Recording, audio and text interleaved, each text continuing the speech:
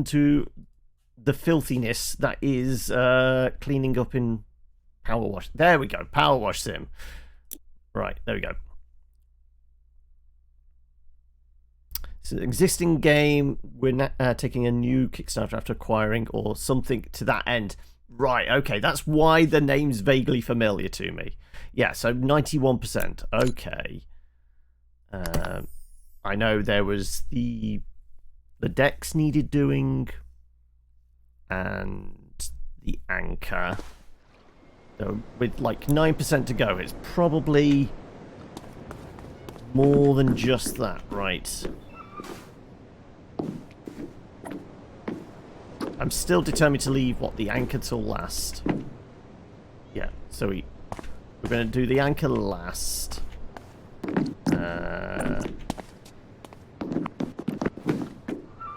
Actually, got bits of the deck to do. We did, as far as we could tell, pretty much all the other objects here.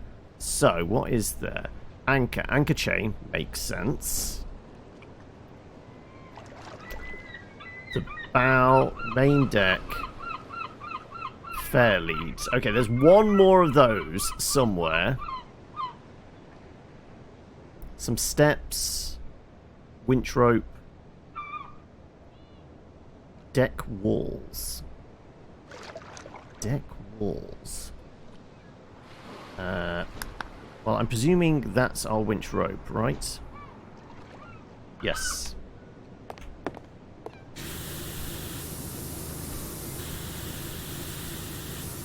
Do we think underneath? I mean, I'm not seeing any dirt. Honestly, I'm not seeing any dirt on this thing, so I'm not sure where it's supposed to be. Now, the winch is a separate item, so it is just the rope. Apparently. I guess it's somewhere underneath, and we just haven't got the right angle on it, or something. How are we doing? Your only problem of being September already is the fact that you need to prep my skin on my hand for the next time. Ooh! What are you getting done? I mean, I do love tattoo art, though I've said I'd have a tattoo if I ever knew there was something I actually felt strongly enough about to put it on my skin for the rest of my life. But I haven't, as yet, have not found that one thing. So, I have a very bad tattoo I'm intending to get fixed. Ah, right. Where the fuck is the glowy bit? I have no idea. Where... I think it's lying to us, right? Right. Admittedly, the metal, it looks like, could also be the winch. So it might not just be the rope. It could be, like, the spindle it's on. Right, come on, here we go.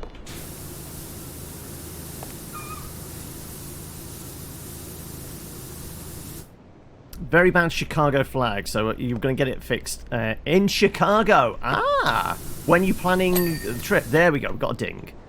Right, winch rope is done. You're doing a mandala on your hand in order to get it to go along with the rest of your arm. All right, so you've got like full sleeve type thing going on. You're flying out on the 13th. Wow. And what are you gone for? 7 days, 10 days, couple of weeks, what? And is this are you going on your Todd, or are you going with folks as well? Right, okay, so that was the rope. Winch rope. Deck walls, 4 of 5. Okay, so one of these walls is not like the others. As in, it's dirty. This one here. Somewhere. I mean, nothing's immediately glowing. Is it like an underside bit? Really?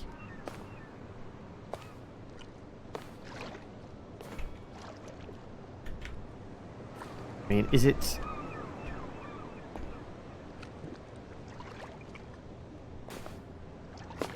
So, I've just realised I'm pressing tab, but even this isn't glowing. Has the tab thing been disabled? Let me have a look. Options. Like, highlight... I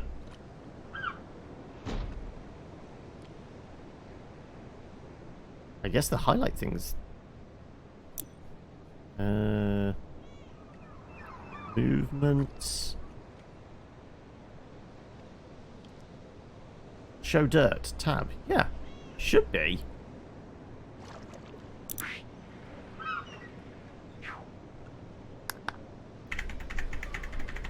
Tab button isn't working at the moment. Okay, well, this suddenly became very hard mode. Because, look, the dirt isn't glowing when we press the button. Weirdly. 8 days, Riot Fest, and a lot of food tourism. Ooh! And it's a big group of you going. Right, I'm presuming it might be, like, in the corner there or something. This is going to be a little awkward if we can't see where the glowy bits are. We are very much doing this on hard mode.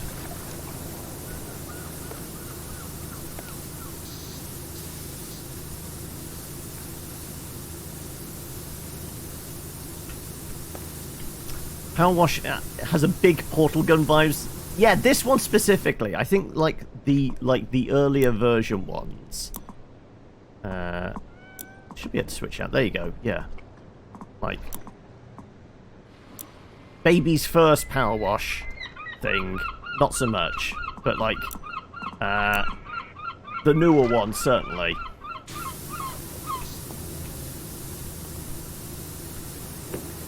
I wonder if it's just it's being a little bit twitchy today. There we go. Apparently we got the wall. It was somewhere along there. Right, okay. Well, that was another bit. We'd got down to here, so yeah.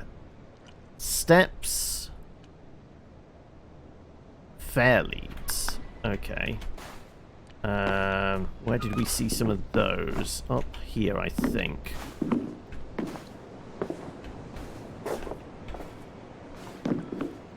Right. That's good.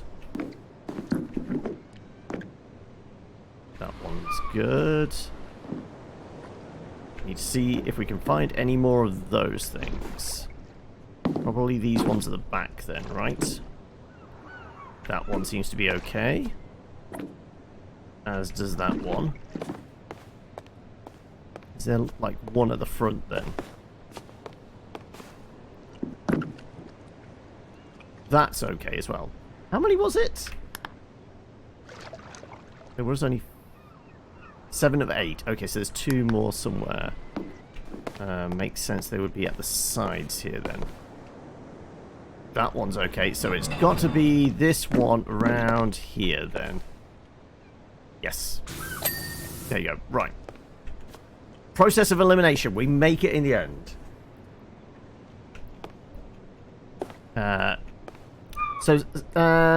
Some circle. Is this going back to the same tattoo artist that did the rest of your arm then? For the finishing off the piece for your hand? Or is this a new artist? And when is the appointment booked for? Right, okay. So, that. It should be just the decks, the steps, and the chain, the anchor now. So, sure, let's clean. Let's swab the decks.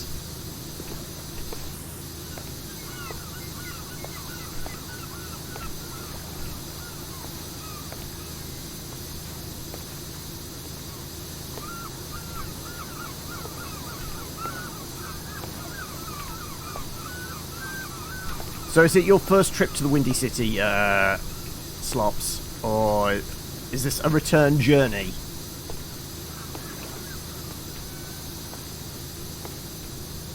Third? Okay.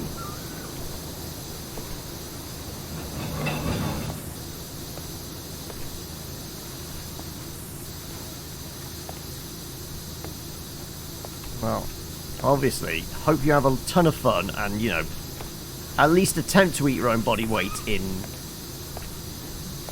delicious food. I'm not going to say it'd be good food, because, you know, there's a chance that it could be quite a...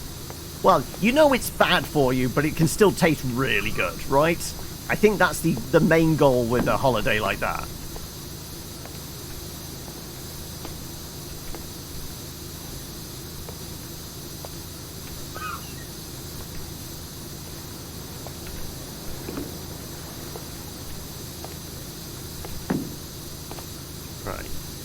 Like I said, it's going to be tricky if there's tiny little bits we've missed. If we can't see them visually with a glowy button. I wonder if it's...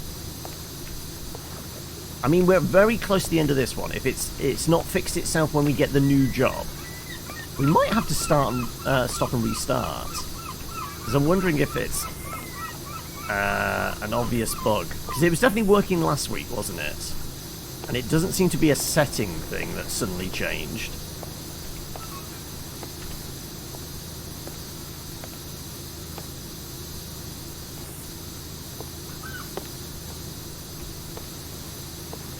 I mean, wonder if it doesn't glow at all for everything. Because, I mean, I know we can highlight stuff, can't we? We have to highlight main deck. That's just doing that, but it's not showing the individual bits of dirt. So the, you know, whatever illumination tools they've got in game are still working partially. It just now it works. I think it just bugged out slightly. Now it wants to work. Okay. No idea why it was refusing to before. It's a little bit weird. Okay, right. So it's not broken. We're all right. We're all right.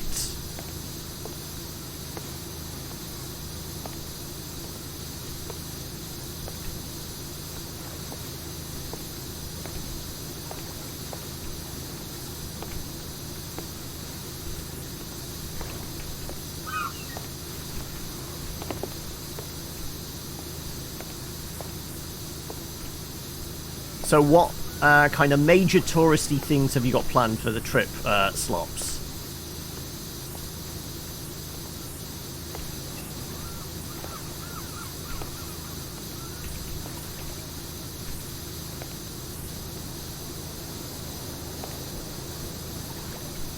It was 2 sets of steps, wasn't it? So should get a ding in a moment, hopefully.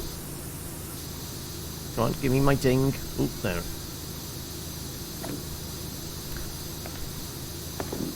Your friends are going to do more than you because it's their first time. So you're skipping tours and that you've already done. Okay. You're going to spend that time where they're walking around like places of interest just by going to nice bars and restaurants.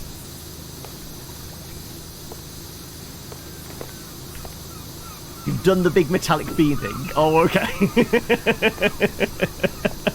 Is that its official term? I think I know that what you're on about. It's like that weird, abstract thing, abstract art piece, isn't it? In the middle of the plaza. Festival in Blackpool the other week. You met a couple from Chicago, and you're going to meet them, and they're going to show you some good bars. There you go. Right. Apparently these steps aren't quite done, but I'm not seeing any glowy bits. So it's being deceptive again.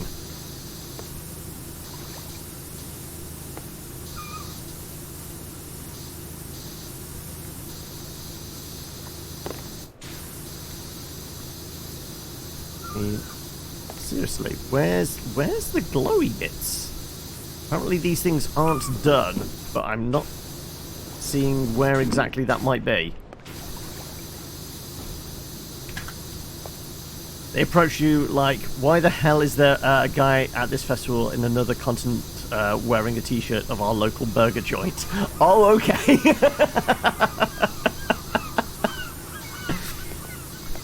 That would probably raise a few questions.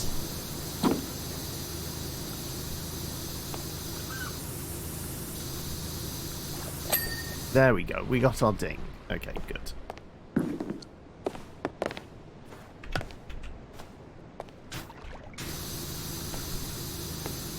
It's a small world after all.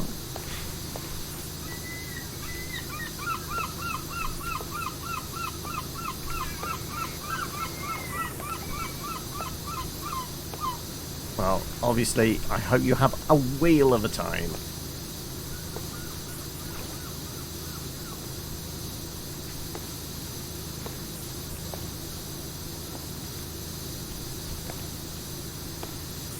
Right, why isn't it gone dinged yet? Where's the glowy bits that we've missed? Oh, there. And there. And there. There's more tiny little bits than I would like. Damn it. You're having you're having NAM flashbacks from me just singing that one bar from it.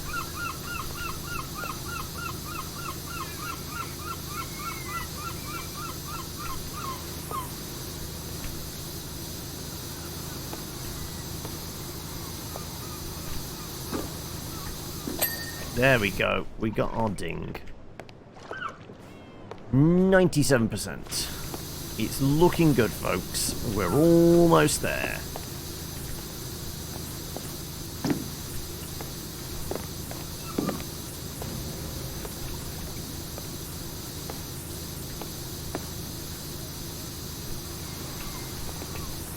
Imply, based on when we got our ding, it was probably something to do with that blue strip there.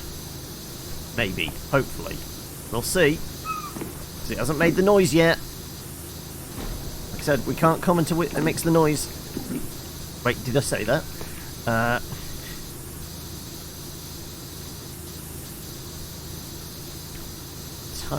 It's along the strip there. There we go. Last three things. Right. Now, the bow deck. Easy enough. We can see it, we can squirt it.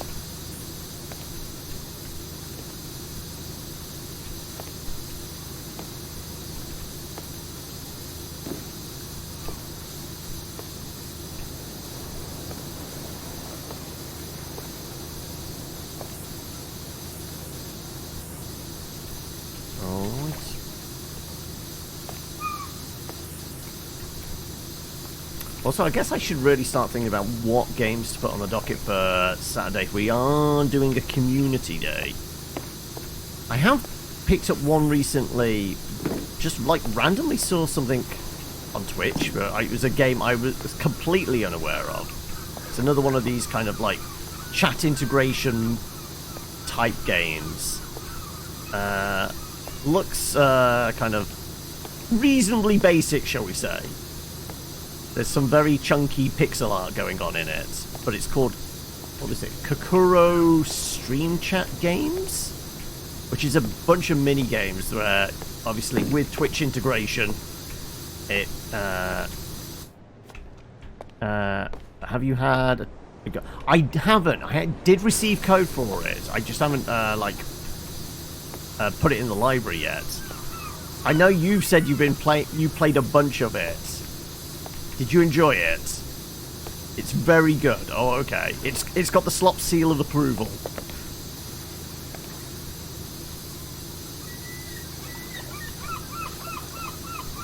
That's tiny little bits in corners.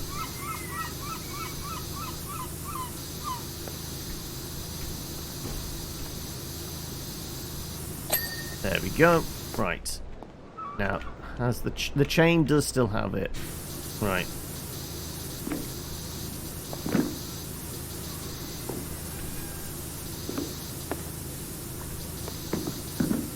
To channel our inner Stevie Nicks and Mick Fleetwood and that. Break the chain. Come on.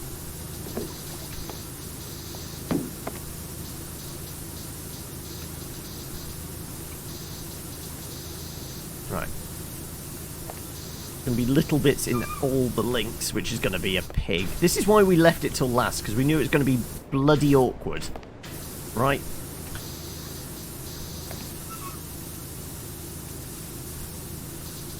Right, I think that's most of the stuff up here.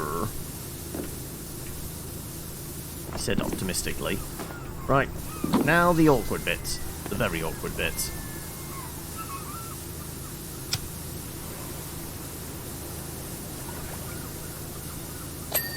Well, that's the chain done. Okay, right, good. Now we just need to blast some rust off this thing.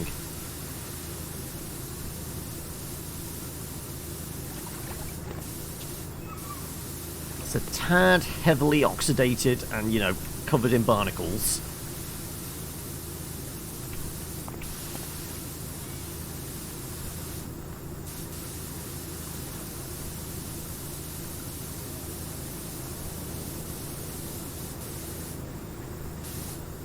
I meant to ask, Slots, has the work-based game started yet? Of D&D, or whatever system you ended up playing. I know you said a few weeks ago that one was in the offing, and it was potentially you were going to be running it. Keep talking about it. It is going to be 5e. Okay.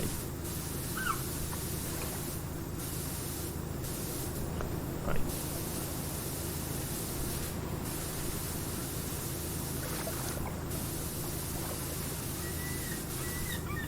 Probably going to have to go and stand on the dock, aren't I? It's going to be little bits at the top there. Or little bits underneath.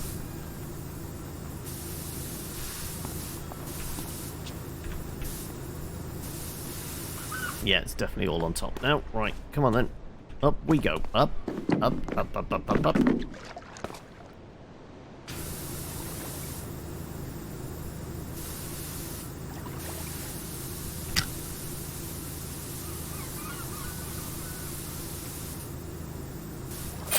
There we go. The job is done. Hello, friend. Can you come and wash my recreational vehicle again, please? Okay, right. Well, job's done. It's only taken like 2 and a bit sessions or whatever. Yeah, I think we started at the tail end of 1. It was all the last session, and then we just finished off today. Okay, yeah.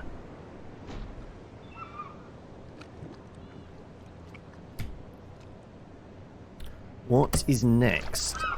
Clean up the recreational vehicle again. No, it seems to be parked in the desert. Has it got blue smoke coming out of the chimney at the top? I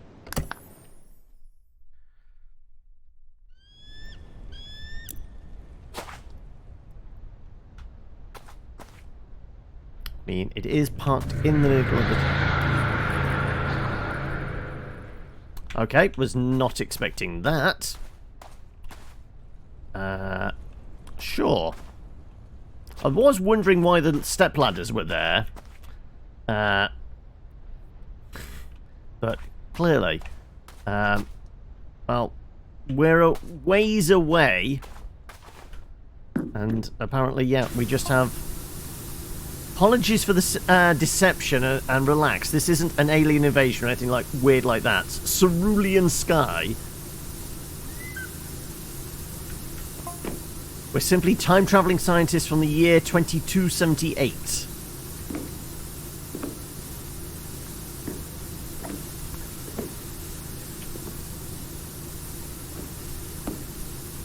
Well, I mean, it's nice that they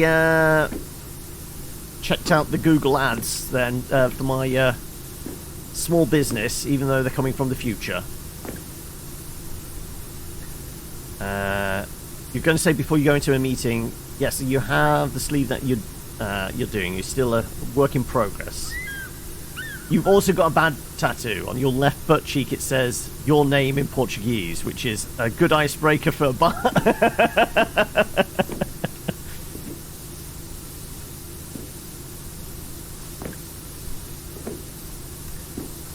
I mean, are I was going to say, that's your bad one.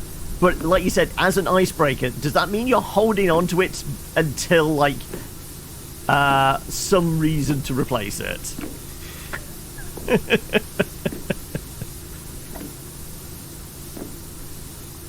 And was that a... Okay. Was that a planned thing, or was that a drunken spur-of-the-moment tattoo? Because that definitely sounds like the latter, right? Either that, or part of a bet.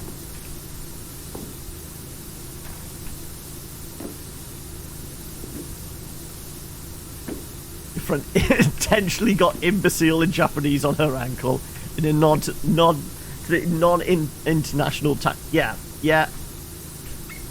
The joke about, like, all kind of the Chinese and Japanese character tattoos actually are just like an order for prawn fried rice or something like that. But the idiots that get them don't actually check.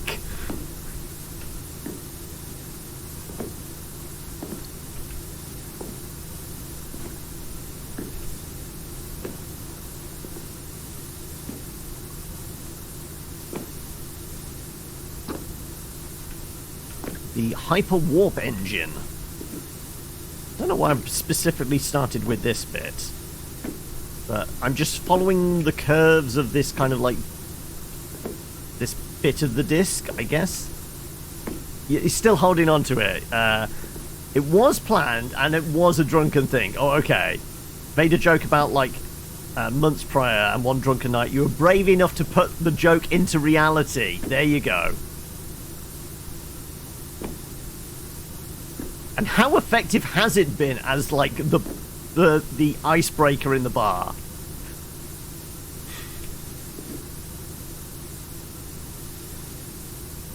How much mileage has it actually got?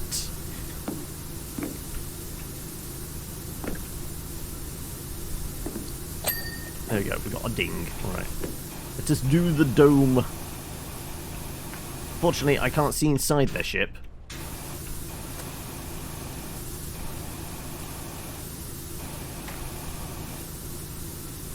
So what is this bit? Posis stream intake vents. Well, they're still to go. Okay, right.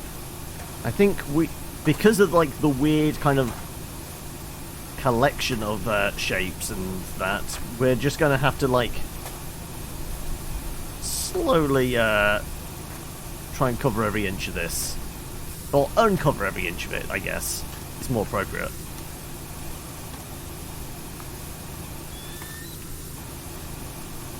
The view dome seems like probably one of the easier bits. So at least it's a different colour. Something hit us using technology even we were unfamiliar with, disabling the entire system with a strange substance and forcing us to crash land. Until our vehicle is completely clean, we're stuck here. But coming from, what was it, 2278? 250 years in the future. Presumably, did they remember to check the lottery numbers for us?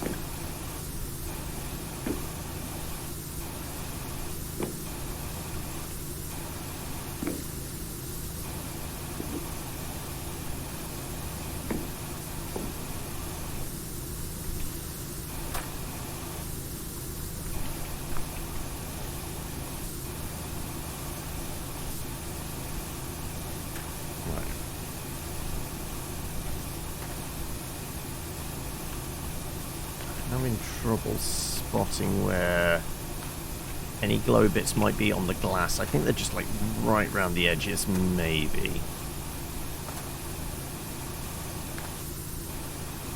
There we go. We got a ding. And this has definitely just got some stuff just on the edges. There we go.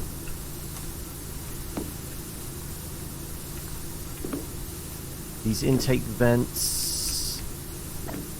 I guess, yeah, up to there is the intake vents, right.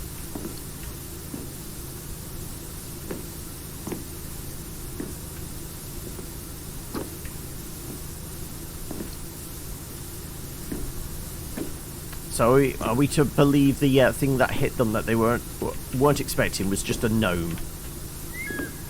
Or maybe it was one of the cats. There we go. We got a ding for whatever the fluidic deflector dish is. Okay.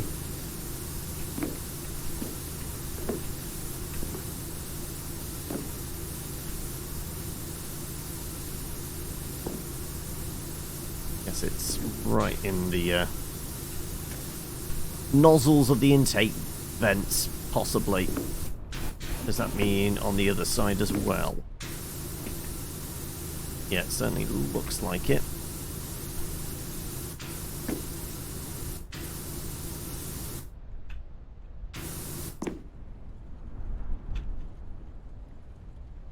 Do I have to be kneeling?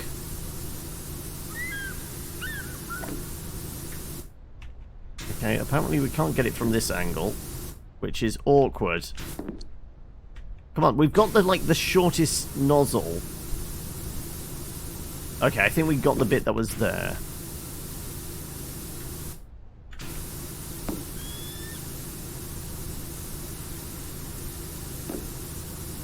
So there's deflector housing. There you go. That's the auxiliary gyromagnetic disc frame. Okay.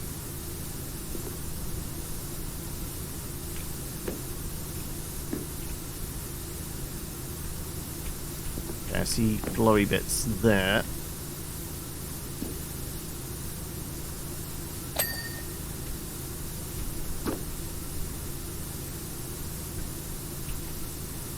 Right, I'm not seeing any more glowy bits. Positron intake, which has been all of this lot.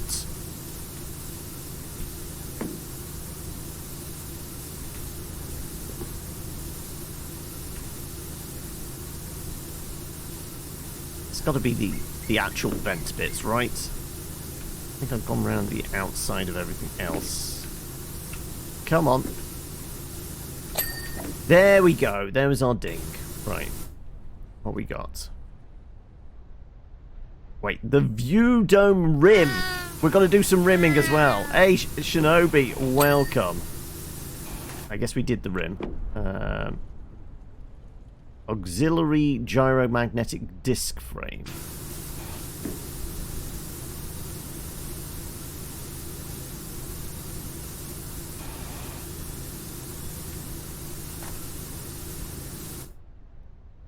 I guess it's...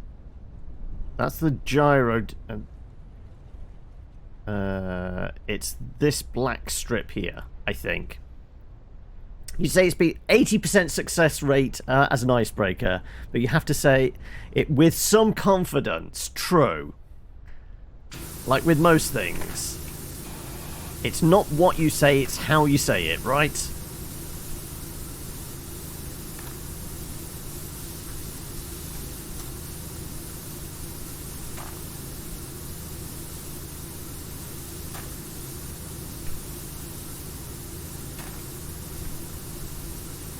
I find it hard to believe there is any scraps of dirt on this little black strip. Unless it's... I guess there is a bit of a lip to it. Ah, there we go, like there. That, like so. Okay, good. Right, the dome is good. The rim of the dome is good. The disc frame is good. The disc is good. Disc frame. Deflector housing. Fluidic deflector dish.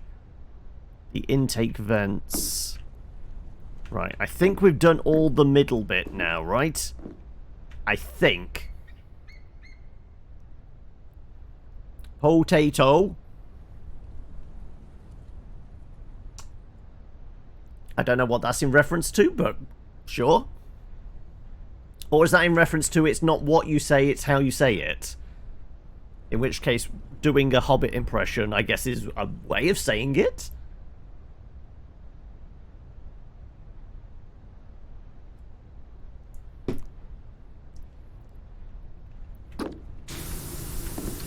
The anti-grav panels. I mean, can we get any of this equipment attached to our van? I'm sure it will help somehow, right? You just felt like typing potato. I thought it was just an insult directed at my PC, which, you know, is valid.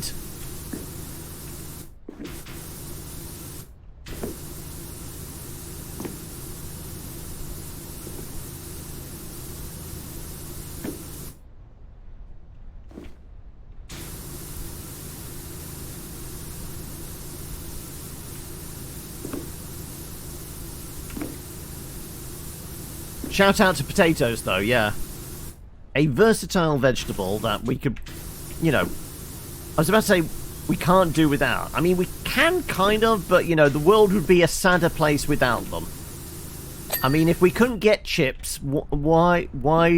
What's the point of even existing, eh? You can't do fish and chips, or a bag of crisps.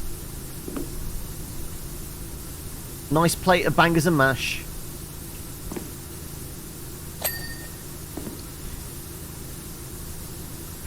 Right, got a ding from... Do we think these plating... Yeah, all these platings are separate ones. Wow, so many different elements for this.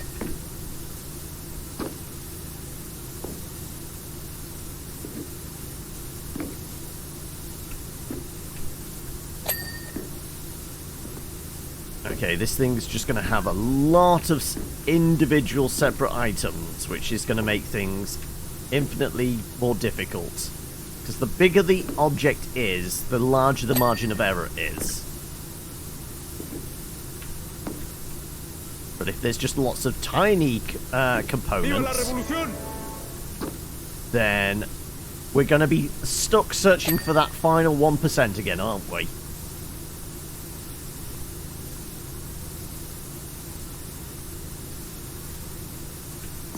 So I got a glow of deflector housing. I guess that's this, like, rim section around here. Okay, so possibly little bits, but then again it could be on the other side as well. Let's just work our way around slowly.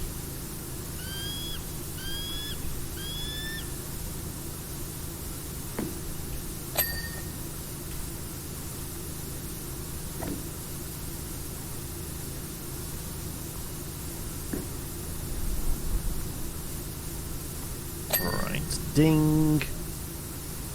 Well, I guess the upside to them being lots of smaller bits, yes, we might be searching for the final 1%, but it does mean there's more frequent dings, rather than doing a large swath of something and waiting half an hour until we actually get a serotonin hit.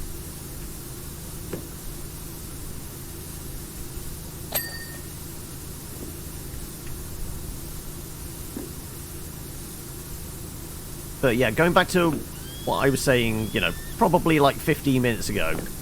Got distracted, didn't we? Need to come up with a bunch of games for Saturday. So I've got that Kakuro Stream Chat one, which we can take a look at. It's not particularly new. It actually came out like 2 years ago or something. It's just... that one completely passed me by. I was unaware of it. But that, I mean, I'm tempted to say, like, the usual suspects of stuff like Golf with Your Friends, Vermintide, Human Fall Flat, stuff like that. But if anybody can think of something that, you know, there's a good chance a lot of people have, or they can get access to reasonably easily. You know, Jackbox is okay, but it does require, like, a decent number of people.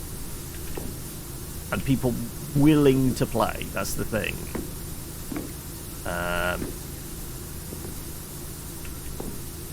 Also, as long as it's games where, you know, the trolls don't roll into the stream and fuck with it.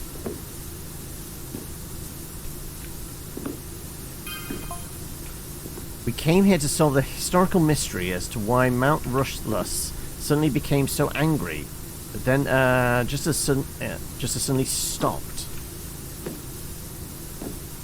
Is it something to do with me activating a statue? It's not known to you guys yet, but Rushless is the master key to an entire Pacific ring of volcanoes. When it blows, they all blow. Last time that happened, we said goodbye to the dinosaurs. But what about the meteor? It happened before. It will happen again. Ding, ding. Ding. Right. The dings are coming thick and fast now. Good.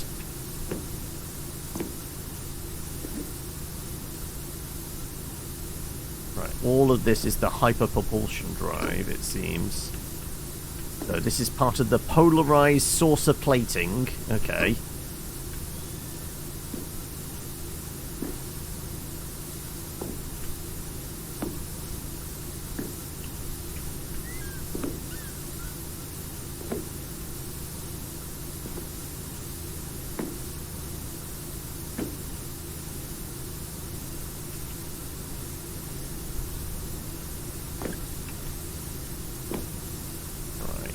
Let's try and... Well, yet more different sections. So we have Tritium Saucer. I wonder if it's the underside of this as well. Because, no, we're like... more than 3/4 done? I can't believe it's the underside. I guess it could be the edge.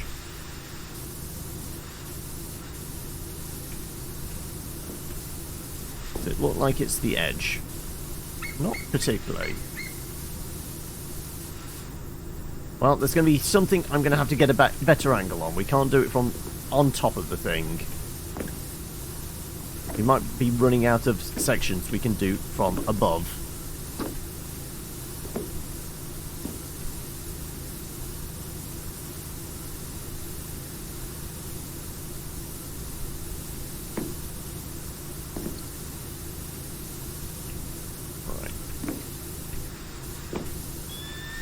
Okay, well, we fell down.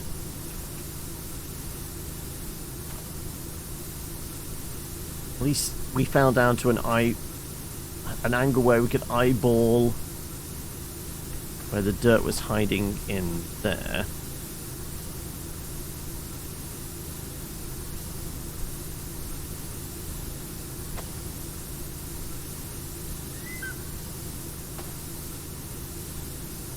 Eventually we'll get there.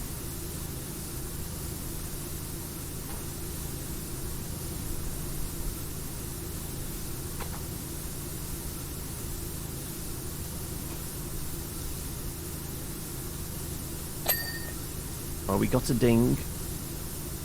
So the Trillium Saucer is still... That's the lower rim, so yeah, that's absolutely nothing to do with what we're doing presently. Okay. Right, I think we found the awkward bit, which is going to be like this outer rim. Knowing which bits are which, so we can actually get 100% on all of them. I mean, I think technically you don't need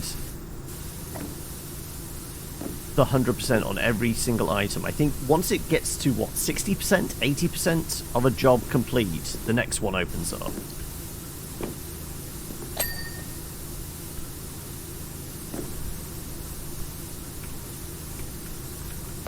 But up to this point, we've never left a job half done.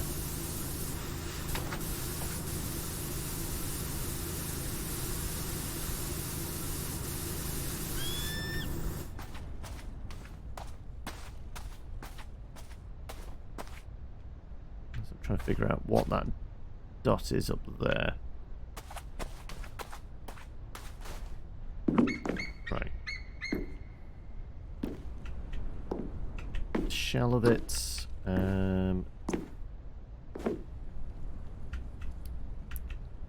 Presumably all the drive is the stuff at the back as well. Okay, right. I think majority of the stuff on top we've managed to get done.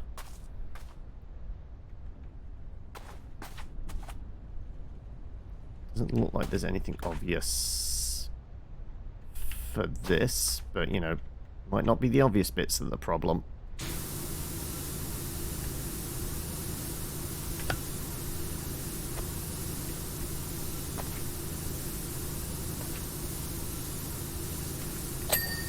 There you go. We got our ding. Good.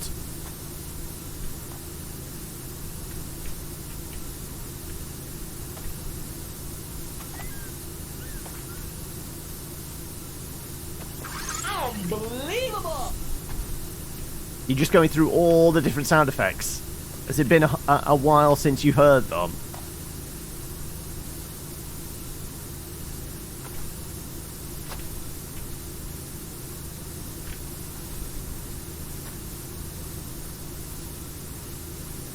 Mayhaps.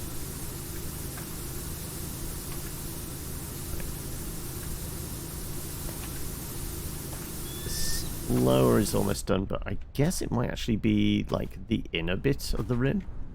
Yes. You know what? Let's swizzle.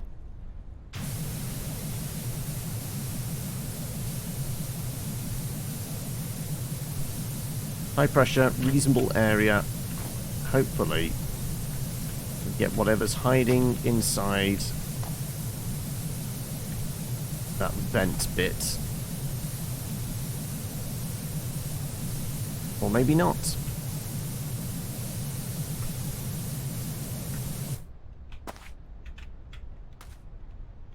I'm just happy if I'm at a decent angle for it.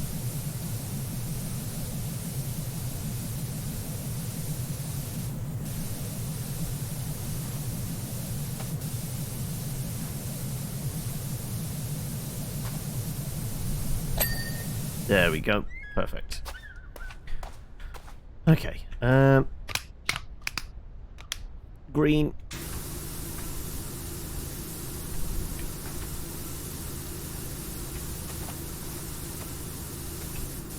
Does the polarized go all the way on bottom? It does as well. Let's try a little depolarization, shall we? By that I mean just scrape the crap off it.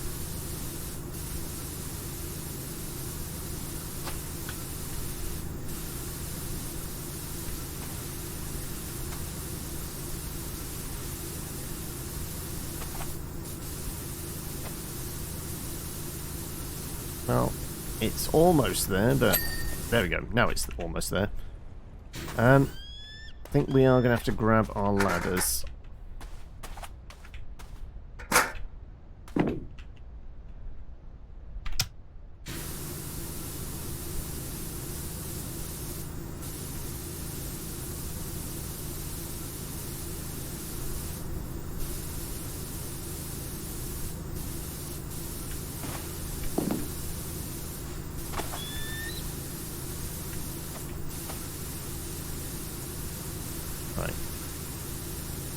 I'm not sure how effective the ladders are actually going to be.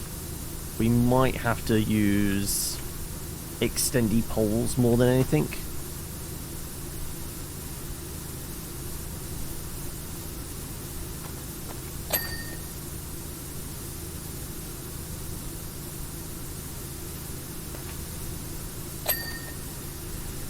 I guess let's manage to get a reasonable amount of it.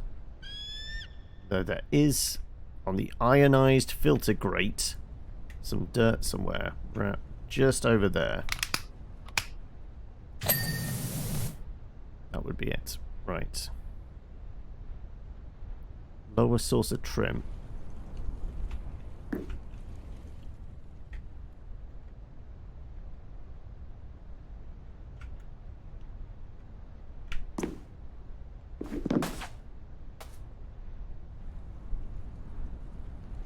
Where's the lower saucer trim gone again? Apparently it's there. Ah, but it's because we got the swizzle one. If we went for one that isn't swizzly... Okay, that's the lower saucer trim. Right.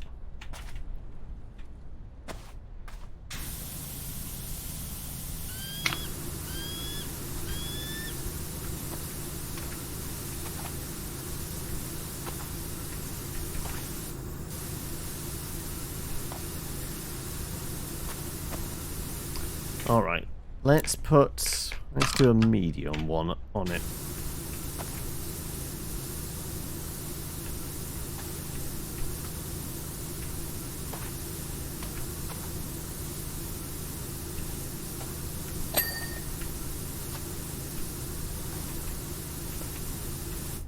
The propulsion drive is a little bit dirty somewhere.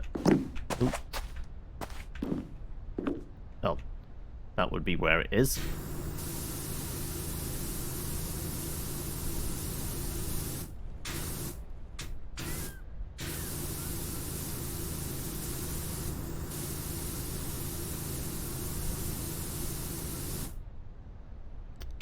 If I was to go nada. There we go. That's the hyperdrive dealt with.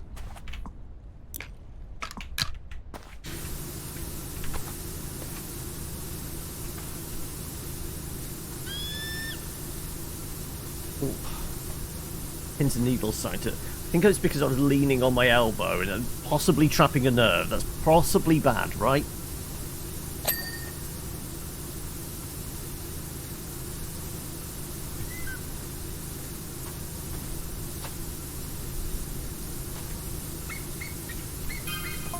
Oh, we flew close to the volcano in the dead of night. For your interest, just a few lights on.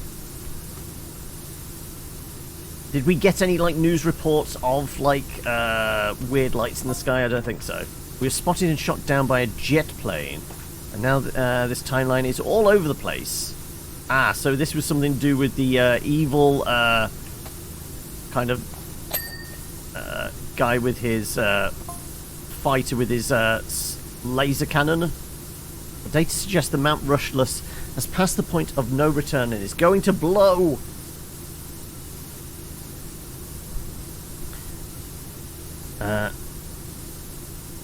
It is bad, that's why they exist, yeah. Yeah, well, I'm no longer leaning on this shoulder, or this elbow even.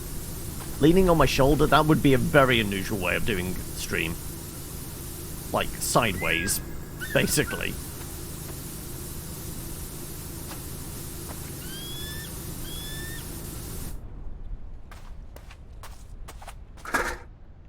Also, I did see the posture check. We'll stretch it out for you.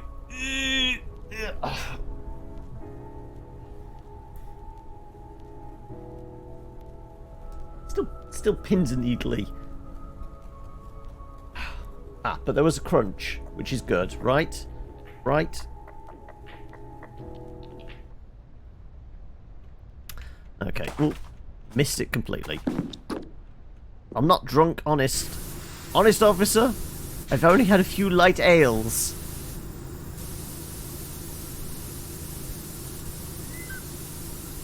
Just dislocate the entire shoulder. Yeah, I mean, that'll get rid of the issue, right? How are we, gun? Let's switch back to no nozzle.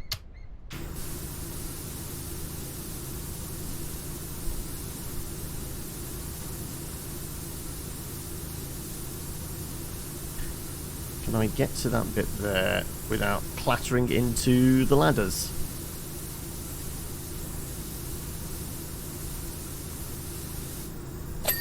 There we go. Also, the ionized grate is still incomplete. Where do we think the ionized grate is glowing? Ah, down that end. We can see you. Right, if I go with that one. There we go. See, that's all we needed. I'm alright.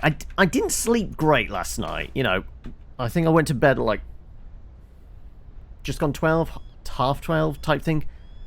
Kept, you know, just couldn't settle. Last time I checked my clock, it was like 10 past 3. So yeah, didn't sleep immensely well, but you know, that's why coffee was invented, right? Sleep is for the weak. In which case, just call me weak. It is my drug of choice.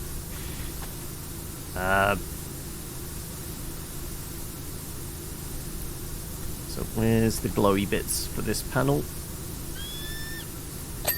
There you go. Right there. So we're up to 63%. Right.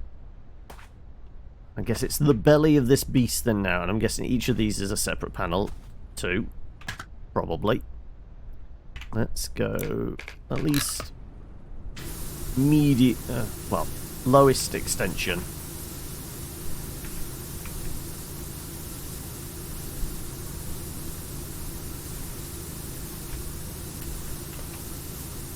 It's nice of them to crash in a desert with bright orange dirt.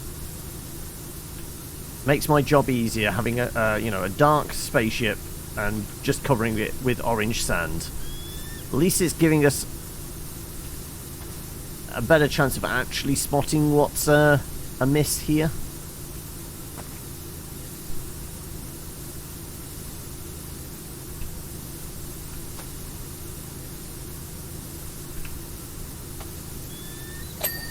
Like so.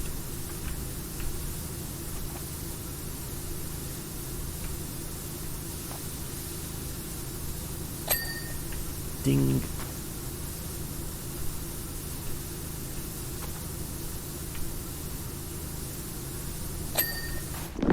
I mean, yeah, I presume I can stand on its tripod-like legs.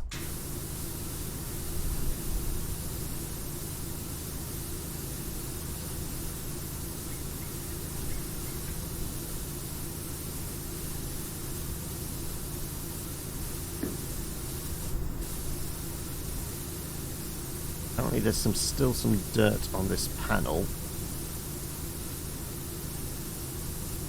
Still show me what you a ton of dirt around here as well.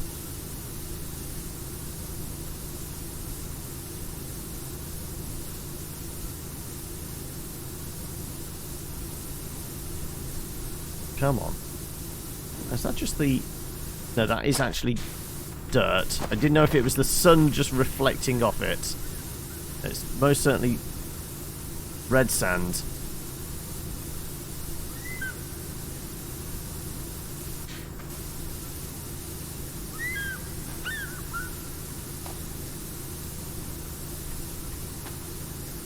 Yeah, I think the lowest extension isn't actually helping much. Let's go with medium. This panel hasn't finished yet. Is it like down the edges there? Yes, it is.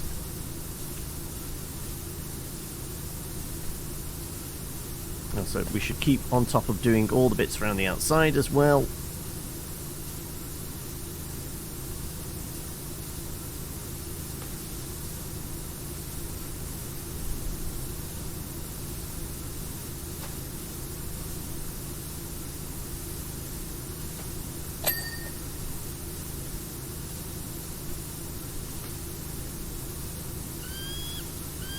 So yeah, out of interest, folks, is there anything on anybody's go-to list of playing with friends or just playing with other streamers on Twitch and that?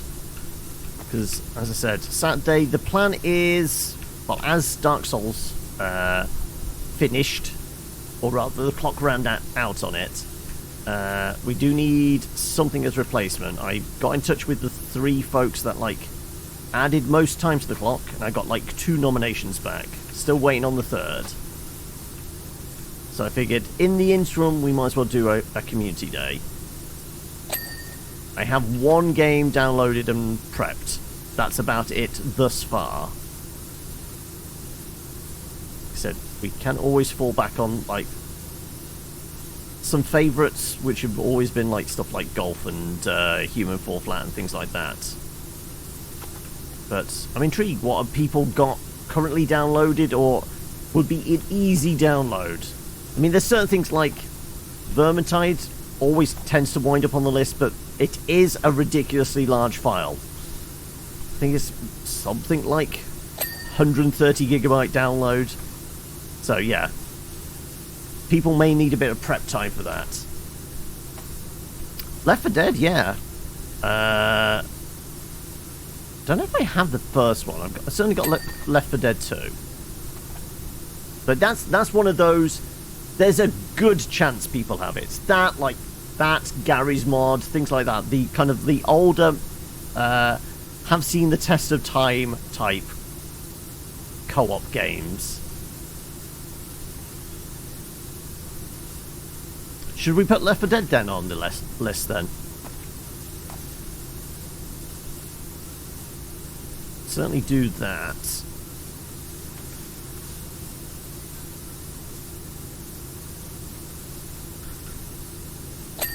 There we go. There's our ding.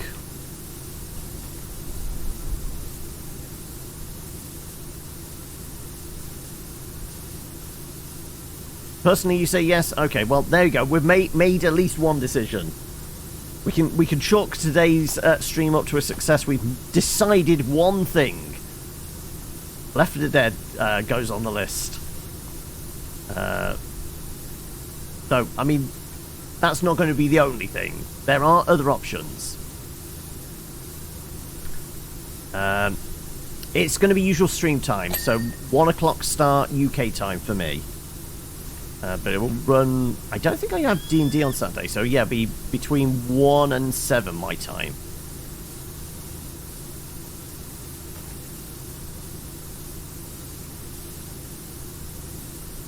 So, technically we have two specific games on the list thus far. Left 4 Dead 2 and this Kokuro one. That makes things a lot easier then, doesn't it? All I have to say is 1 o'clock UK time. That's a point. When does the clocks change again? It's October, isn't it? Is it October? Yeah, it is, isn't it? I think. Is it September, October? Having a moment now. I'm going to have to double check that.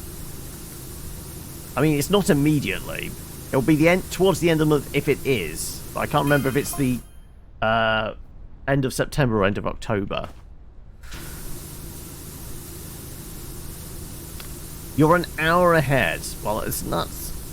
That's not too far off. That's easy enough to remember. It's whatever time I say plus 1. By the way, how was our early 21st century parlance? Most of the era of anthropological archives were lost in the Second Martian War. Yeah, I thought it was October, but I can't... I'm not 100% sure. Time is very fluid, isn't it? I can't remember shit. So that might be something to do with, like... Well, lack of sleep probably isn't helping it.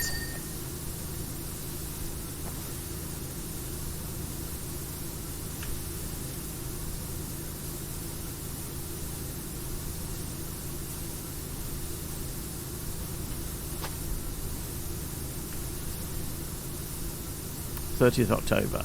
Okay.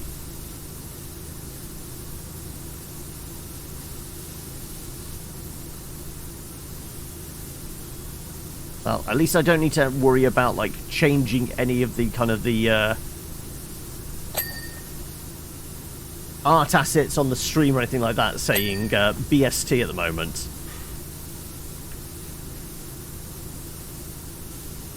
So, this is why most of the time I say UK time as opposed to saying British summertime or GMT, things like that. I guess I do swing back to saying GMT a little more during the winter. But if I just say UK time, people are forced then to look it up and go, right, well, it's currently this in London, so it's this for me. Which, hey, if I'm going to struggle, I'm going to make everybody else struggle to figure out what time it is as well. Because why not?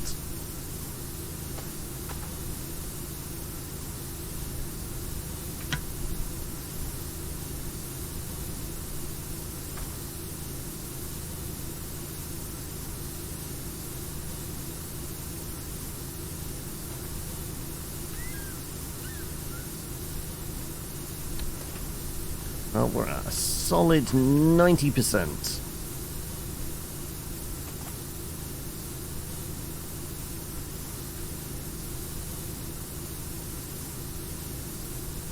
So that's all the tractor beam housing.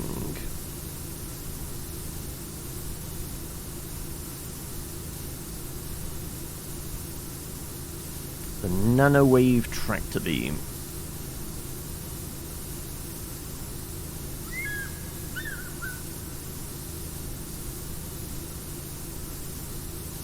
It won't be troublesome for you since you're in Portugal, so you're basically along the same line, aren't you?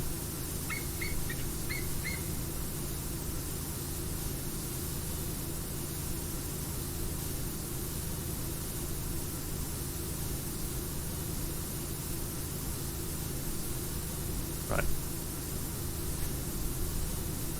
I mean, spotting the glowing bits on the big white orb are probably going to be tricky, but apparently there is a spot on the tractor beam somewhere. Now I'm trying to figure out, is that dirt on the spaceship or just dirt on my own monitor? There we go, we got our ding. Currently it's 14 minutes past 2.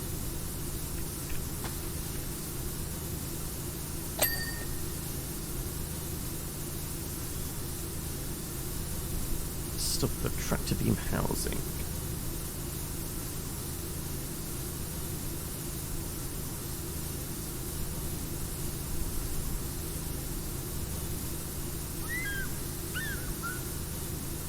Do we think it's like deep inside? Do I need to get the swizzle stick out again? I might have to.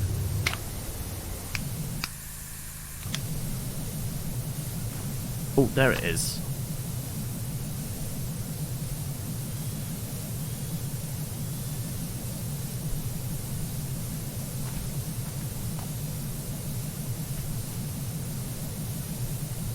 You're an hour ahead as well. I mean, I'm with a name like that, I'm guessing you're in Central European time. Probably in one of them Scandinavian countries, right? The name does give it away somewhat. Oh, Belgium, actually. Ah, I would have pegged it as maybe Sweden.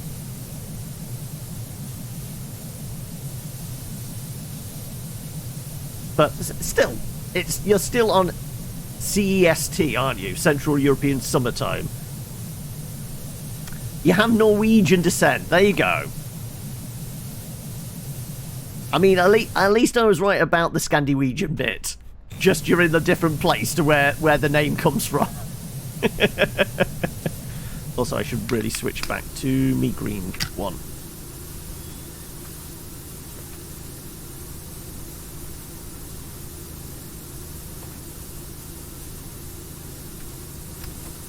Auxiliary gyro disc.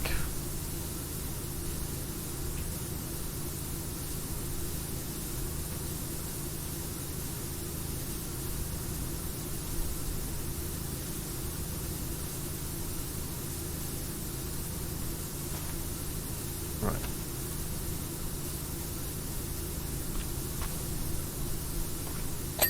Oh, there's a ding. Does mean this one should be close to dinging as well. Come on, do the thing, make the sound.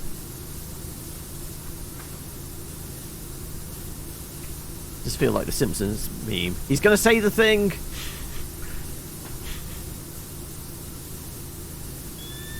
Or not. Well, where's the glowy bits then? Somewhere in this disc. Oh, I get. Well. Guess that was all on the edge of the frame of it.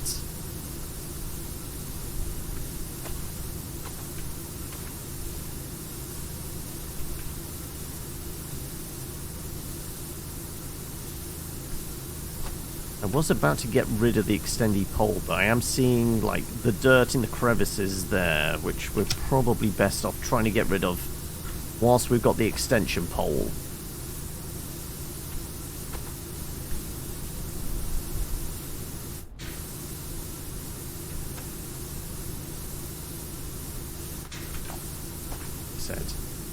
So many little panels, so many little nooks and crevices to... I mean, The sand does get everywhere, doesn't it? And this is clearly demonstrating that.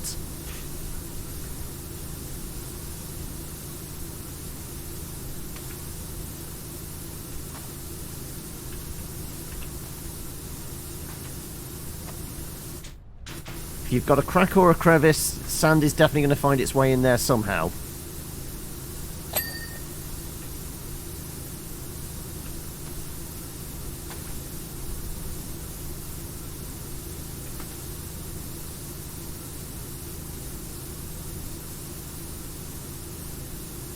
So the main gyromagnetic disc frame, there's still a little bit of dirt somewhere for it.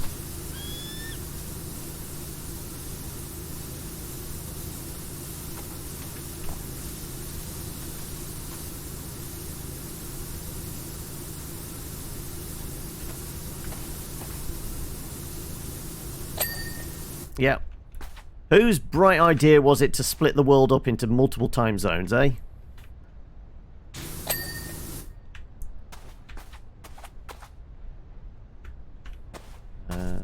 Right. So it looks like for the most part I'm alright up to the legs now, right? Think so. Not seeing any obvious tiny little bits that are showing up as you'll missed a spot. I definitely have missed a spot somewhere, but it's not immediately obvious. Yeah, I think we're good up to the legs right now.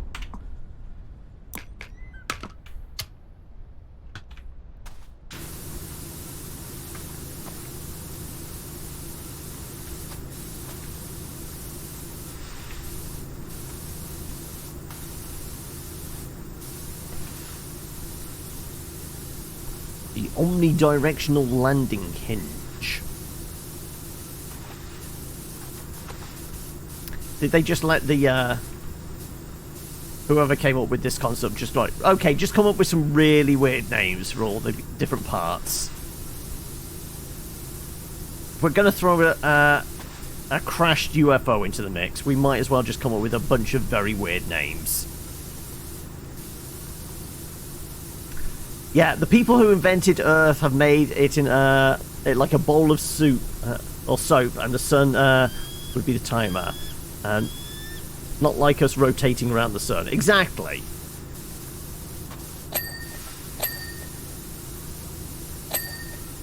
Right, that's one leg down. I guess before we get overconfident with just leaving it to the legs. Posy-stream flow nacelles. Right, those are all the legs. We've got to figure out where the posy-flow nacelles are. Right, if it's Star Trek, the nacelles are the big glowy things that come out the back, right?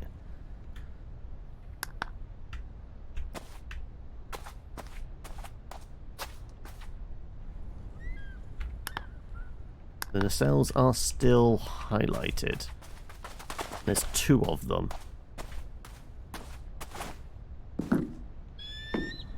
Anybody seeing a glowy bit? Oh. Ah! Those are the nacelle engines, are they? Right, okay.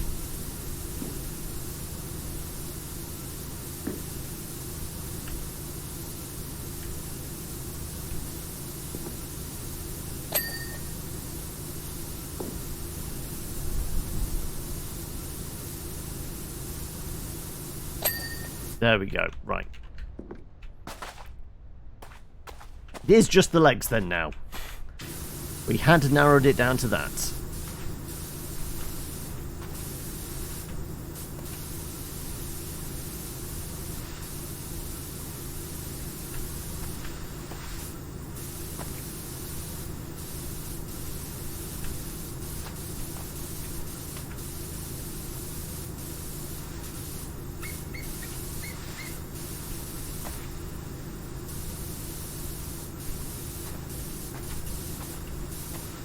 Come on.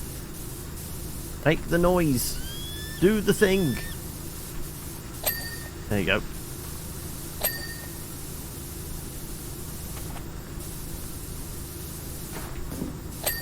There you go. Right. Landing grippers. Okay, let's actually figure out what... So the gripper is the foot. The hinge is the middle bit. Oh, no. Okay, both of those are hinges. And sockets. Okay, so the socket is the knuckle it comes out of. Okay.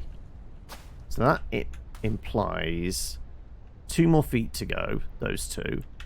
Did we miss one of these then? Yes, we did. This isn't completely there.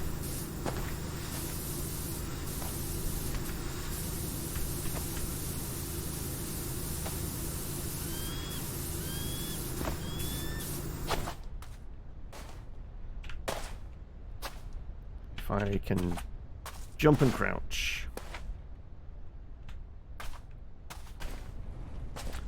No.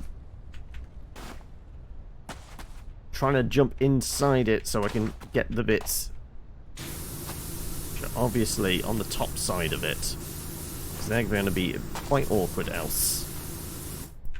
Right, I'm just going to have to get the ladders and point down at it, I think.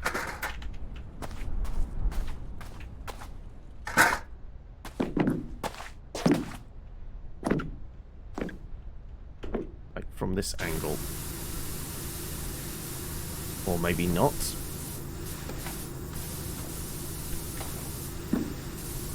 Oh, okay, we can get up to here.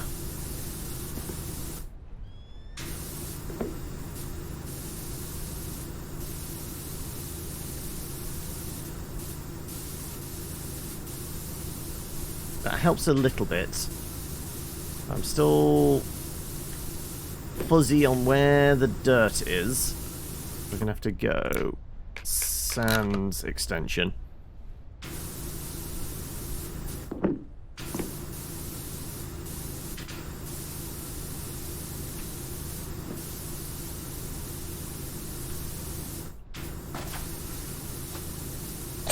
There we go. Right, we got it to go ding. Right. So 2 feet, 2 knuckles, and the bits in between.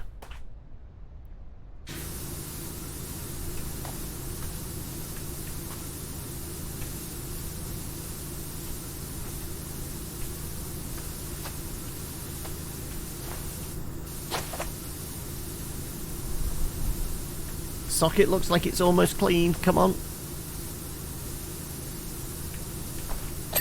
There you go. Right, that's the socket.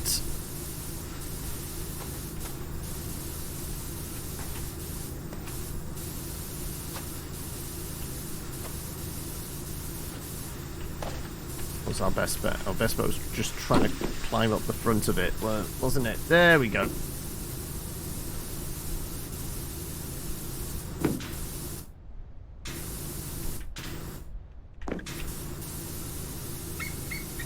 Technically, I'm lying down in this spot, according to the little icon, but people have said if you do this in multiplayer, you can see it lies. You just crouch or crouch a little bit lower.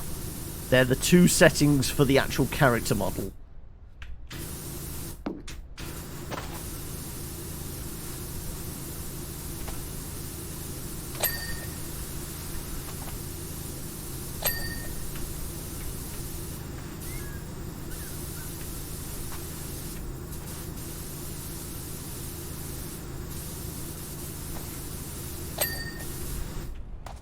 Last bit.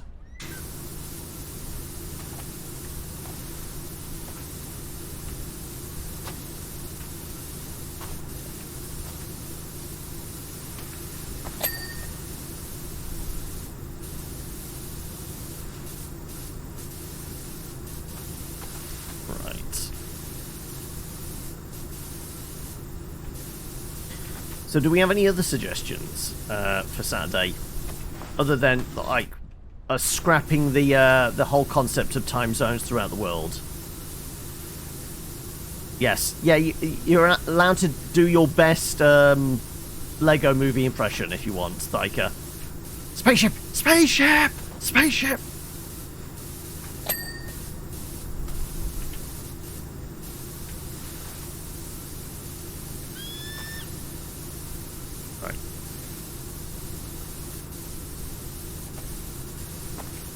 Come on. There's a bit on here that should be... There we go. We got the sound effect. And then finally... Dun dun dun dun dun dun dun dun dun dun dun dun dun dun dun dun dun. Cue up the victory music. Any moment now. Any moment now. Moment of... There we go. Oh. Does this mean if we'd cleaned it while stood on top, we would have got launched into the stratosphere? Are we trying to solve time zone issues? Yes, because on Saturday we're doing a community day. So it's just the usual thing of like, okay, what's start time? People trying to figure out. Okay, normally doesn't let me to move this far away. Okay, invisible wall ends here. Okay, invisible wall. I guess I could have just run the entirety of the crash kind of gouge. So, where is the gnome? Come on, there's got to be a gnome around, right? But yeah. Trying to figure out a good way of indicating time zones. I normally just stick with it's 1 o'clock UK time start. Everybody else then has to look it up. But no, also trying to figure out what to put on the list for what games we can all play together. There he is. That is definitely the gnome over there. What's the range on my, like, narrowest beam? Definitely not far enough. But yeah, that's definitely the gnome keeping an eye on us from over there.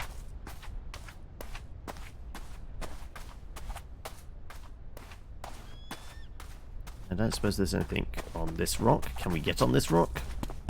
Yeah, we can. Or maybe. Maybe.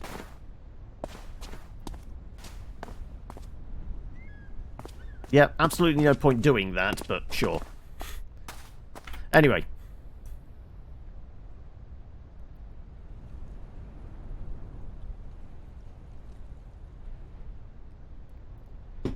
Thankfully, that was a little bit easier to do. You refer to current time, so it's like on Saturday 2 hours earlier than whatever time it is right now. Yeah, pretty much. That's a reasonable way of doing it. Systems are fully operational. Spectral analysis reveals a trace mineral with unusual properties. There's not enough time between now and the eruption to fix things here, but we've got a lead that might help us solve things in the past. You'll know we were successful if you ever see us again. You'll know we weren't if Rustless explodes and the skies go dark for 20 years. Thanks again, PowerWash Services. Clean the Lost City Palace. Okay. Harper and I hitched a ride on a fishing boat to search where the hand in the sand was pointing. And I know it sounds crazy, but I think we've found the lost city of Atlantis. Only it's in the Pacific. Not no wonder it was lost. So should it be the lost city of pacifists? Pacifists? Pacifs. Regardless, it has very recently been resurfaced. And judging by the clams, it must be over 8,000 years old. Pacifica? Yeah, possibly. Anyway, let's start the cleanup on the weird temple thing. So... Oh! Well, I'm glad I cleaned up the helicopter then. Sure. And I guess the boat came as well. Sure. And is this an ancient gnome? There you go. So how big is this cleanup job?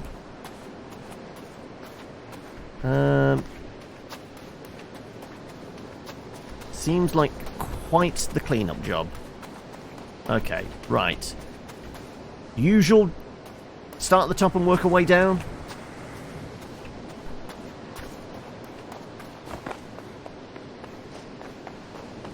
And we can indeed Skyrim our way up to the top of the ziggurat. Well, I guess it isn't. It is actually a pyramid. Ziggurat would imply steps.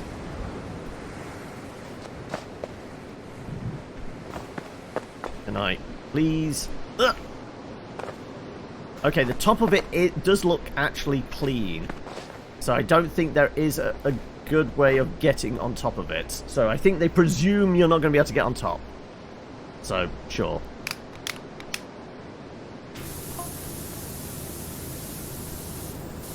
Are you drooling too, Wishy?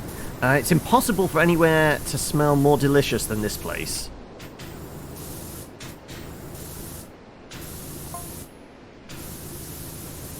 It's like walking into a huge bowl of shrimp cocktail where they get the Mary Rose sauce just right, dash of Tabasco and a squeeze of lemon.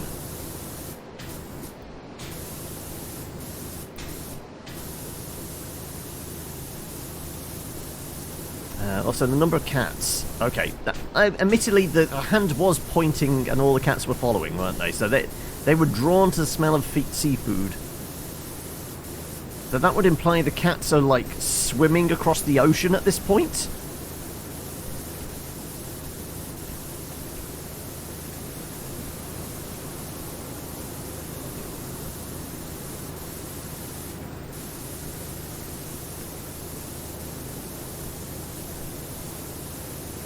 All this is part of the pedestal, so yeah, I think it's going to be reasonably generous.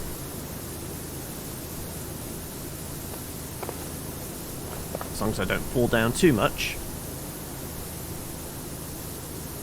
Yeah, even this is part of the pedestal as well, okay.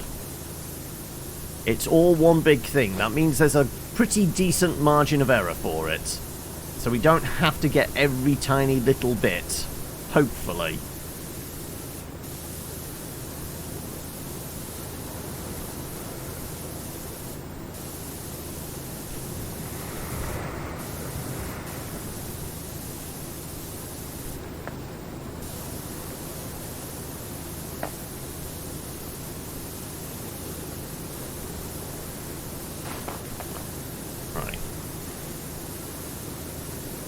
Always starting with the top and working our way down. It does feel like tends to be the best route. Makes zero difference really, but for me it just makes more sense.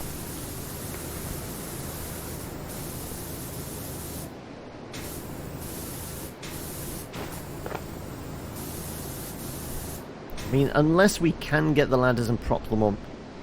Where are the ladders? Actually, are there ladders? We have our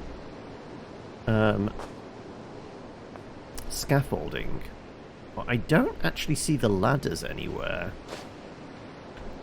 Not sure they came with us.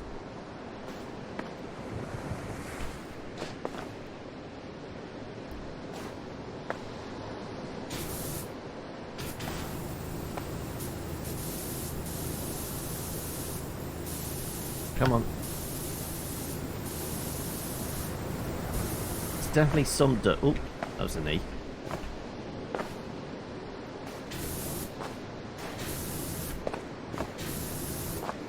We might just have to do it this way.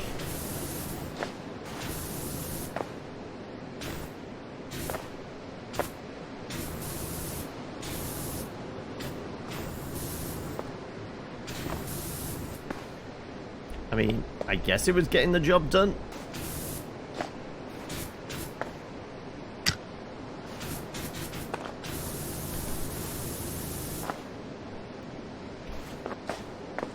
I know there's that little bit in there. That's going to annoy me if that's going to be the bit that gets us stuck. But probably not. So like I said, this whole pyramid pedestal is a single item. Yeah, it's all part of the same thing, so...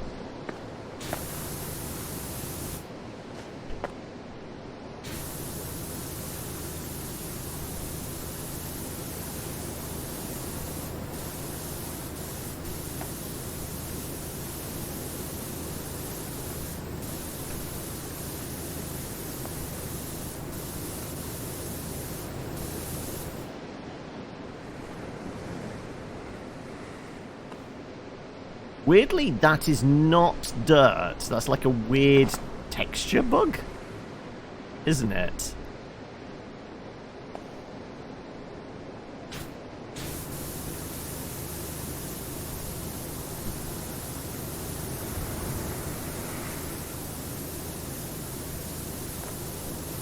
Right, come on. I would say we're at a good 90% of this bit done. Said the teeny tiny bits at the top are what screw us over. I'm not going to be too happy because I can't see a good way of getting to them.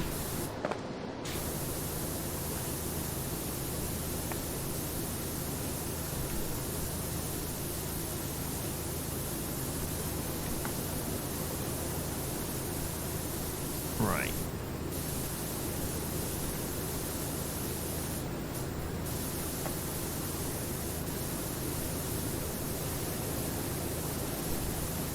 Yeah, pedestal is almost there, so just doing this face should... There we go, yeah.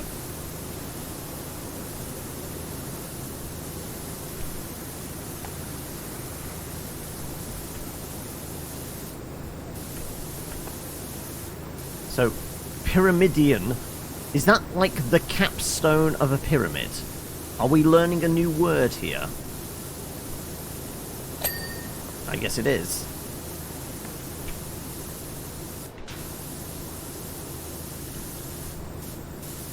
Pyramidium scroll.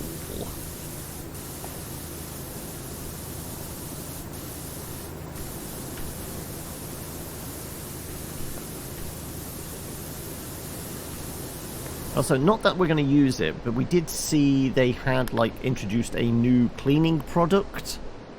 I have no idea what the hell it could be. I guess it was the... No, stone cleaner's been there for a while, right?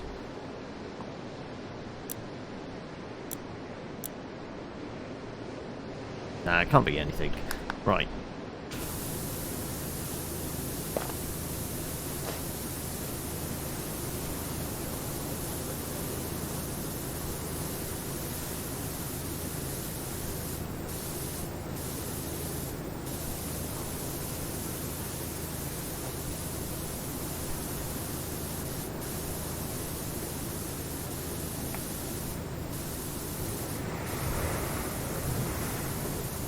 Thankfully, I don't think, even though this pyramid is very slippery and wet, we're not sliding down the sides of it, thankfully.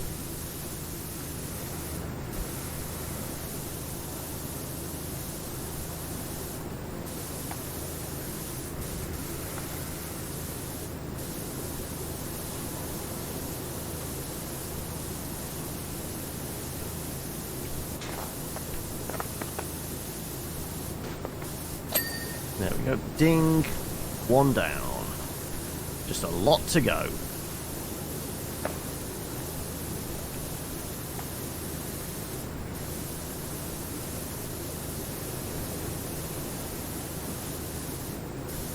Well, this definitely feels like this is podcast territory, really, doesn't it?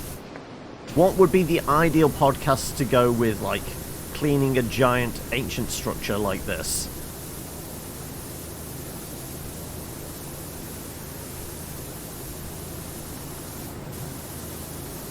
I mean, there's a podcast for everything, so I've got to presume there's some, like, archaeology nerds that have got a podcast.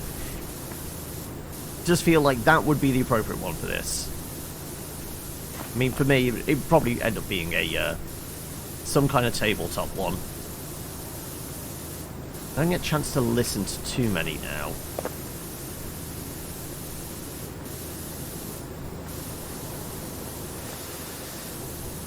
Did start listening to, what was it, Not Another D&D podcast, which is Brian Murphy and Emily Axford from Dimension 20 with a couple of other people.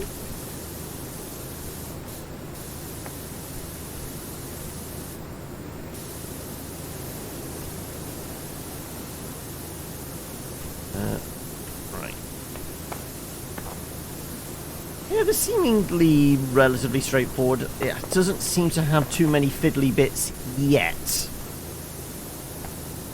But we will get caught out eventually. I am also noticing we're still at 0% complete. This is showing just how big a project this one is. We're still at 0% complete, even though we've had several dings thus far. Okay, this might take probably the entirety of the session, right? And then some. At this rate, certainly.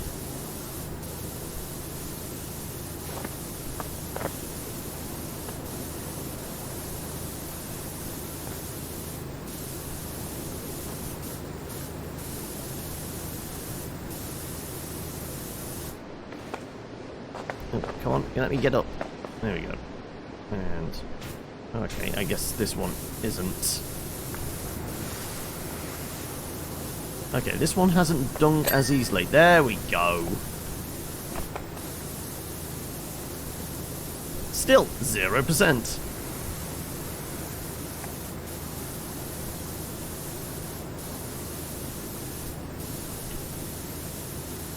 Now the question is, are they splitting up the sides of the pyramid? Or are they just large swaths? It's just going to take a while to go up and down, up and down, up and down.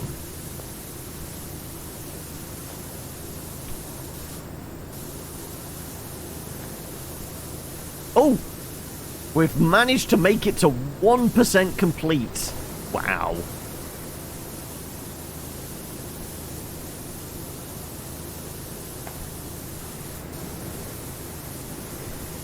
Well, as big as this job is... actually, what were we getting paid for this one? 2,250. Yeah, that's probably one of the highest paying jobs up to date, right? So we've got to be getting close to the end now.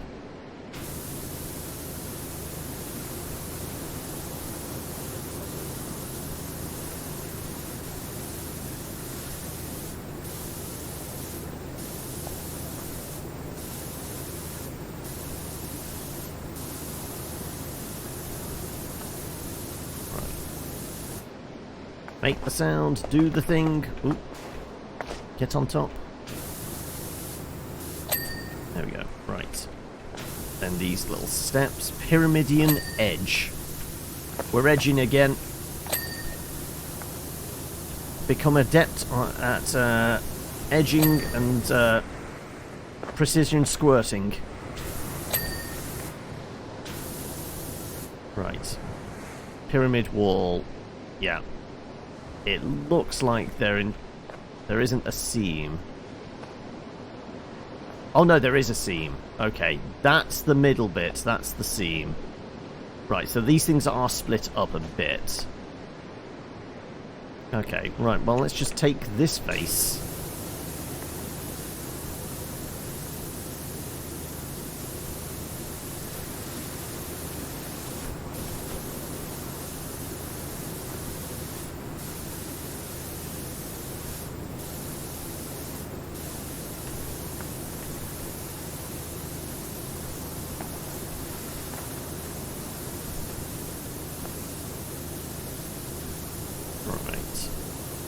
Well, thankfully, it doesn't seem like it's too badly ground in. So I suppose that's this. No, all of this is the same. It's just the halfway line is a seam. There isn't a seam vertically as well as horizontally.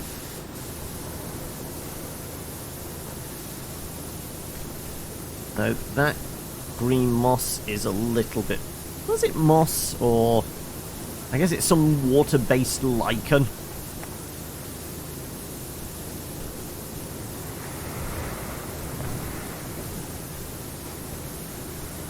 I mean, admittedly, I did, like, fall down a weird rabbit hole the other day.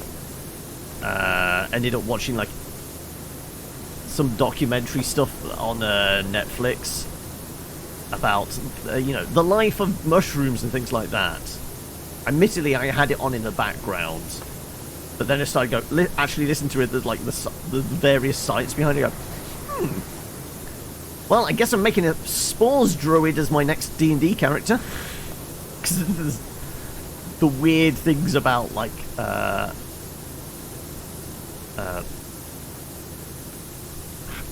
the way mushrooms communicate and that, and you know, just chiseling off all this mold and spores and things like that. Just brought that back up to mind for some reason. Right. Still only 1%. Wow. This is going to take forever, this job.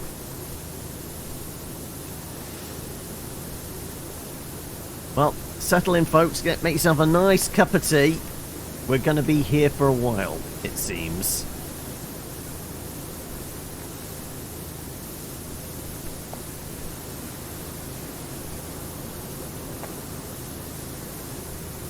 Because, I mean, this job, we've been here for, what, a good 10, 15 minutes? And managed to achieve 1%.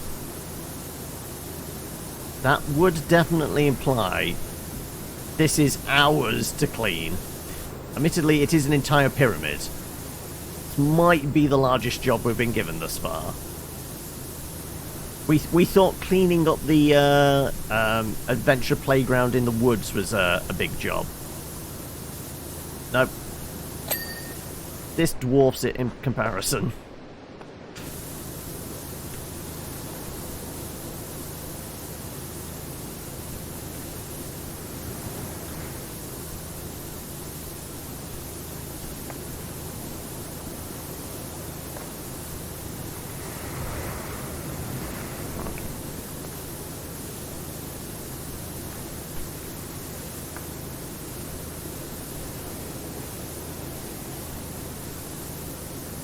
I mean, I'm wondering whether even, like, the triple-headed thing is actually going to be any better. Not this close up. That's better further away, isn't it? Because, I mean, if we went to this...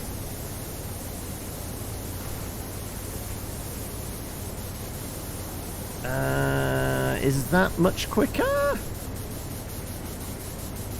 No, because we have to go back on ourselves. The wider beam is easier, it seems. Yeah.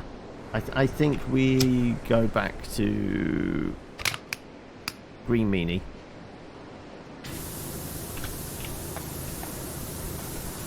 But we have hit 2% now.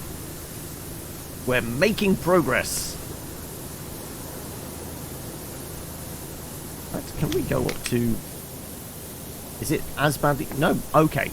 As wide a beam as possible. Ah, but that's not chiseling off the green stuff as easily. As always, green seems to be the best one for the job. Almost the widest beam, but with just enough pressure to chisel away at the most stubborn of stains.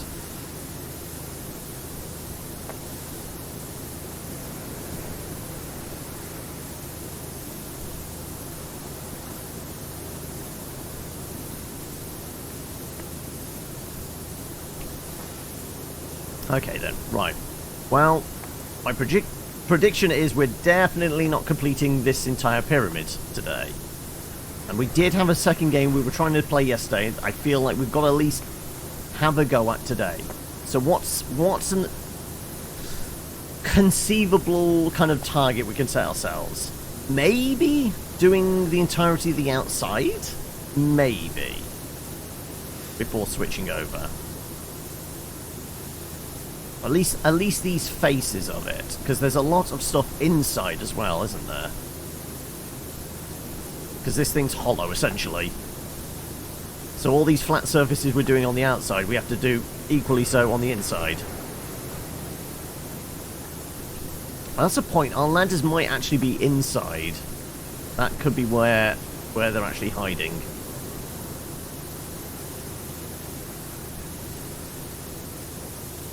That would make more sense, because I'm probably not going to get the scaffolding in there, am I?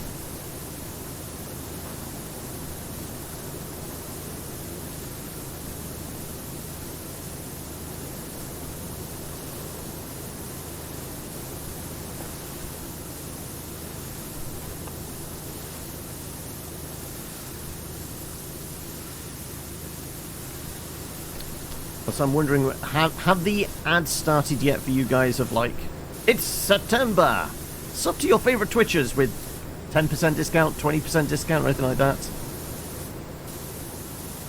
I'm pretty sure Amazon's going to go hard on that again this year. So once again, the streamers, I mean, I guess they benefit from the marketing push that Amazon do, but, you know, Amazon is still taking a hefty cut. And I realise I'm bouncing around all various different topics at the moment. It's because I'm doing streamer consciousness while I'm doing this, otherwise possibly lose my mind. Also, not many people seem that talkative at the moment, so I'm bouncing between different topics of conversation to see if I can get anything that you guys are interested in. Like, what was the last thing people watched on, I don't know, Prime or Netflix or whatever?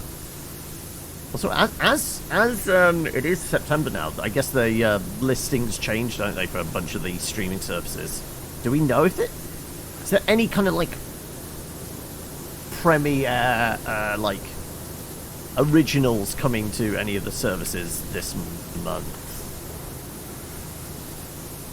We're still a ways out from the next season of Witcher, aren't we? On Netflix.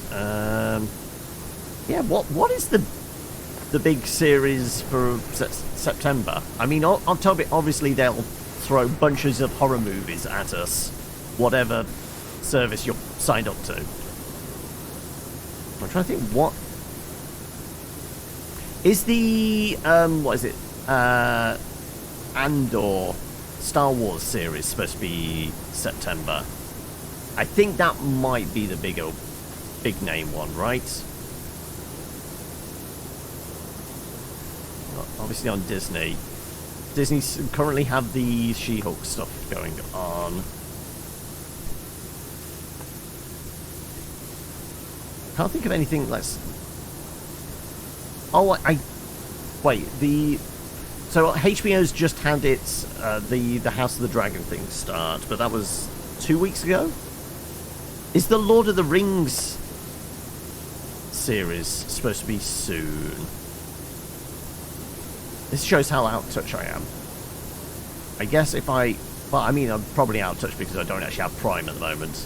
I can that to get Netflix, rather than having multiple subscription services on the go, one at a time. Run one out until I've done all the content I can be asked to watch on that one, and then bounce to the next.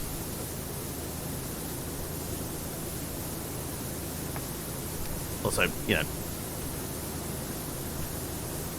can do with pinching a few pennies from Bezos' pocket. Can't wait.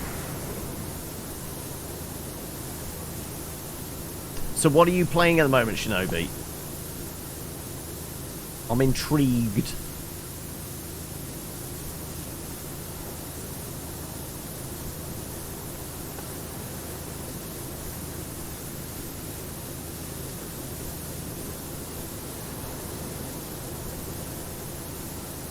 So I could do with figuring out what new stuff to potentially put on the docket for September. We are starting to get into like the season where the bigger names come out. End of September, October, November is obviously the prime release window for lots of AAAs and things like that. And I did go through my list the other day of like, okay, what's coming? But even though I did that, immediately anything noteworthy is kind of disappeared out of my brain. I'm pretty sure Steel Rising is out next week, which is the like, I was going to say steampunky Souls-like type thing. Basically, you play as like vaguely animate. I was going to say animatron, automaton type, humanoid robotic type creations in. I think it's supposed to be kind of like a revolutionary France kind of setting. But we had, what, Thymesia, however it's pronounced, come out 2 weeks ago. Similar kind of like vibe. Yet another Souls-like, dark, gritty, probably leans more on the Bloodborne kind of aspect of things. But yeah, that came out with a little bit of a whimper. Not like really bad reviews, but you know, not like standout stuff either.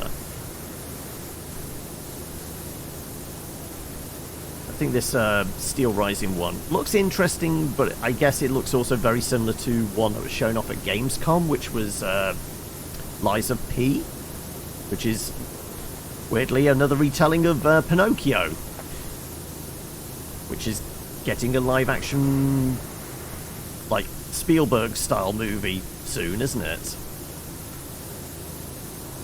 I guess it can't be as weird as a movie that I think just premiered at some festival somewhere.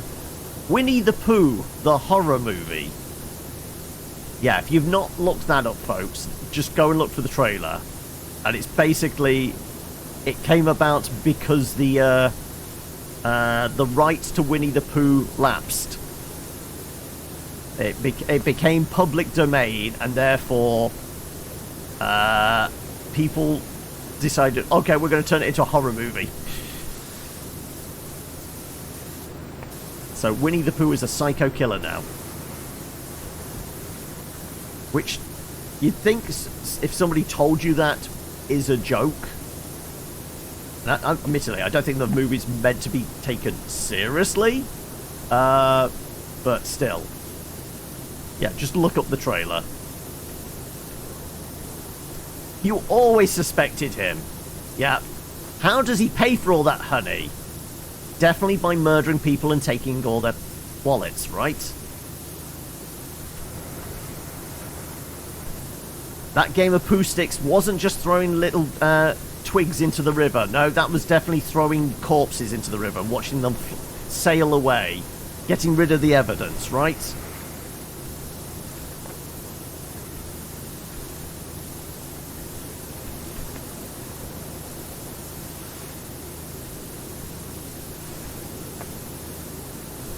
We've done a whole 3%.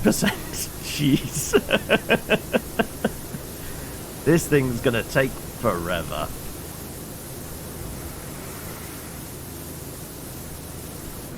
I mean, can I not just borrow the helicopter and just attach a very high pressure hose to it?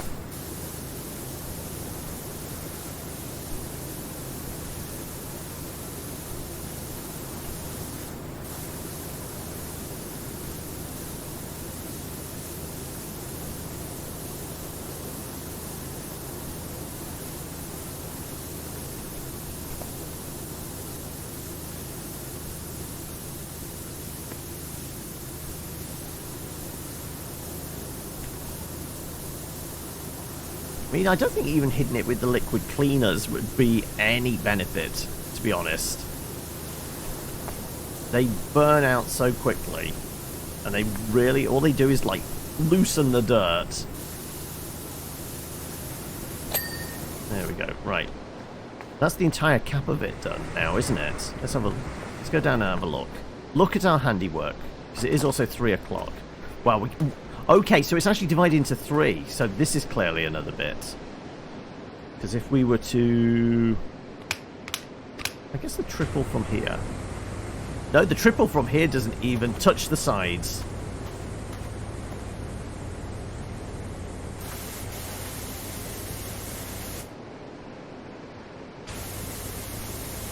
if we were to take a chunk out of this, just so I can see...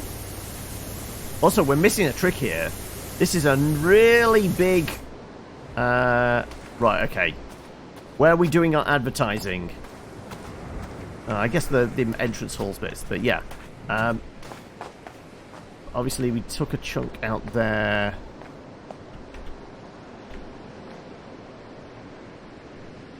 Yeah, okay, so it is split into 3. Okay. Well, you know what? With that prospect of this going to take forever... Also, we never actually wandered inside. Like I said, I'm predicting my ladders are in here somewhere. Maybe... Oh, wow, it's got 2 floors as well. Okay, we've got to somehow get up. How do we get into that bit? Okay. Doesn't look like there's a staircase or anything.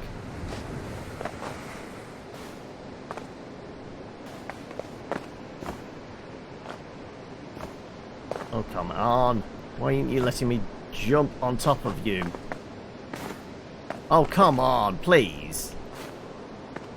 Why not?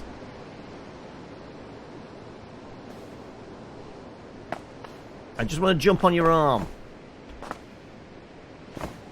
Oh, we got a bit further up. There you go, right. Ah, that's how we were supposed to get in. Through there. Not through parkouring our way on top of the statue. But we can parkour. Right, so yeah, we have 2 floors to do on the inside. Oof. Yeah, this is gonna take a while. Not gonna lie. Yeah, I think we definitely need some hydration, don't we? Okay. Alright, well. Is this new? As in this game? Well, technically the game isn't brand new, because it came into early access a couple of years ago, but it got its 1.0 release. This one, the last one we did was a RV that turned into a flying saucer. This was directly after it. So yes, but this is kind of big. We've done 3%, and we've done the entire top of it, but, you know, as you go up, you can see that's quite a lot already, and there's even more to go, and even more inside. This is a huge project. So, caffeine is required, I feel. So yeah, let's, I guess, do that. I know it doesn't technically pause it, but we'll do that. Hello, I'm back. Right. Turn the ocean back on, shall we?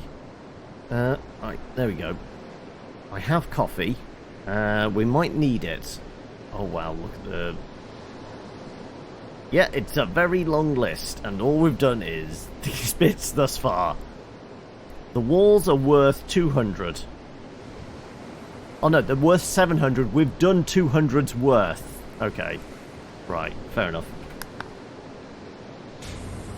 Yeah. I mean, is this...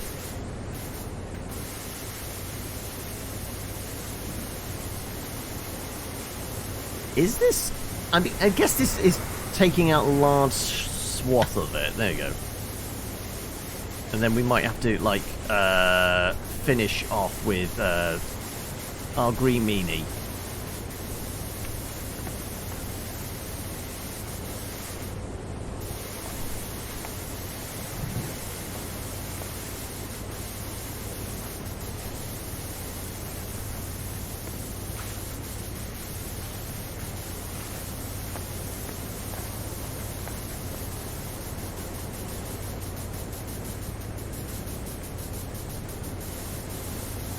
Okay, yeah, at this point, I guess because we can stand on this, like, archway, when we're close up to it, we can't really do that.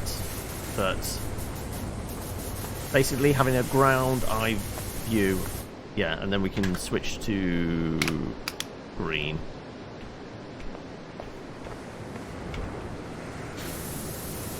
And get rid of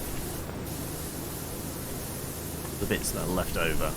So I guess this makes it harder to spot the the little bits, whereas when we've been taking the slow, methodical approach, we chew through it slowly, but, you know, we don't leave anything behind, so we can't get tagged by missing a bit. So where is the seam? The seam is...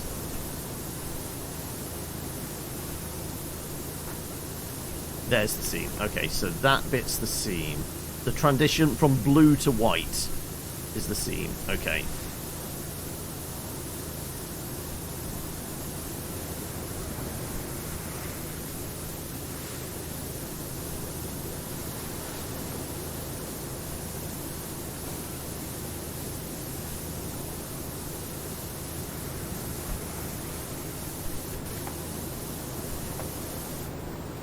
Okie dokie. Right.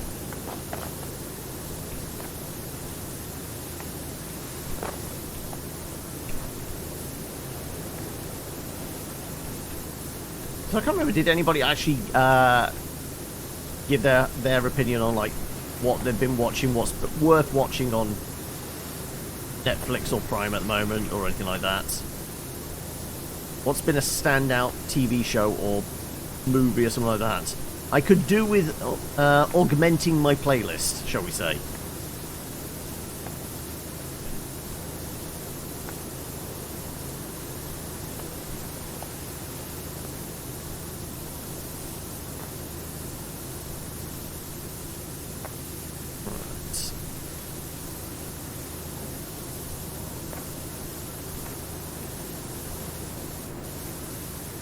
Okay, so just this bit down the edge here should be enough, actually. I think it is being relatively generous with the area, and therefore the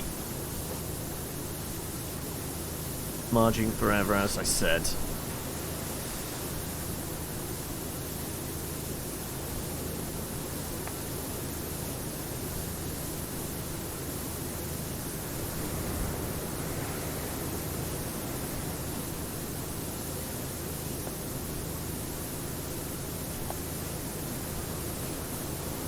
Come on, give me the ding. Otherwise I'm going to have to go start searching for tiny little bits else. Oh no, he's going to make me look for the tiny little bits. Unfortunate.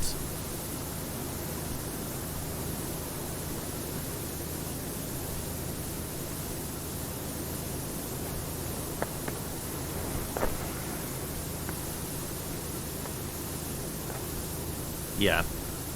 I think it's actually slower to do the mad spray with the triple-headed one.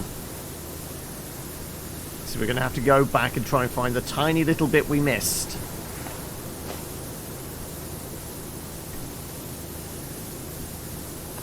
So we're looking at for yellow on yellow, which ain't great.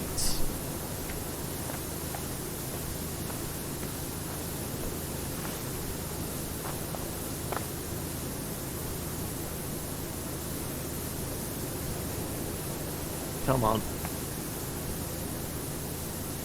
Is it like something in the seams? Appear to be. Doesn't look like we've got most of it. I think our mad spray around here with the triple nozzle was not great.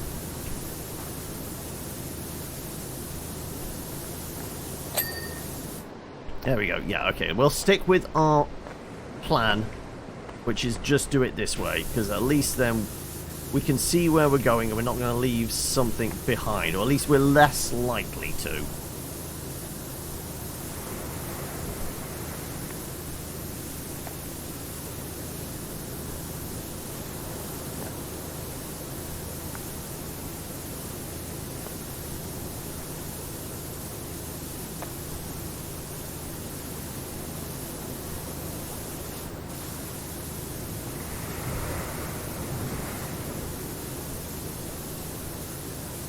Try and get the stuff in the crevices.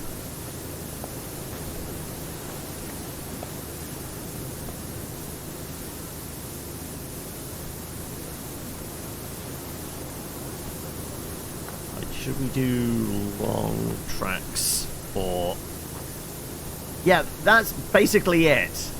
Not helping with the tinnitus, is it? I wouldn't be surprised if most people, after like the first hour, just turn off the spraying audio and literally just put some music on in the background or a podcast or something like that. But I can't really do that because, you know, Twitch bots will definitely slap down any music, and I guess technically I'm the podcast for folk. So yeah, it'd be a bit confusing if there's multiple voices going on like different subjects. Or is that just the voices in my head?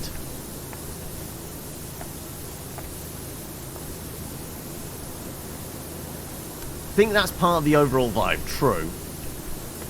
I mean, it was genuinely, like, starting to lull me to sleep last week. The white noise generation was definitely having that kind of effect on me.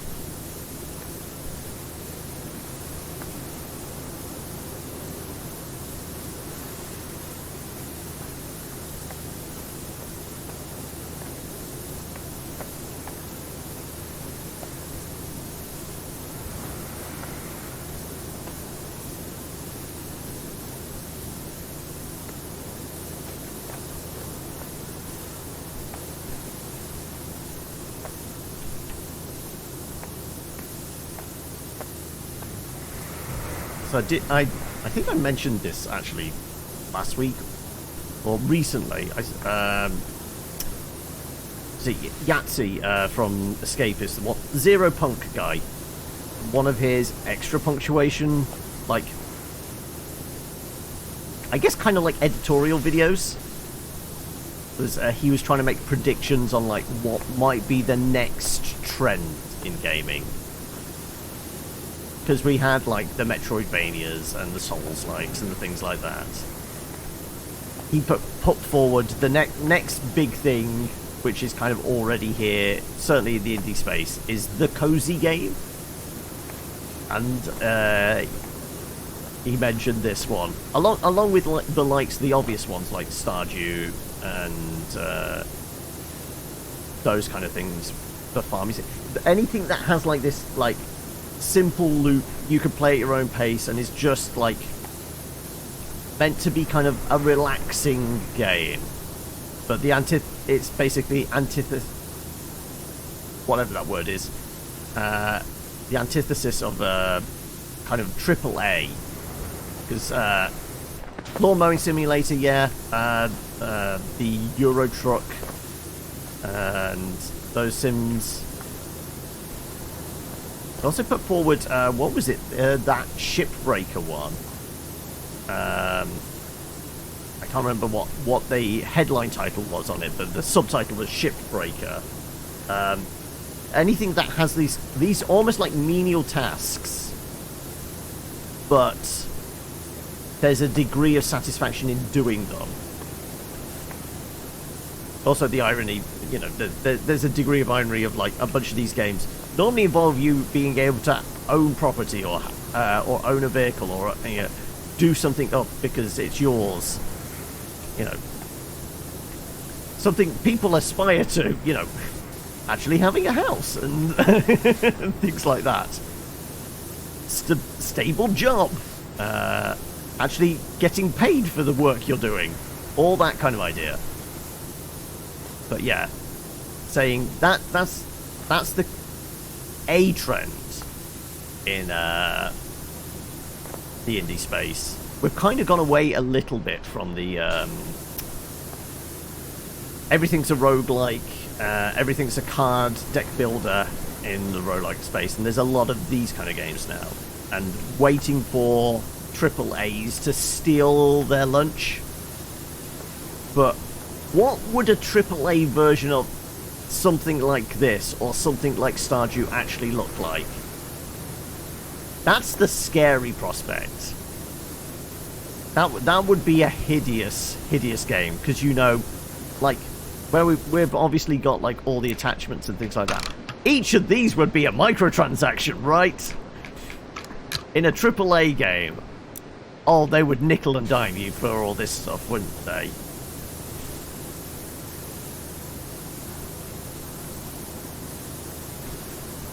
But yeah, I think his point was, even though AAA have kind of taken what's popular in the indie space and then done their twist on it, it'd be very difficult to do that for this, because all these games are meant to be kind of small, simple, not bombastic at all, whereas like the AAAs, that's the whole thing.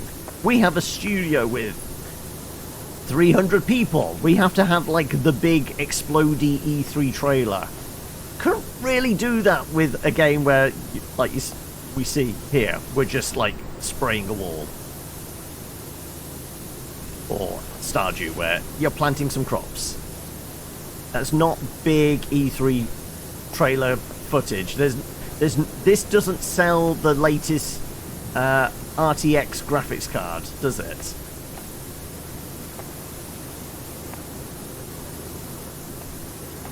But yeah, it just amused me, like his reasoning. I mean, it's very sound reasoning, but it's also, yeah, you can see the logic behind.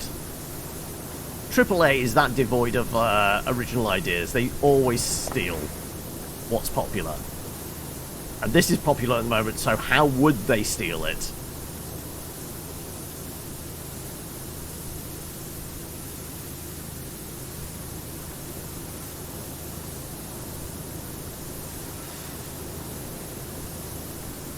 Though, I mean, on the topic of AAA stuff, I don't know whether people have caught the rumours circulating about the next Assassin's Creed. Like, the name's already leaked, the setting and everything else. What was it? It's going to be Assassin's Creed Mirage, set in Baghdad.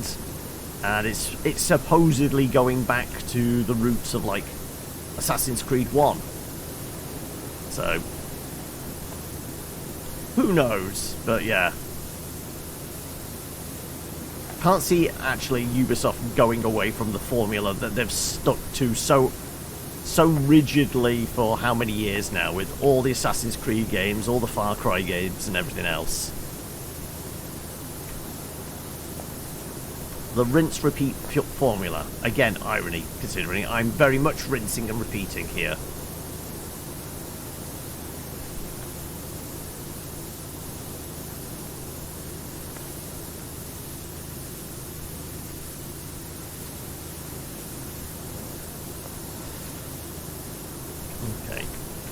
We're up to a whole 7% into it now.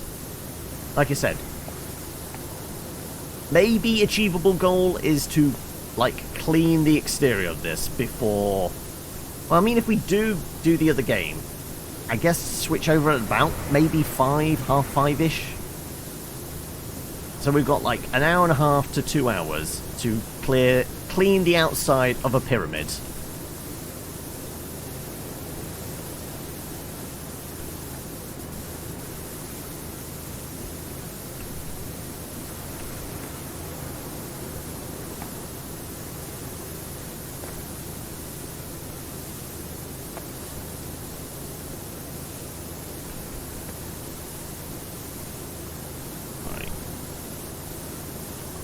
Oh no, I've started yawning.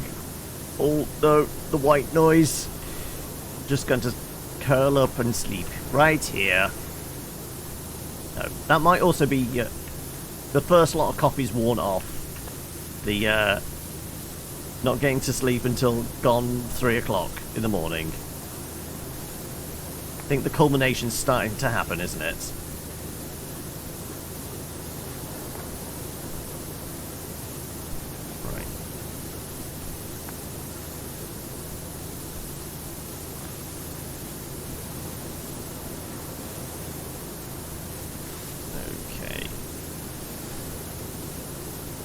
Like I said, it definitely feels like this is close to the end. Based on, like, how big it is, how much money we're supposedly being paid for it, I would definitely be asking more than $2,000, though, to do this. This is a lot of work.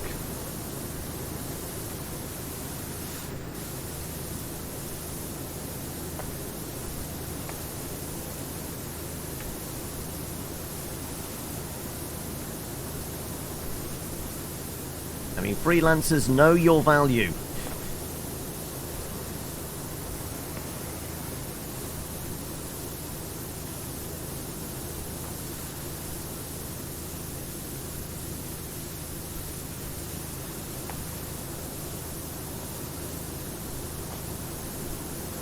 Come on. Right.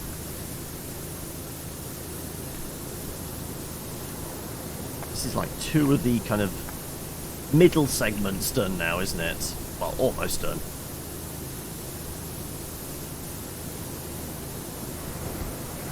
The ground bit might be a little easier, but then we do have like the alcove doorways, which are certainly going to be a lot more fiddly.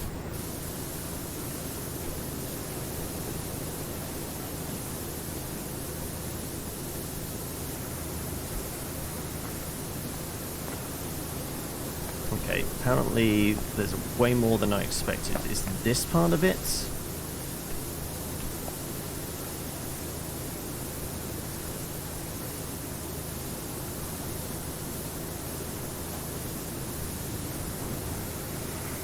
Looks like it. This is still part of the wall, okay.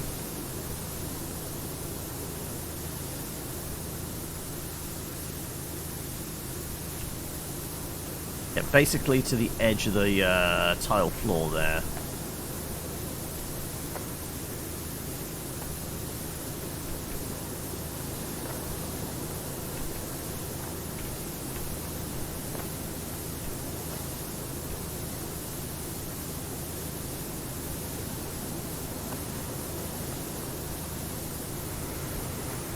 Okay, we were fairly thorough, but apparently we didn't get the ding at that point, which is disappointing.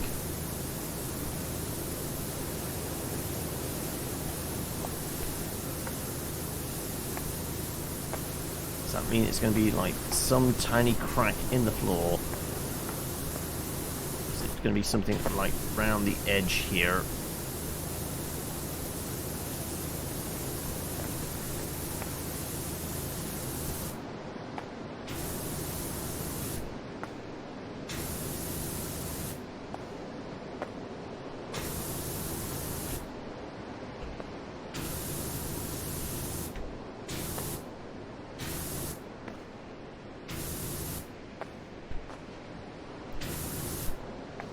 Come on, where's our last bit of dirt?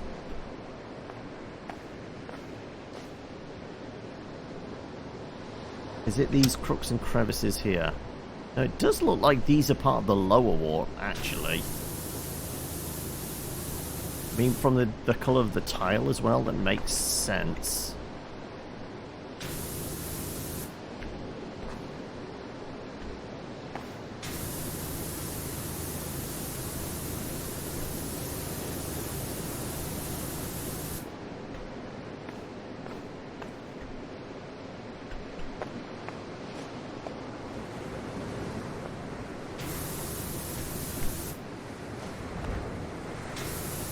There are a few little dots that maybe refuse to get cleaned up.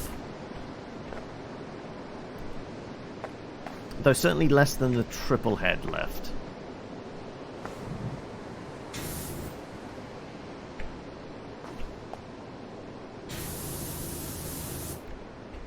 Oh, come on. Seriously.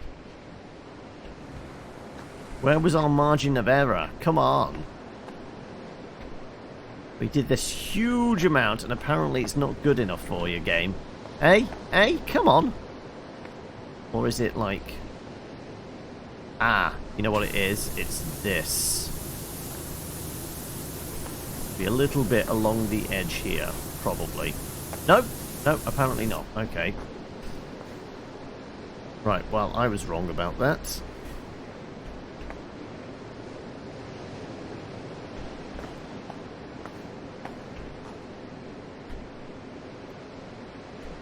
I generally can't see any yellow glowy bits. Seriously, game.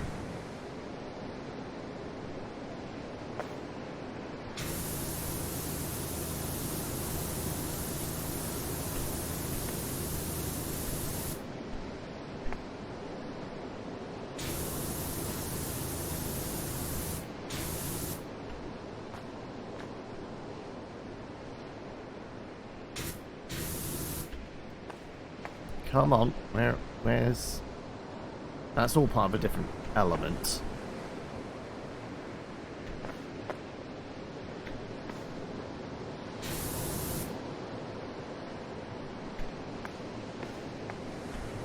I'm now literally going from stone to stone to see if there's anything. Oh boy. Oh boy. Okay. Yep. If this isn't the last, or at least the penultimate one, I hate to think what else they've got in store for us.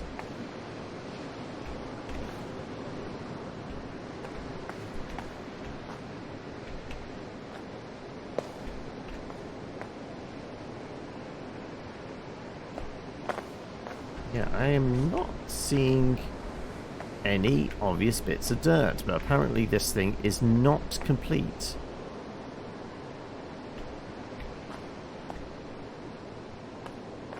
I mean, it is a tiny sliver, but still, where the hell could it even be hiding?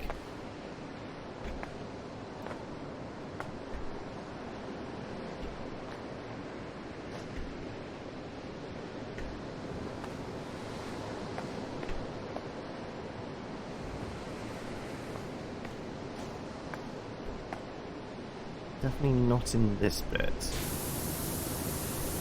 Come on, where are you? We demand satisfaction. This game was supposed to be satisfying. Where's our satisfaction? I can't get no satisfaction. Right, well, I need coffee.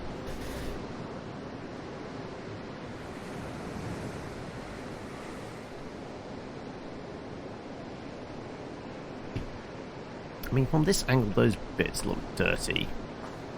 But they're not actually showing up as dirt. I mean, they look dirty here, don't they? But they definitely ain't glowing. They definitely aren't moving, so I'm presuming they're part of the texture.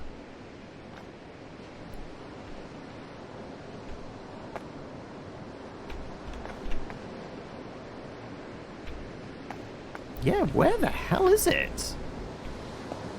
We've been round this several times now, right?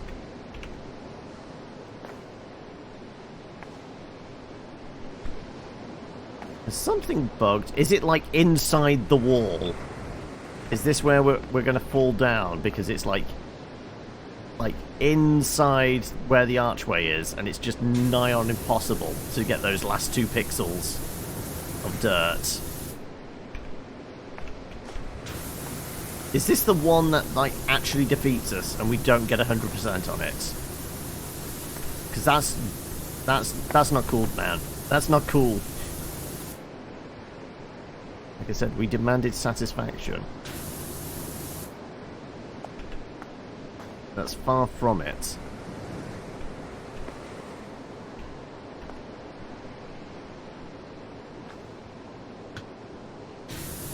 So I'm pretty sure, like... There we go! Eventually. Wow, that took a while.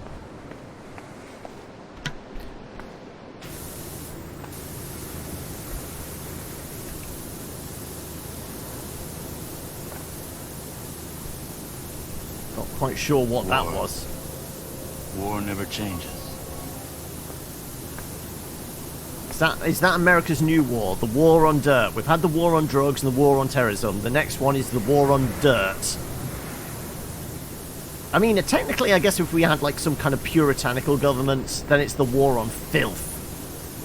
So much filth and dirtiness.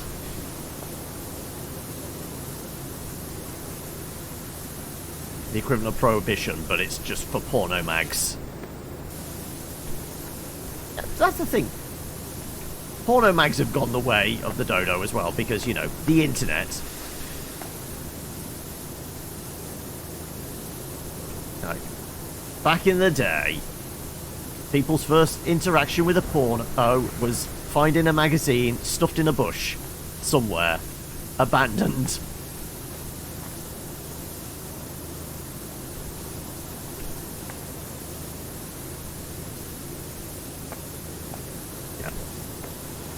Bottom of the blue, yeah. You've never seen a porno mag in real life. I mean, it's something to aspire to, I guess, Shinobi. Yeah. Pretty sure. Well, I mean, that's the thing. Like, circulation is down on, like, all kind of printed media, isn't it? Any kind of magazine, and obviously newspapers have been complaining about it for years as well. I mean, I wouldn't be surprised if there's like a museum somewhere that has collected them all. Like, there's going to be, like, people that have, like, comic book collections. Somebody's definitely been a collector of, like, Penthouse and Playboy or something like that. It has every issue ever printed. Yeah, the named ones. Hustler, Playboy, Penthouse, all those kind of ones. I don't think there was really anything, like... Because obviously they were very American ones, but... Did UK ever have, like, a porno publishing kind of empire? Not so much, I don't think. I don't think it's down to, like, also, like... puritanical beliefs or anything like that. I just don't think... I guess there just wasn't the same amount of money in it in the UK. Like, when those magazines came to prominence in, like, I guess it was the 60s, 70s, wasn't it? Really?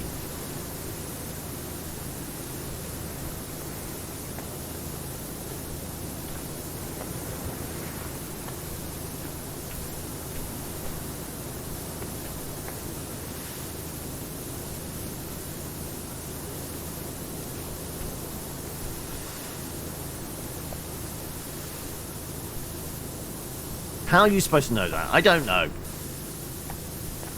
Some random YouTube documentary, possibly. I don't. I'm just grasping at straws here. I'm like I said, stream of consciousness. You know, most creatives have a stream of consciousness, but it normally results in something useful. Mine, it's just like filling in the gaps in between hosing down a pyramid, apparently. And nothing comes from it.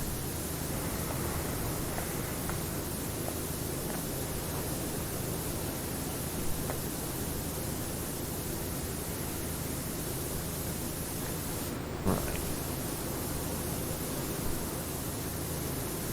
Well, we're getting close to 10 whole % of the job done. And we've only been going for like 2 hours on this damn thing. You've dealt with worse. I mean, I feel like if you put a bold statement out there like that, you've got to at least back it up with an example, right?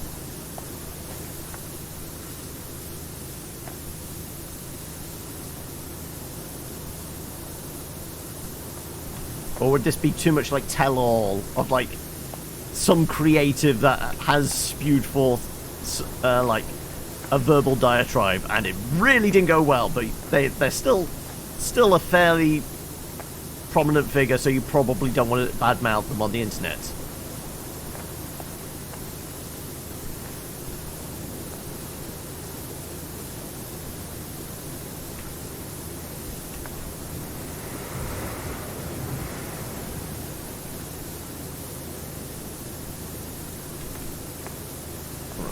Come on.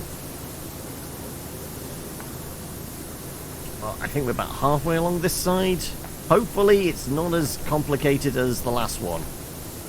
No tiny little hidden bit somewhere, which is going to screw us over.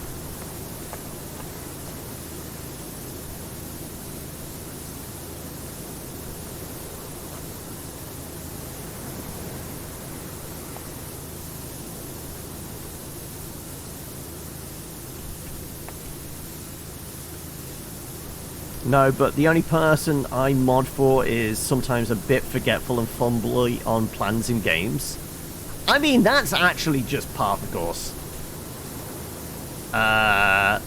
There is definitely...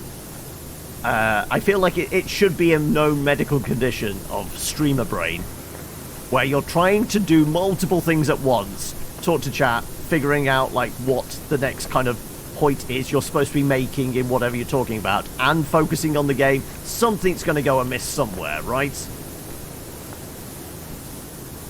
Overconfidence is a slow and insidious killer. We know.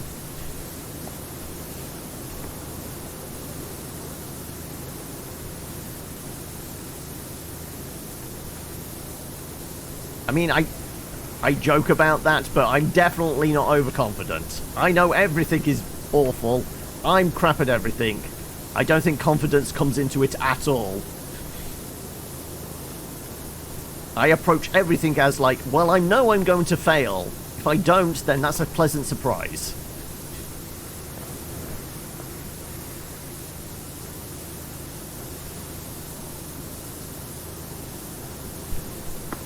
Case of I know I'm going to fuck up, but at least if I can try and make it entertaining somehow, that's the best like start point for most folk.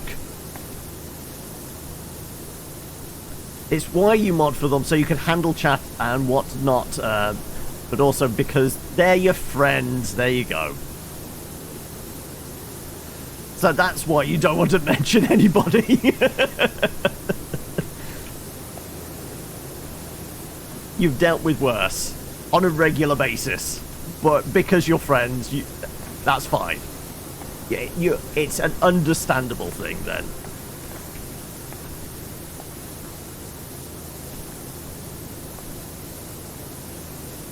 Right.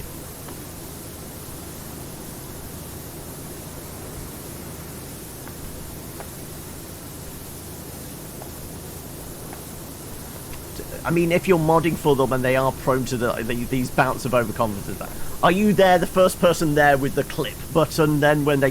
So they just say that line and go, this bit's going to be easy, immediately fall to their death or things like that. Are you the first person there? Clip that. This is going in the log of, like, prime examples of when they fuck up. Perhaps. Yeah.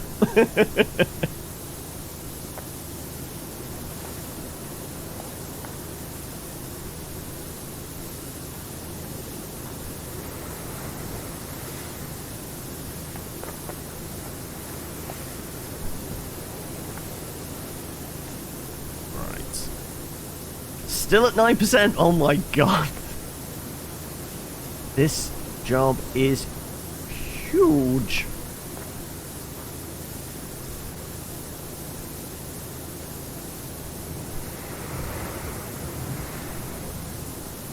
Okay.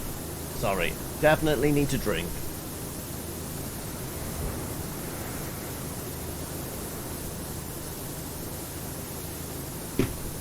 Okay. I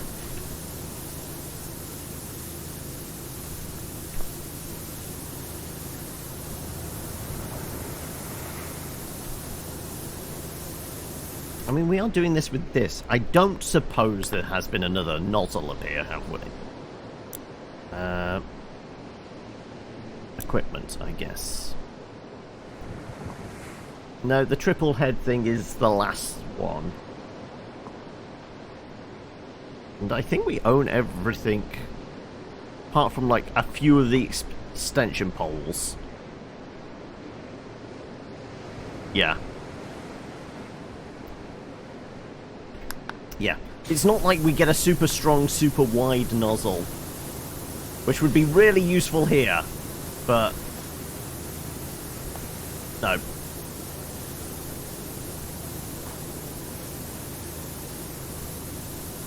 You're also not the smartest person, so sometimes it balances it out. There you go. I mean, that's a nice way to approach everything, though. Try and achieve at least a bit of balance in life, right?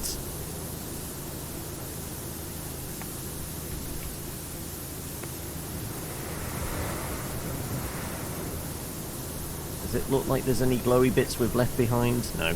Right, okay, good.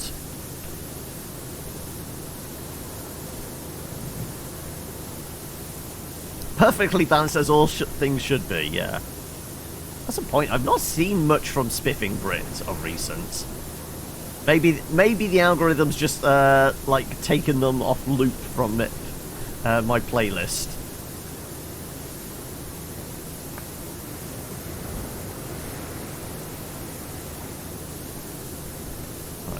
Where was the... It's between the blue and the light blue, wasn't it? Yes.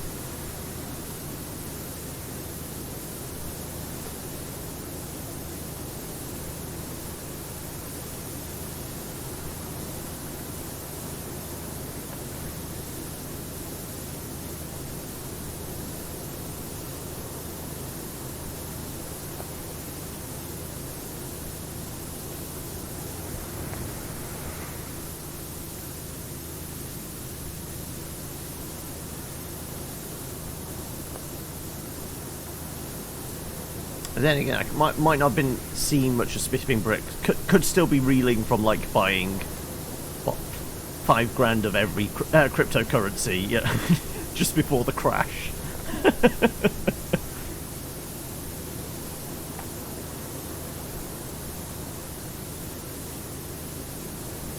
I'm sure that was one of the last videos I saw. About 12 days ago. Okay. What was he breaking this time then?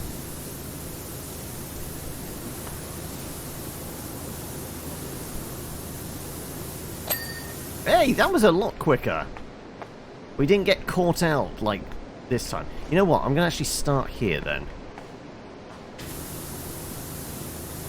Or start here this time. It was somewhere around here. It really didn't like it and fucked up.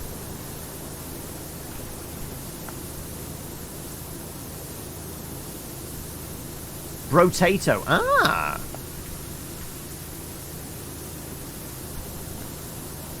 Has it actually released yet? I know I played the demo of it during the last Steam Next Fest, and I thought it was coming out soon. I guess it could be a preview version. Yeah, I want to say maybe it's out in a week or two's time. So what was it? It was Sunday. I basically went through releases up till the end of the year and added them to current calendar, or the list of games to keep an eye on in 2022. I had on a spreadsheet somewhere, basically updating a bunch of dates because they were wildly out.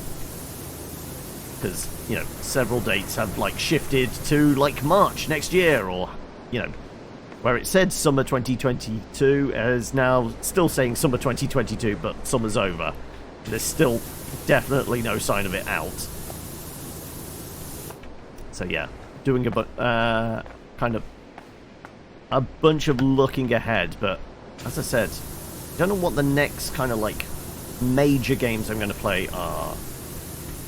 I'm still in the headspace of I don't got to have a new graphics card, but it's going to make life immensely easier if there is that, because that's going to mean I can more or less play newer stuff, as opposed to relying on older titles that may work okay.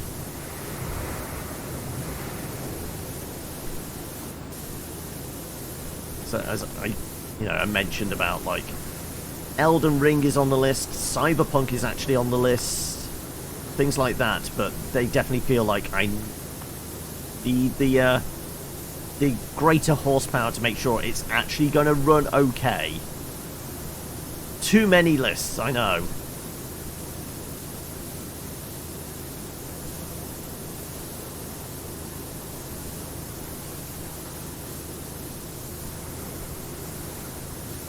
I mean, there is something satisfying about drawing up a list and striking things off it, but the only problem is most lists never get, like, completed, do they? A to-do list normally has a few things at the end that never get finished off. And normally stuff gets added to the bottom of it, so the list just keeps growing, it never gets finished off.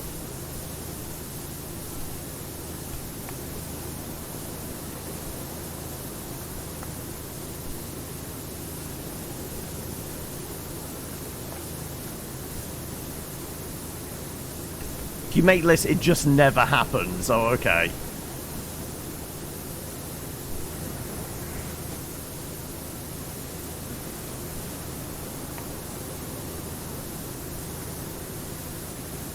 Like, another one I would like to give a go to, but I know full well is definitely going to need more horsepower. It's something like Atomic Heart, which is the kind of like vaguely kind of Bioshock-esque looking one, which I think is still like earmarked for like release in 2022, but obviously with you know, the conflict in Ukraine, it's definitely like hampered development on that game, but it's still kind of still potentially out this year. But you know, from the visuals of it alone, you know, okay, this is going to need some graphical horsepower behind it. You know, we're talking kind of, it's definitely got like, it's the whole idea of like, can it run Crysis? Metro really has become that for the modern era, hasn't it? Metro definitely is like this is a good benchmark of like brand new graphics cards and hardware and things like that. But yeah, Atomic Heart looks like it might be in that kind of category. Very, very high fidelity looking game.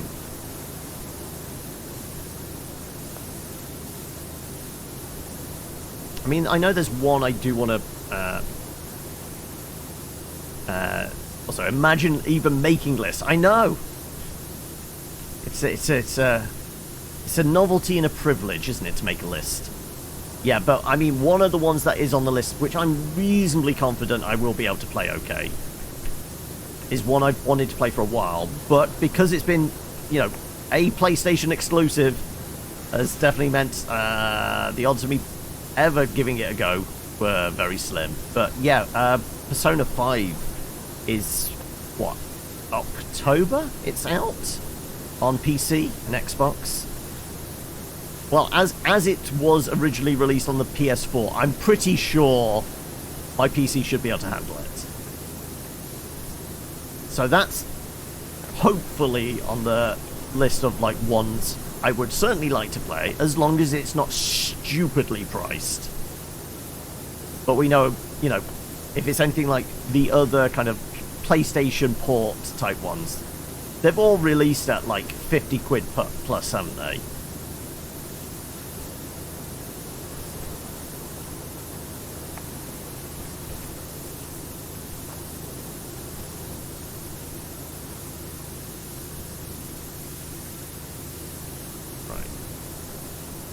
Also, we never did our branding on the side of the building, did we? Oh well.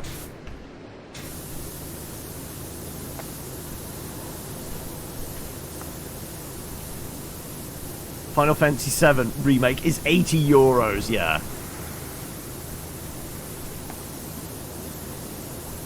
What is too much for a game?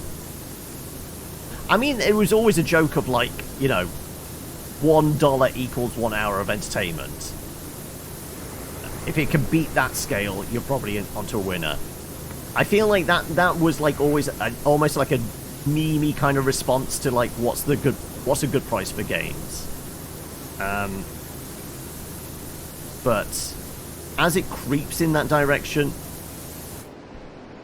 there is something to be said about it. You know, the dude bros that, you know, they buy the one game a year, whether it's COD or FIFA, Madden, something like that. But they buy that and they rinse it for an entire year. They're spending like $70 and they're getting hundreds, if not thousands of hours out of one game. Because it's the one thing they play. For like the variety gamer or the variety streamer and things like that, like me, that's not possible. So I have to kind of pick and choose, and I'm normally based on like, I mean, there's a degree of gut instinct whether I'm going to enjoy it or not. But I do also look at like a financial angle.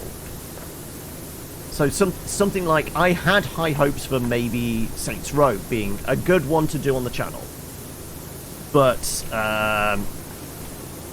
hearing the bad reviews, that's definitely not worth the money. Equally so, though, one that did have good reviews but I said no to is something like Stray. Admittedly, I was a little dubious whether my system would be able to run it, but the whole idea of, like, okay, it's a very short game, but a game that's in excess of £30? It's like $30, $40, right? I need to judge on, like, how much value am I going to get out of it as entertainment for myself, but also entertainment for people watching.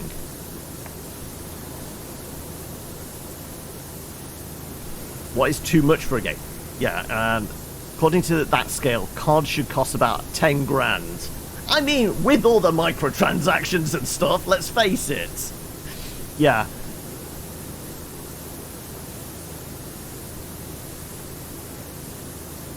I mean, admittedly, I am not violently against the $70 AAA game. What I am violently against is the AAA $70 game with the deluxe edition that's $150, and they also have, like, the season pass and the you know, the dozens of DLCs and microtransactions, so that at the end of the day the game actually costs about £300-400. No, if you're going to charge like £60-70 for a game, then that better be at least, like, I don't know, 40 hours of content when you buy it, and, you know, stuff unlocks further down the line for free. But yeah, I buy very few big AAA titles at release, because one, well, 9 times out of 10 they're broken, right? And 2, they don't deliver on value. A £10 to £20 indie game might only be like 10 to 20 hours worth of content, but I definitely feel like I get more value out of it. The multiple season pass games, yep, that, yeah, what an industry we exist in, right? We picked a hell of a hobby. Though I guess the TTRPG space isn't much better. Wizards are up to how many books a year for D&D? And then you add on, like, the subscription costs of a D&D Beyond or a Roll20 and this, that, and the other. Theoretically, though, you know, tabletop stuff is cheaper, because at the end of the day, if you've got some friends and a set of dice between you, you're probably covered.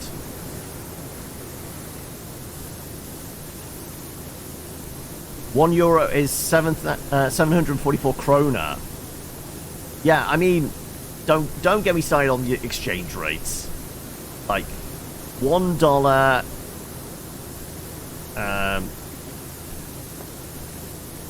I think is about like 75p.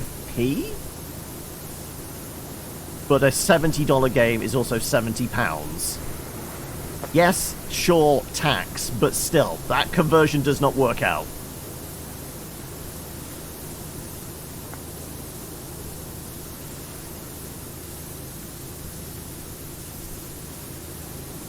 Yeah, I mean, like I said, for the longest time I've been keeping tabs on, like,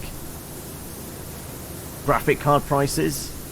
Yes, they vary wildly, but even, like, the preset MSRP, you know, for the one I was after, it was like $450, but was also £450. That's, you know, no, if we're going with exchange rate, it should be about £400 at most.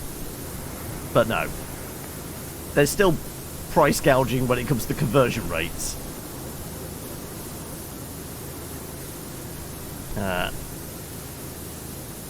If you think of something, no worries. How you been, Eli?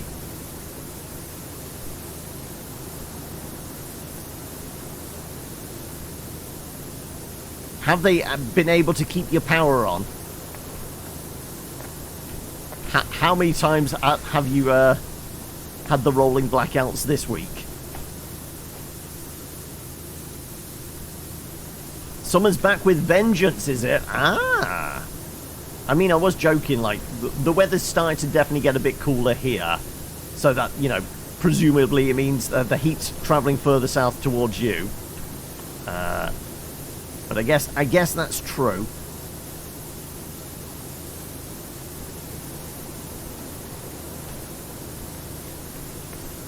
Also, your brother hasn't taken the car again, and, you know, you've not had any letters through from the cops saying, we noticed you were speeding through this area. Here's a fine. Well for now, but grim future for September. Predicting at least the last 2 weeks at stage 4 load shedding. Oh no. And you've locked the keys away now. There you go. I'm done with this.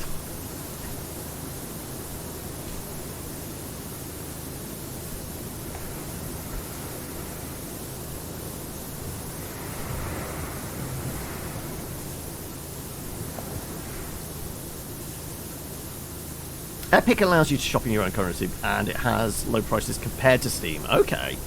What was the last thing you picked up on Epic? I mean, I don't think I'm trying to think what the last thing I brought on Epic was.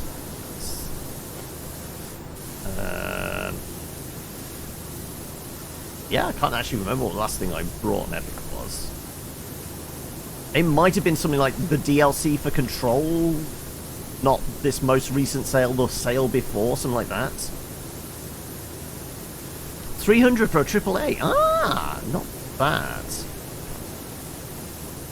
I mean, if it had been like on the Steam, based on like the conversion rates you were mentioning before, that's probably, it would have been like double that, at least. Right?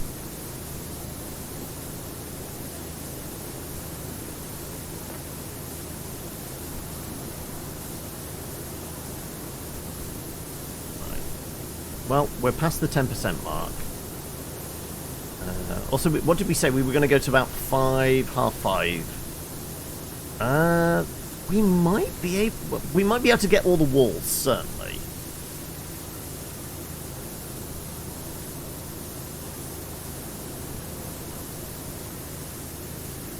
Also, once again, it looks like we've got everything, but it's being a bit reluctant about going ding, isn't it?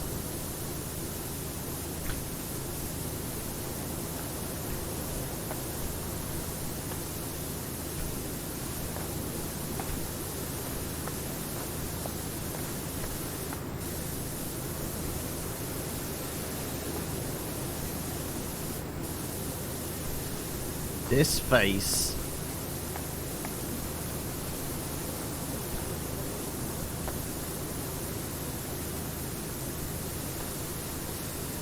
Come on. Where the hell is it then? Where's the glowy bits?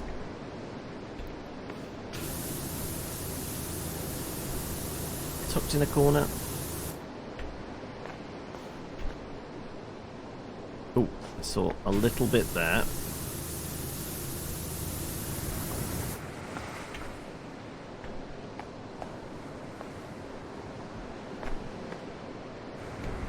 There's a little bit there.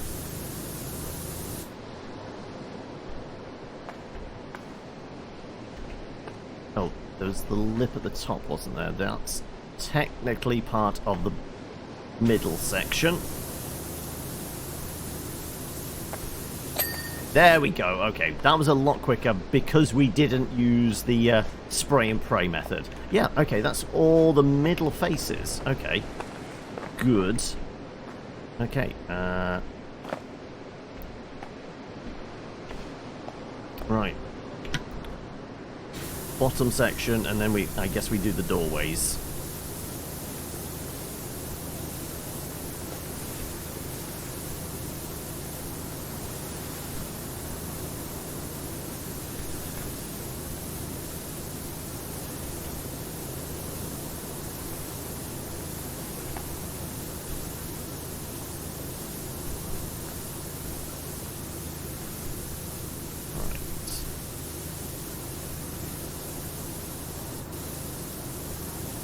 Well, I mean, if it's anything like the statue we uncovered and the finger and things like that, I wonder once we've done this, whether a giant light is going to come spewing forth out of the top of the temple and either quell or do something to the volcano, probably. We had the big statue fire off its laser beam at the volcano. So I'm presuming this is going to do something similar.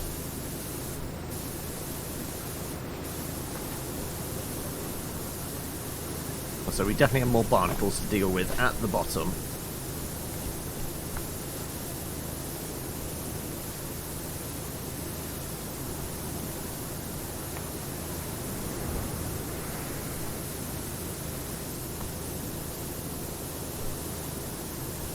So the white brickwork might make finding the black dirt a little easier.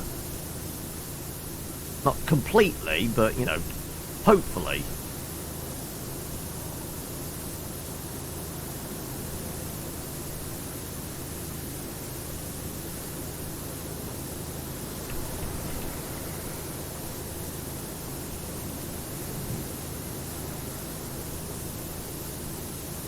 Okay, come on.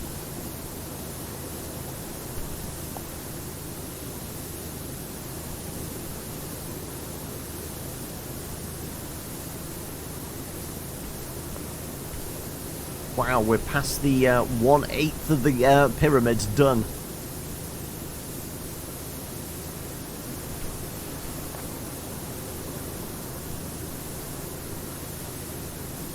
So I guess an 1/8 of pyramid definitely sounds like something you would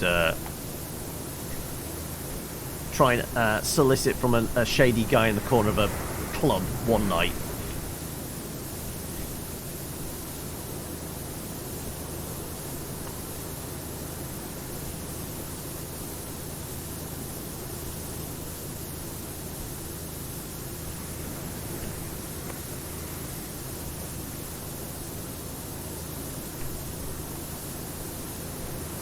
Come on. Strip these barnacles back.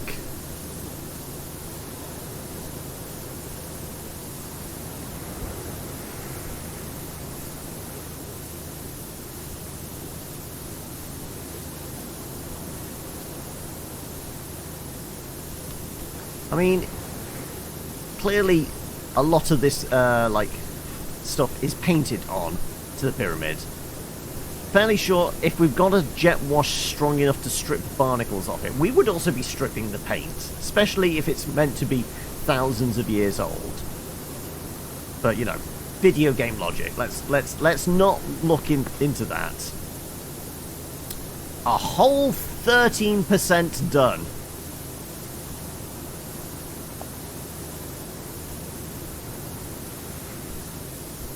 I mean, like the top two sections of the pyramid is done. We're on to like the bottom layer of the cake. This is the first wall of that. No, as I said, this is all going to be solo. No intention on like doing any of this as multiplayer stuff. Admittedly, if people wanted this as a multiplayer thing on Saturday, I guess there's like the challenge mode stuff and that potentially. We normally have at least, what, 3 or 4 with maybe a couple of backup type games for the community stuff. And at the moment we've got like 2 that have specifically been mentioned, and we've probably got some of our fallback stuff, which tends to be stuff like Human Fall Flat, Golf With Your Friends, those ones. Not too much to not huge files to download, and the sort of thing that normally rolls around on sales reasonably often. Yeah, actually, that's a point. Has Steam actually got anything on sale at the moment? That it might be like, maybe we put that on because it's specifically cheaper. If someone doesn't already own it, it might be easier to put in.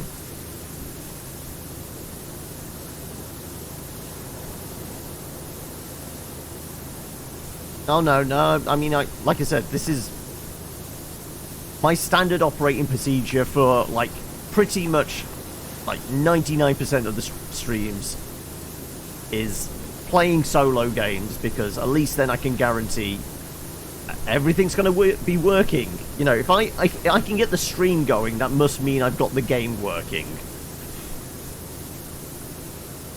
I mean, occasionally the games crap out halfway through, but that's normally a fault. Adding anybody in, like, multiplayer and, like, Discords and things like that into the mix just adds layers on, which, just for my peace of mind and for simplicity's sake, I prefer to do the solo stuff, because it just makes life easier.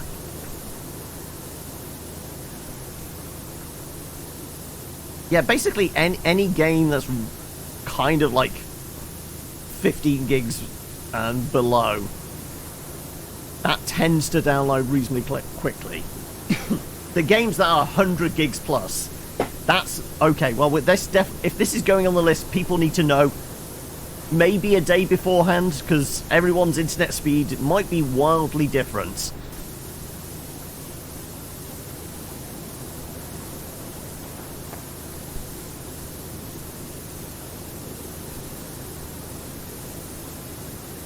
Yeah, in general though, the older the game, the smaller the file size as well, right?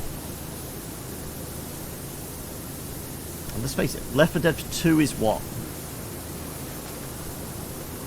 About 10 years old at this point? Something like that, right? No, it's got to be more than that. It's what? 13? Let's face it, Steam haven't made many games in recent years, so...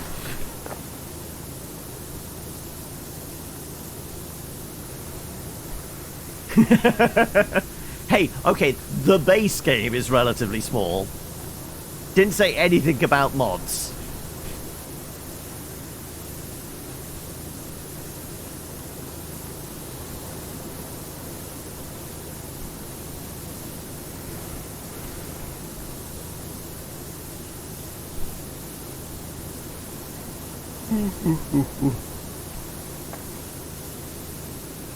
Still at 13%. Jeez. It really is a gargantuan project. So 13 years, hey!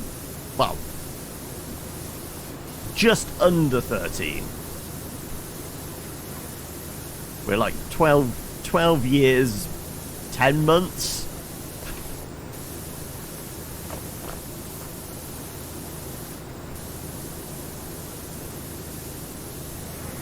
You've been getting the let's rebuild the Skyrim mod library itch lately. Oh no.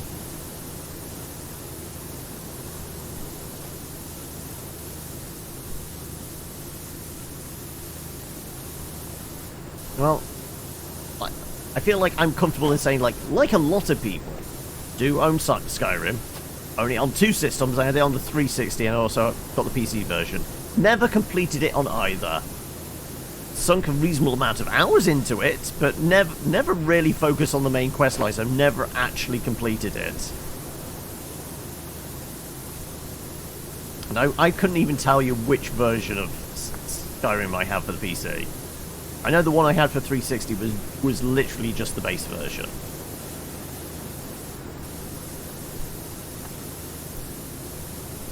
Credits rolling. That's normally what I judge as a completion. See the credits roll.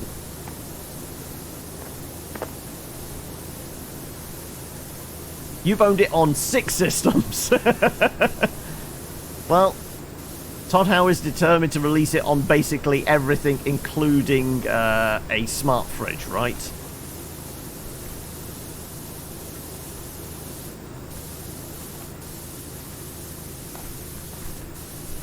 We all know the joke of, like, people modding certain, like, bits of technology to run Doom.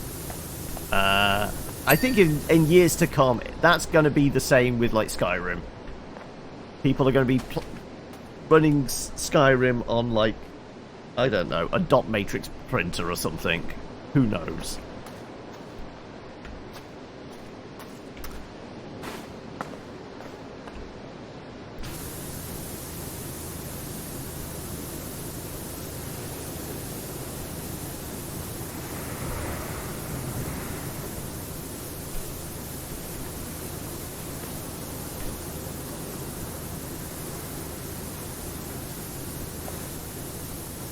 Hey, any AAA game is definitely going to have a credit roll at some point.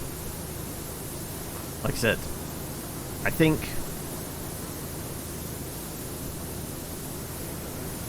outside of getting the first Dragon Shout, I basically went off path then and just never went back to it.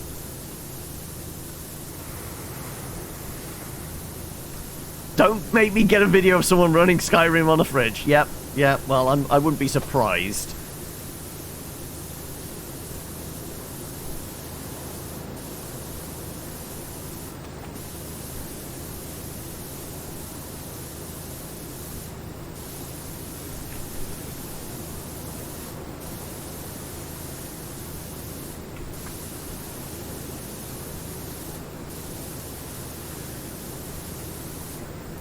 So the real question is, what do people think?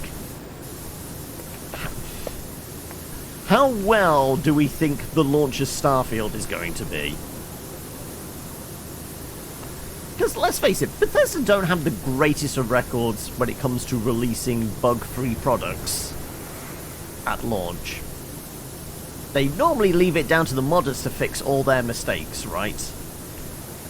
But now that Microsoft are calling the shots for them, and obviously they have delayed Starfield's release from, it was supposed to be November, wasn't it? And it's been pushed back to March.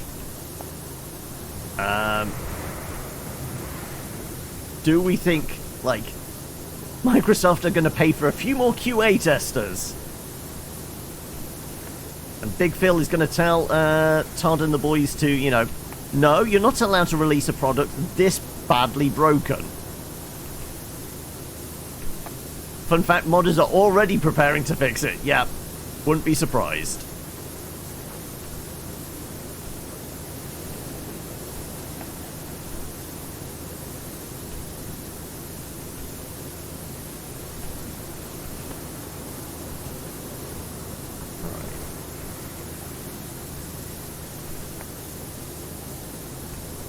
So once we've done all the walls, and we're at a whole 14% now, we still have the archways to do. And, like I said, somewhere between 40 and an hour left before we switch over. We might do it. We might get the outside completed. And I will say that's probably, if we're lucky.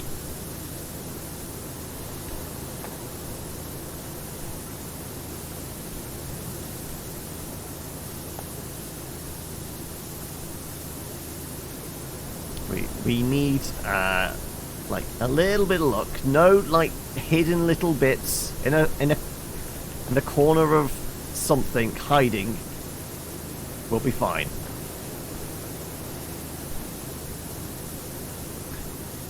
Pizzeria has a pizza that is age restricted to 16 plus. What in the name of all things?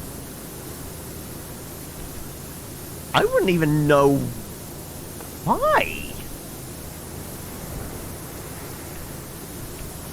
Is there some kind of like contraband substance?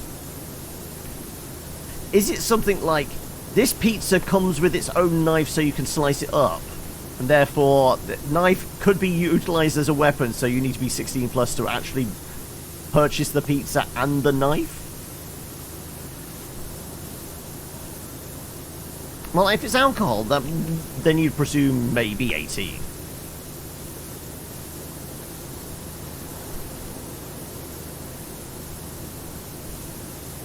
Tomato, cheese, pancetta, egg. I mean, you could be allergic to multiple ones of those, but that's not going to be an age restriction. That's going to be a public health warning. I mean, eggs are a common one. I mean, people can be lactose intolerant. Probably not to the extent of, you know, going into anaphylactic shock. Also, if you're going to a pizza parlor, probably not great for somebody who's lactose intolerant.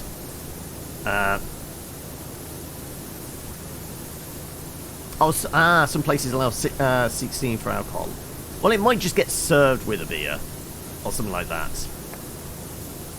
That might be it. It comes with a free beer.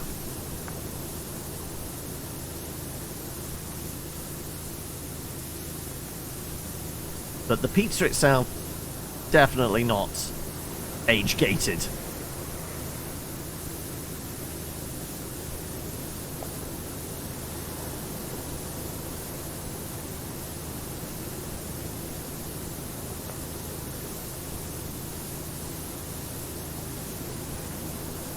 Typically 16 for beer, okay. 18 for all other alcohol.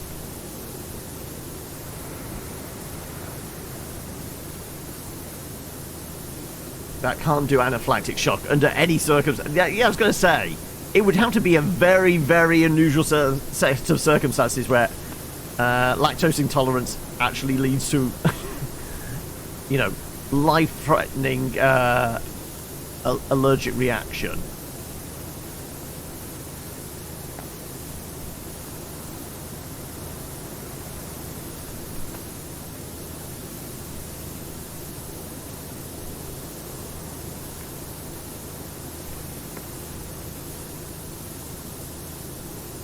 Life-threatening diarrhea, maybe. Possibly, yeah.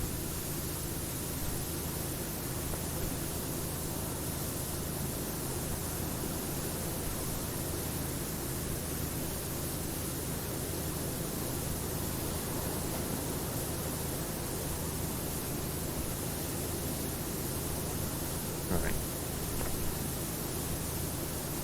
The roar of the sea, the hiss of the high-pressured water cannon. I'm surprised we're still conscious.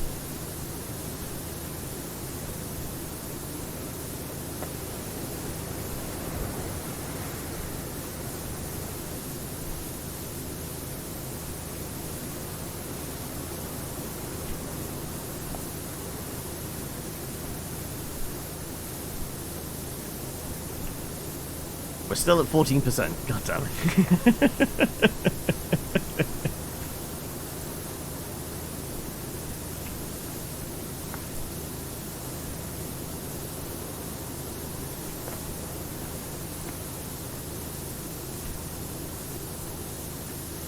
I think the 2 brick method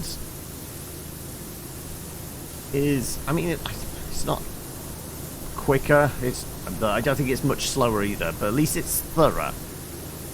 Like I said, not getting caught out by like one tiny bit that didn't want to get cleaned, because probably saves us time in the long run, right? They're definitely getting served with a free beer, right?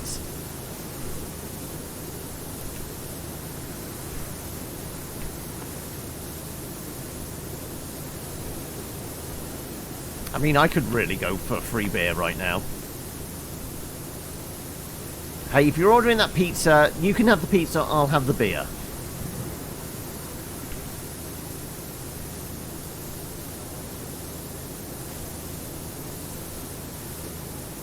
Now I'm just thinking, have I actually got any beer in the fridge? Also, what the hell am I having for dinner this evening? Okay, decisions. I might have some pasta knocking around. Could I do a beer with pasta? It does feel like I should really be drinking wine with pasta. But I don't think I have any wine. Also, have I got a good excuse to drink a beer? Other than I want to. Do I need an excuse?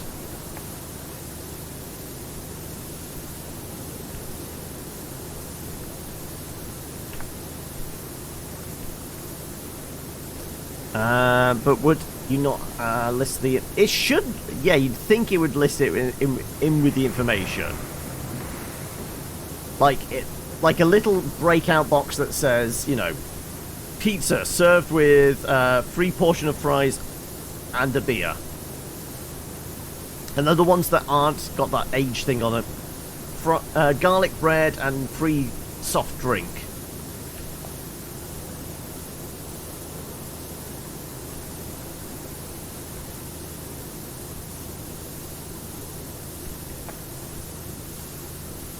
Welcome, Echo. How are we? You join us as I'm apparently taking on the largest pit project I've ever tackled as a professional power washer.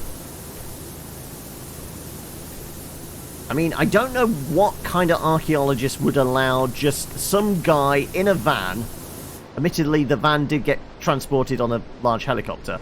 To come and clean their ancient discovery with, you know, high-pressured water.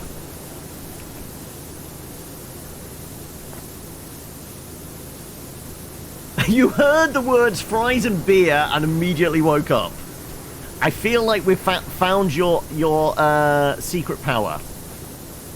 Being able to tell when beer is around.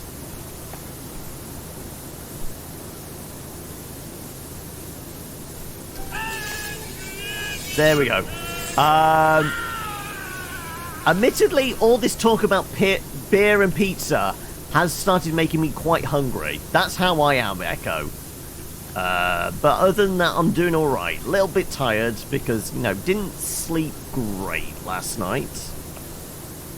And that's probably not helped by, like, the soothing sounds of the lapping ocean and the constant white noise generation from the power wash. But, you know, I get to hang out with you guys today, so why not? That makes it a good day, right?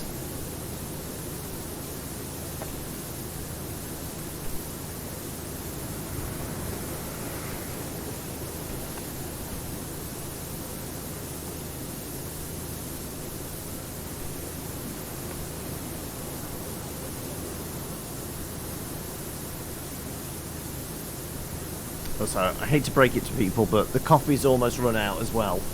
It's definitely gone cold by now. And thank you for the follow as well.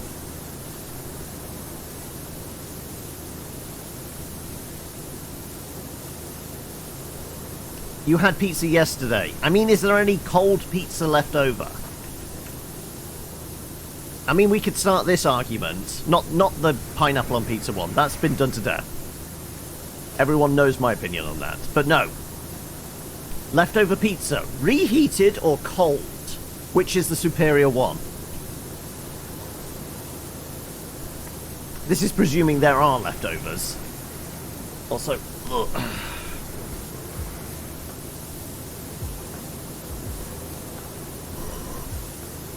Nothing's going crunch or click. I don't know if that's a good thing or a bad thing.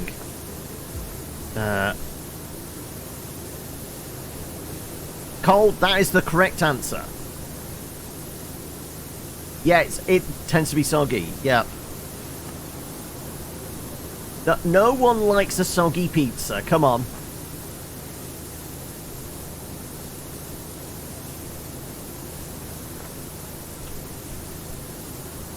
If you like soggy pizza, then you're a heathen.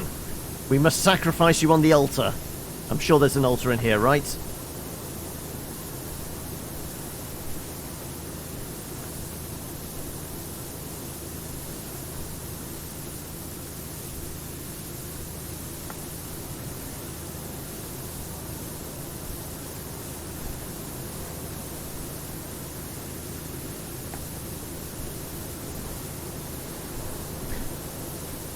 I mean, I guess the third alternative is reheating it by deep frying it like an archetypical Glaswegian or something like that.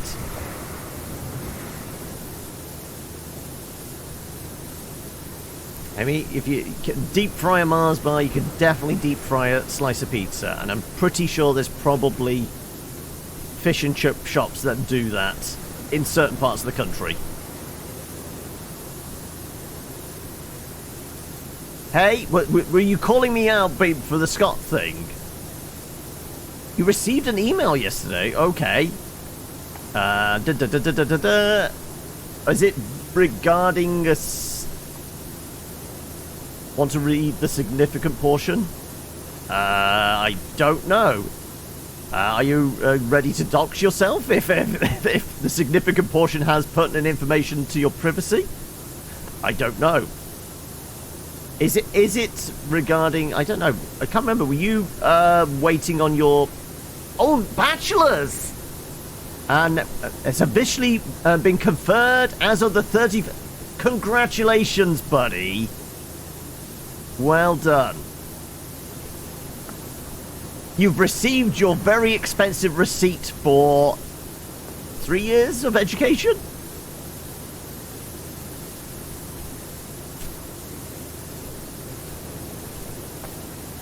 Because let's face it, at the end of the day, that's what a degree is. It's just the receipt, right? You've ordered your diploma. We'll be here in 6 to 8 weeks. There you go. 4 years. There you go. So it's a very, very expensive receipt.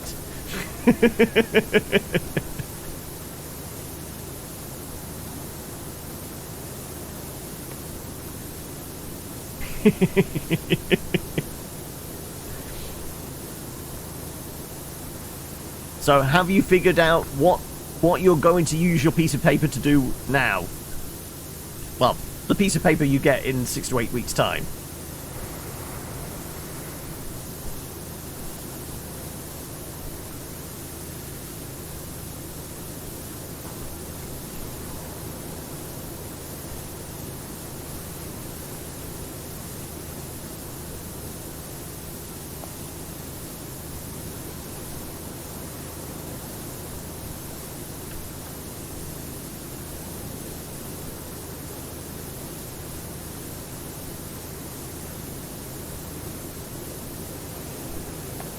I mean, the fact that you have to order it, you expect it to be presented to you in like some velvet scroll case, printed on finest vellum, with hand calligraphy from like artisans. No.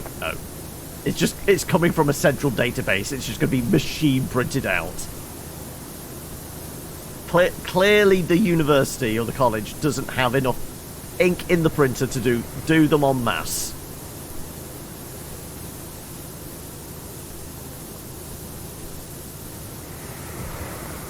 And apparently we're halfway on this wall. Okay, this is taking quite a long time. Maybe I should have just done up and down. Like I said, though, this felt like this would be the most thorough. Okay, as we're at to this point, let's just see if I can just do large swaths. The barnacles might be a problem, though.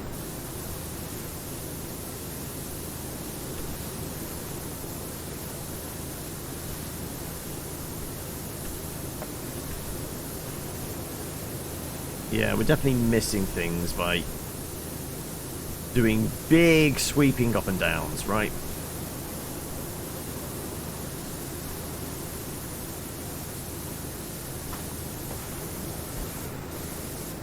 And that's what I don't want. I don't want to miss bits.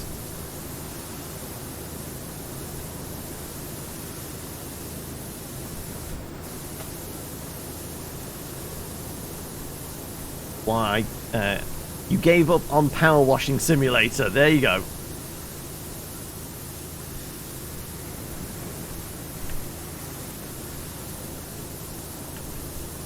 Well, we haven't had a ding in a while.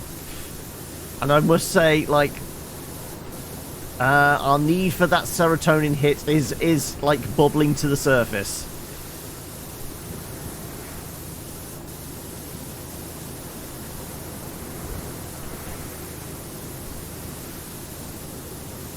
Yeah, this is a damn big wall to clean.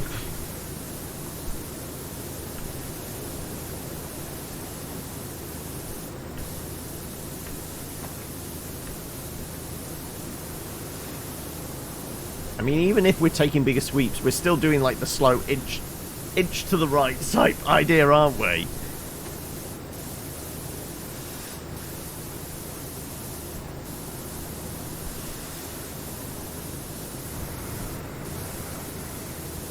It does feel like we're maybe leaving possibly too many barnacles behind. Wonder if we stay down here, maybe we should put on like at least the medium, well, the first stage extension.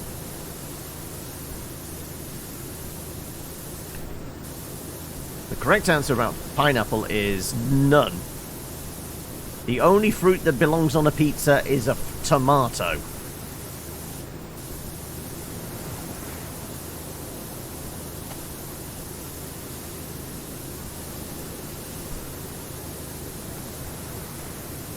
You also don't like monotonous tasks. I mean, I'm never normally one about monotonous tasks, but there's something about this, because you can see your progress at least. Like, if you're cleaning up with a jet wash, stuff's never normally this dirty. But being able to strip back those layers, there is something satisfying about that. Also, the fact, you know, you don't have to deal with hoses and, you know, you're not getting drenched and all that kind of thing. So there's maybe a little bit of catharsis about that. But no, this is like one of those things I can go into like a zen place doing. There's certain games that obviously lean towards that. There's other games that weirdly lean towards that for me. Like, just going around and murdering a bunch of hollows in Dark Souls will put me in a very kind of zen place.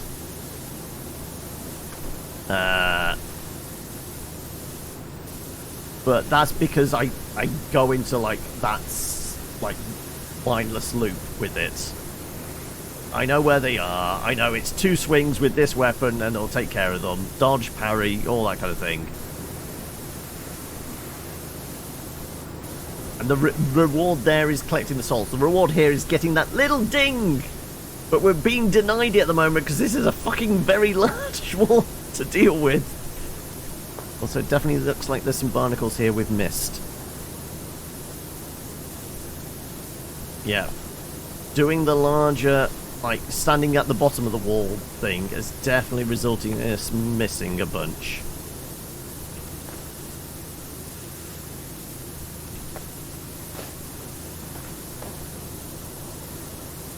Yeah, the moment we switch tactics, there's definitely orange bits on the wall.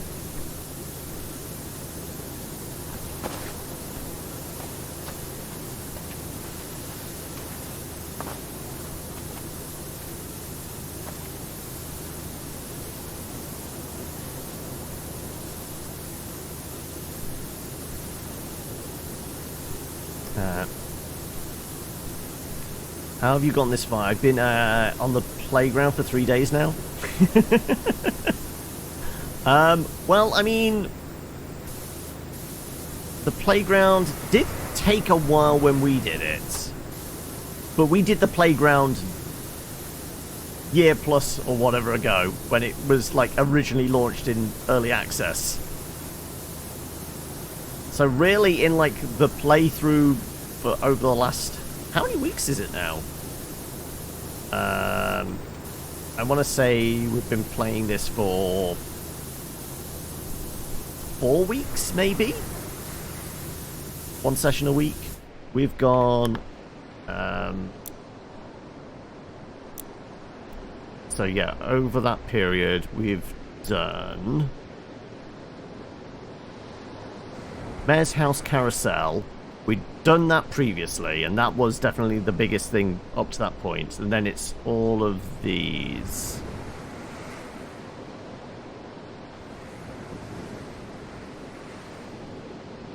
Yeah. So we had done a good chunk prior, because, you know, all of this was the early access stuff.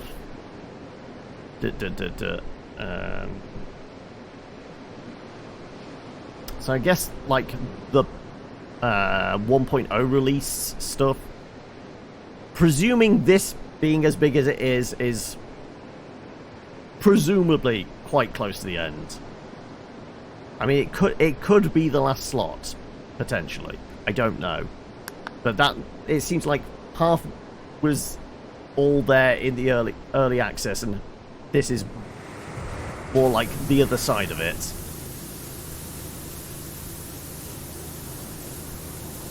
You're pretty sure that's the quote from the Italian version of the Bible? Also, yeah, coffee's gone, so it's down to the water. Cheers.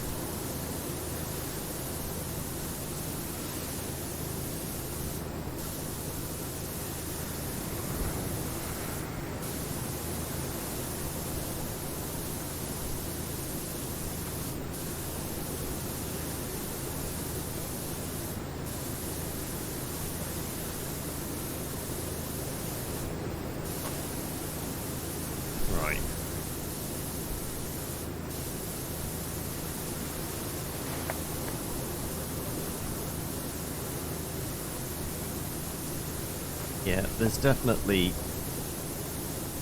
stuff that's been left behind by... You know what? I'm going to go back to original method.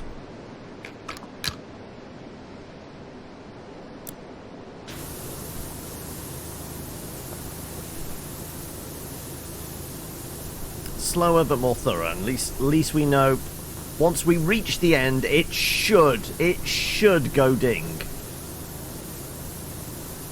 We have to backtrack and try and find tiny little bits that haven't been uncovered. I'm not going to be best pleased.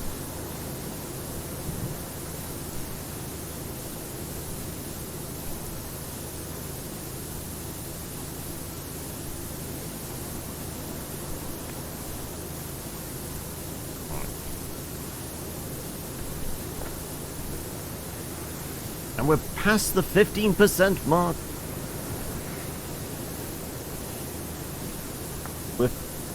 I would say we've broken the back of it, but we really haven't.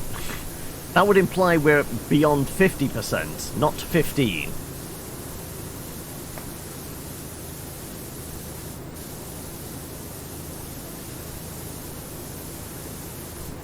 And so we have 2 more sides to go. This side's taken forever.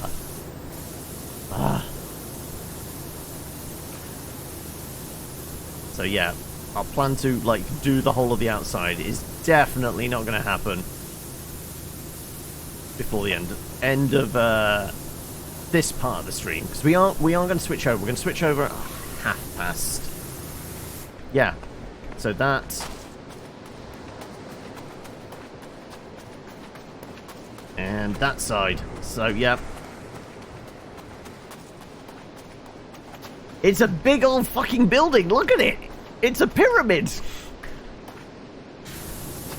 It took loads of slaves and thousands of years, hundreds of years, I guess, in ancient Egypt, right? Okay, well, what do we reckon? Finishing off the boat was maybe half an hour, 45 minutes. The flying saucer, maybe half an hour as well. So we're probably at least, I want to say, 2 hours just working on this pyramid up to this point and getting 17% into it.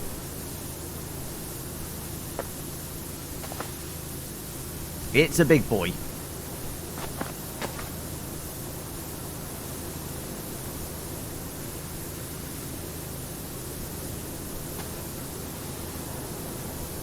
Like I said, I'm presuming how much money we're getting. It's definitely like the most money. And given the size of it, has to be the last one, or at least the penultimate one. I don't know if there'd be something bigger after this. Probably not. But it'll definitely be it'll be a smaller vehicle that's a little bit more unusual. Maybe the flying saucer will come back. I don't know. But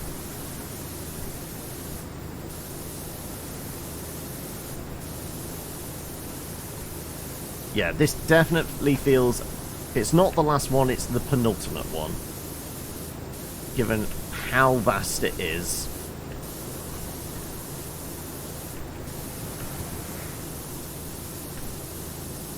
And I guess with the story as well, there has been a story. Mostly involving that thing blowing up. It would imply, you know, the scientists on the spaceship did say it's about to blow up any moment now. So that's going to ruin all the work I've done.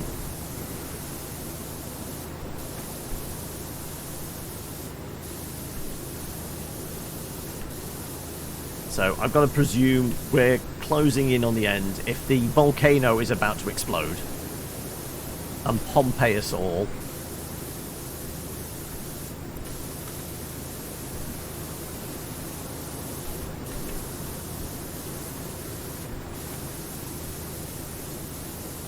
So I'm not that confident by the time we reach the corner here, this is going to go ding. It's going to be some tiny little barnacle somewhere that's going to deny us our ding, isn't it? Come on. Seriously. Very close now. Make the noise. I beg you. Please. Please. Please. Oh, thank God. Okay. Who else needs a cigarette?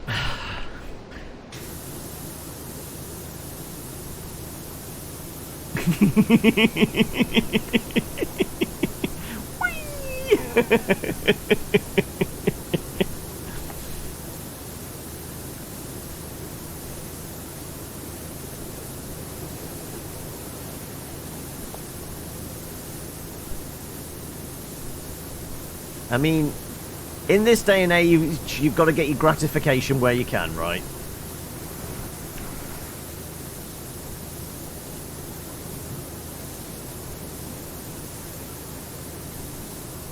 I mean, it would certainly explain the amount of porn games that are on Steam. Somebody's definitely getting their gratification somewhere. Jeez. Yeah. Like I said, I think it was last weekend I went through a list of everything coming out. Oh my God. Every day. So many fucking terrible, terrible porn games and just absolute trash fire kind of asset flip games coming out.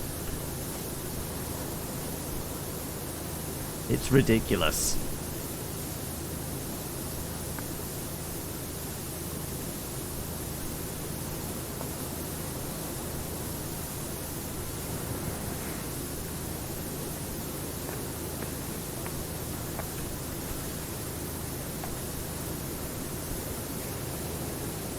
Thankfully, these bits of the walls are at least split into two. So it's not the vast amount like that last wall was, but jeez.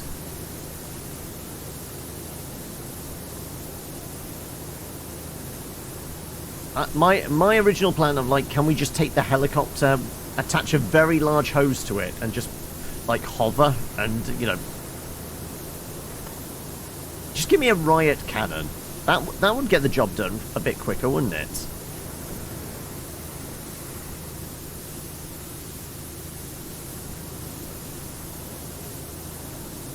I mean, if the helicopter was able to bring my van here, could it bring a small armoured vehicle with a water cannon on top of it?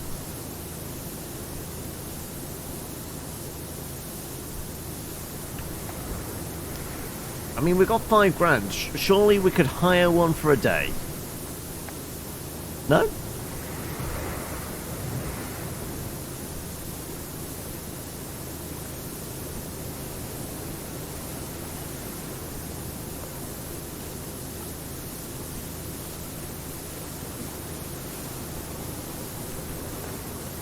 Okie dokie, come on.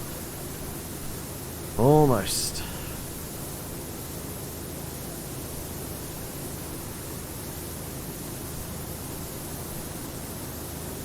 Yeah, we're absolutely not going to get the entirety of the outside completed by like 20 past 5.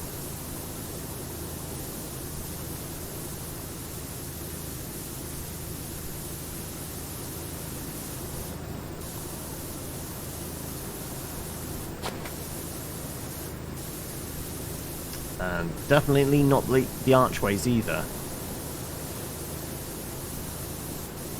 Yeah. Given its size and breadth, this is definitely got to be the last major project.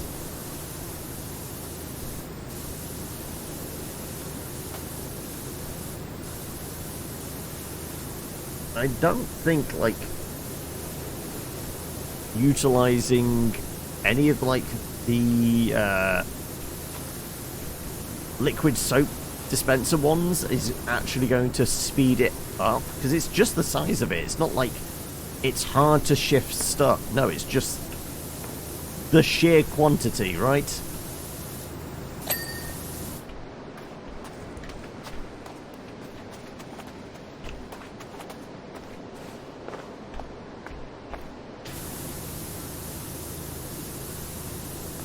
I mean, from a storytelling point of view, I guess it makes sense. This thing was buried under the ocean for centuries. That's a lot of silt to build up, right? But, you know, still reckon they should have at least left a few archaeologists around to help me mop this thing down.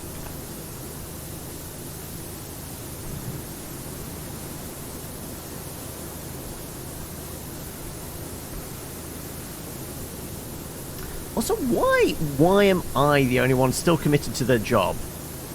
Whereas everybody else is getting the hell out of Dodge because there's a, you know, volcano about to explode.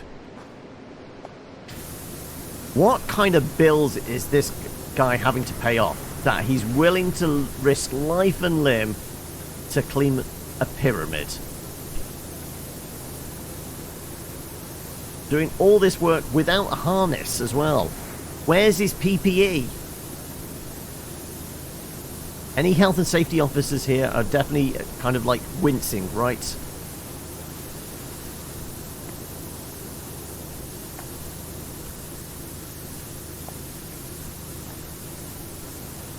What?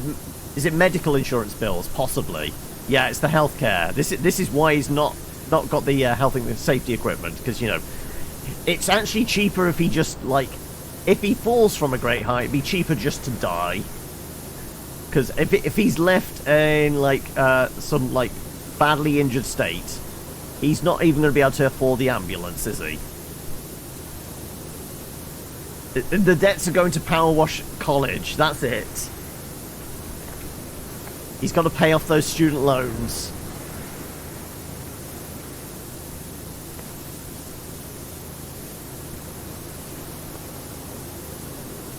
Well, he's definitely going to have to take more gigs like this then, isn't he?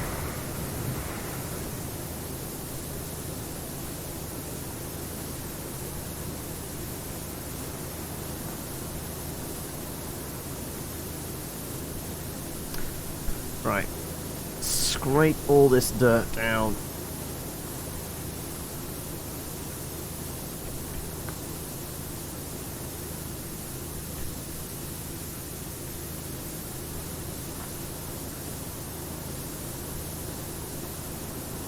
Yeah. If we manage to make it to 5, we probably have got 2/3 of the walls. And I say 2/3 because this last bit is huge again, so maybe 3/4.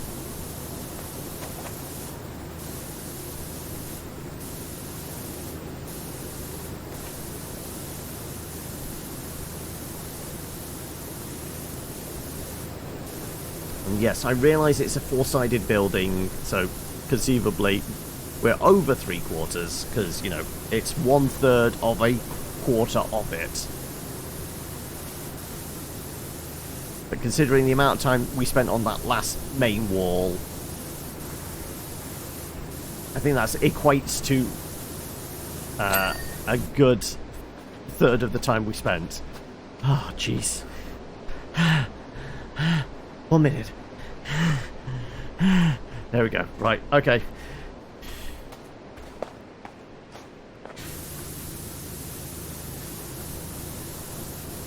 Come on, my guy. You got this. Maybe there's less barnacles on this side that we need to scrape off.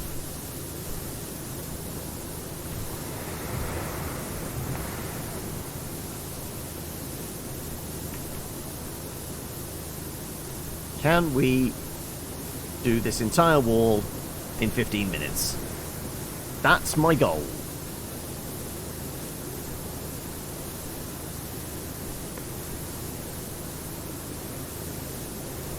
I mean, it's nice to set yourself a few goals in life.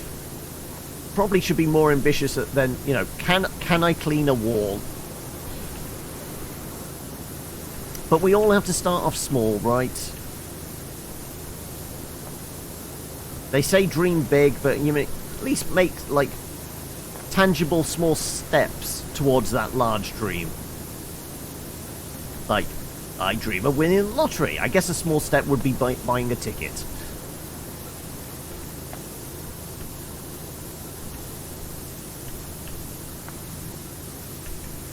Right. Come on. We're doing 3 blocks tall at a time. That seems... well, it's certainly going to be quicker than the last one. But we should still have enough... we don't need to recover too much ground.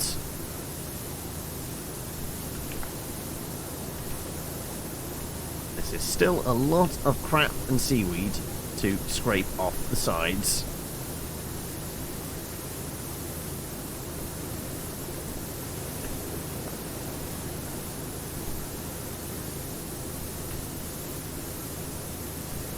Also, we're doing all this, and like I said, if the volcano doesn't cover it in more ash, there's definitely going to be a sea storm, isn't there? That's just going to re-drown this thing.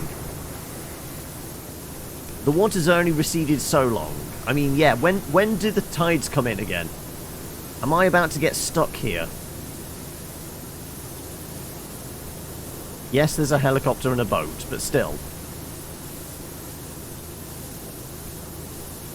They're not going to do anything if I'm inside when the water starts lapping up at the edges, are they?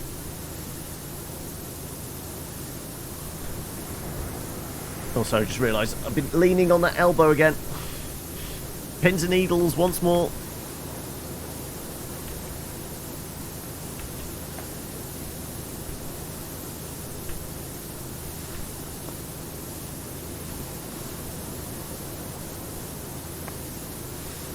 What did I say?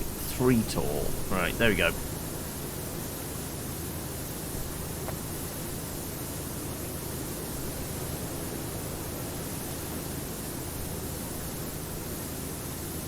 I guess one day I'm gonna have to like put in some weird sound effect that happens when that's triggered, just to fuck with people. Like, this does nothing, and then it just like, yeah, basically rig it so it just kills the stream. Literally makes the stream do nothing then. Just puts the entire stream offline.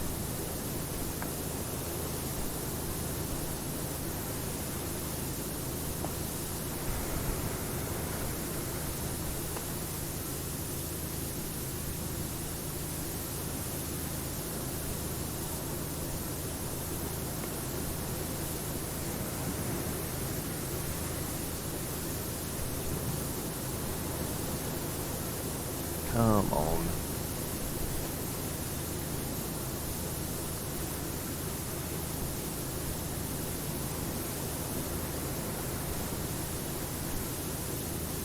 Yeah, the funniest thing would be, like, taking all these layers, these years of decay and silt and everything else off it. We step back to admire our handiwork and then realise this was the only thing protecting its fragile surface from the elements, and it just starts crumbling before our eyes.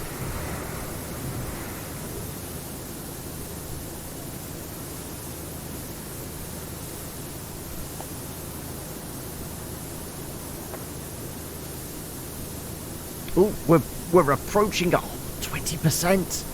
Wow.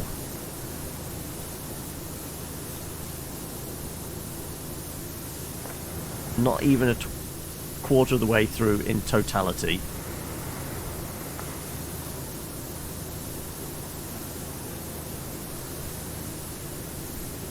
Such progress, much wash. Yeah. Could you get a corgi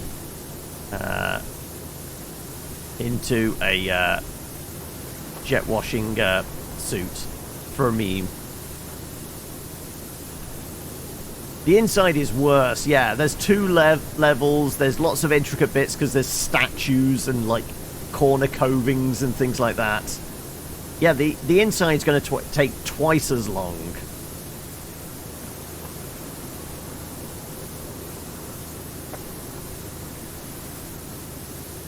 Also, as there's no ladders either, if you fall down when you're on like the first floor, I guess, you're going to have to go outside to come back up the side to get back in.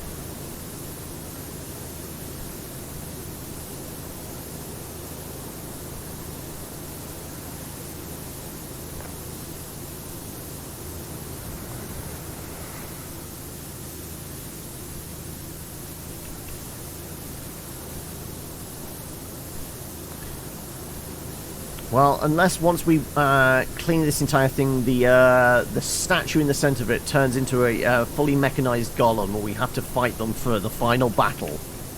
I'm demanding my money back, right? That non-existent money, because, you know, I did get sent the code way back when.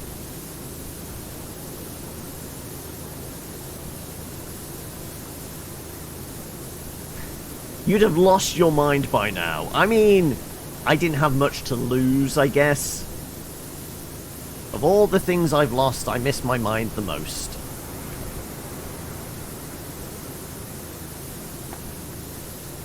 Well, this is why I've been trying to break up the white noise sound with the voice, the sound of my own voice, I guess.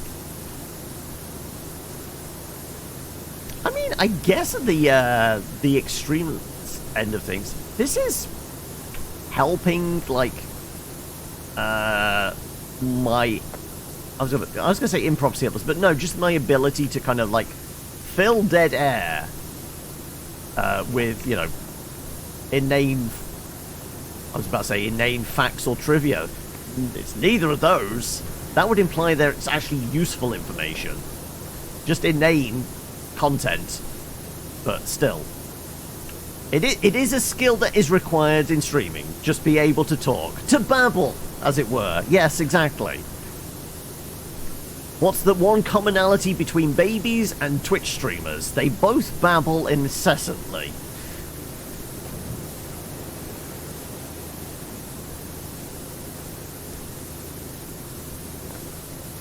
Also, they get very cranky if they get hungry. You never want to see a hangry baby or Twitch streamer.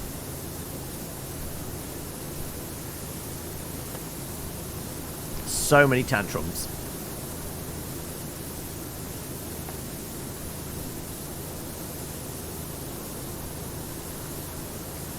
I mean, admittedly, that's one thing I've never fully done. You've seen the clip compilations and the various Twitch videos of just people fully losing it doing the rage quit thing. I don't think I've ever done the rage quit. People have definitely seen me like just glaze over and I just stare dead-eyed into the camera. But that's more, I'm not angry, I'm just very disappointed kind of vibe.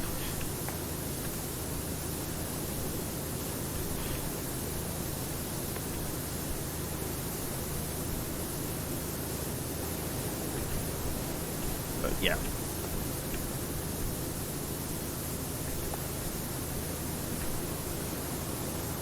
So I did think a while ago, I wonder how well like radio DJs would be at streaming, because there's definitely a bit of crossover there. But I was thinking, no, streamers are probably better at kind of doing the talking thing than actual professional DJs and things like that. Because they have, like, to a degree, they have, like, scripts and things. They have, like, you know, promo spots they have to read and all that kind of thing. But, yeah, Normally the gaps, the dead air they have to fill is maybe what, 5-10 minutes in between like songs or whatever. Hi, it's Cal. I'm on my way back to Rushless to see what's going on. Can we remember who Calvin Miller was?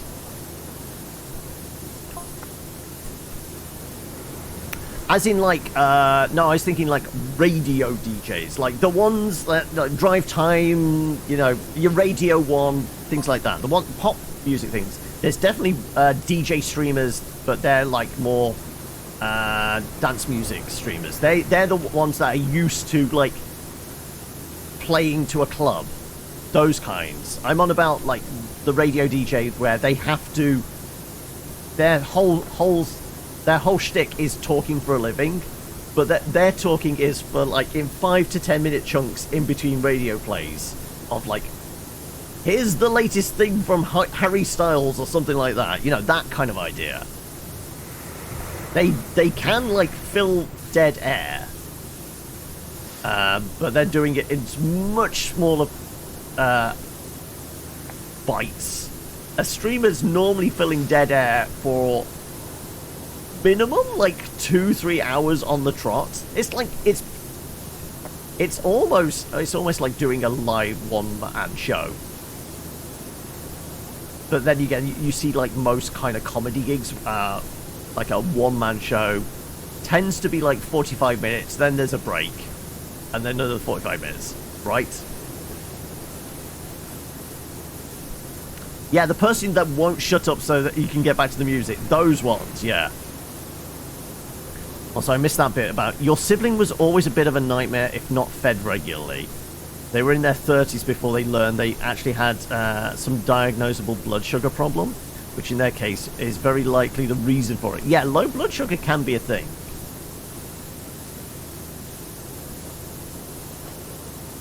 I replaced like the low blood sugar thing with just immense amounts of caffeine with sugar in it.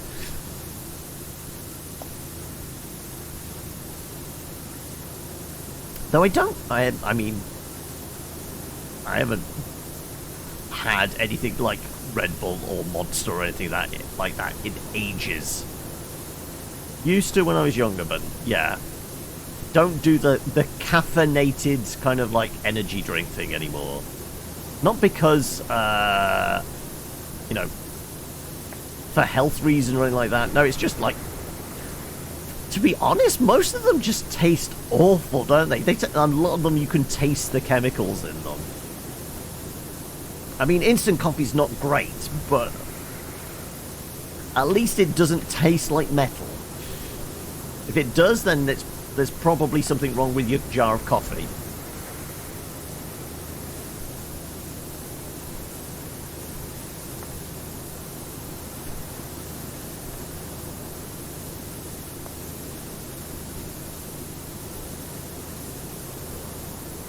I mean, like, one of my kind of like go-to mixes used to be, you know, like the vodka Red Bull type stuff. But yeah, if we're gonna mix vodka with anything now, it's like cranberry juice or orange juice. Maybe I'll do rum and coke or something like that. But forget Monster Energy drink or anything like that.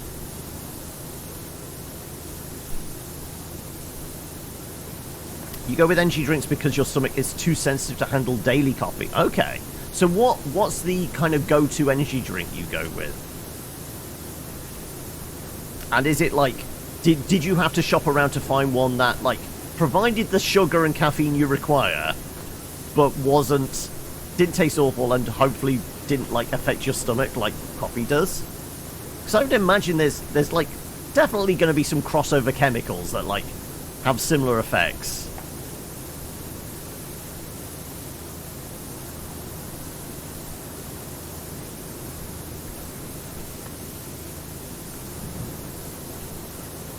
Why people grab energy drink when they can complain about them not having enough energy daily.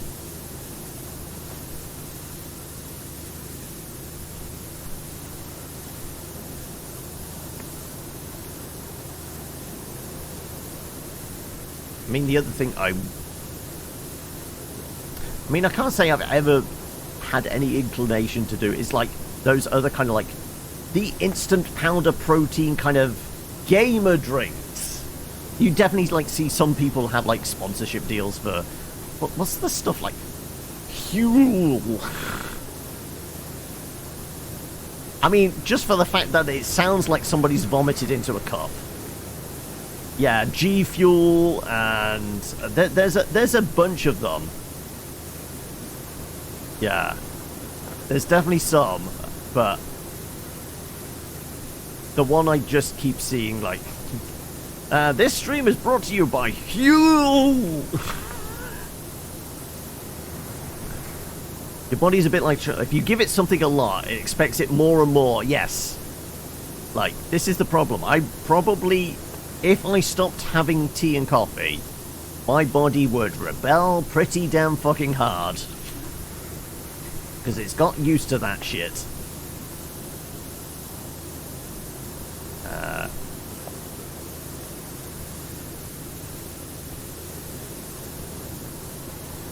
But I do try and balance it out with, you know, balance it out with alcohol and water.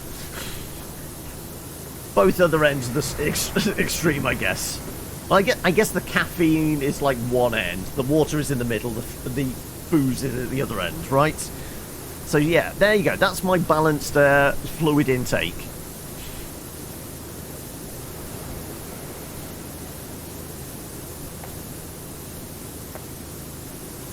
So how are we doing with this?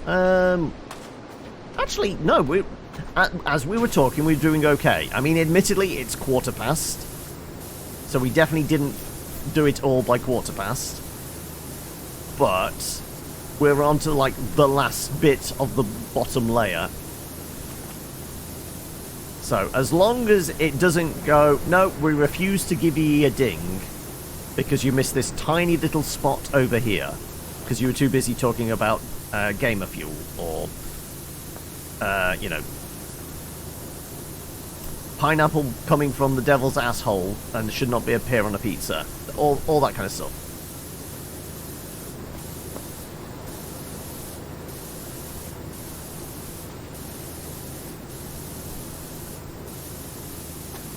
But yeah, this is the more difficult bit though, because, you know, barnacles. What was I asking? I asked about what drink you go for. Was it you that was saying that you can't do coffee, you do energy drinks? But I was saying, like, which one? I presume it would take a while to find one that suits, actually tastes decent, or at least half decent, and doesn't affect you like coffee does. I think that was for you, Thyka. I don't know. I will say, there's multiple names in my chat that are all in red, so things turn into a blur, certainly when this is constantly hissing in your ears and I'm, like, once again, stream of consciousness. It's not a good stream of consciousness. But, you know, I guess it's less stream of consciousness, just verbal diarrhea, right?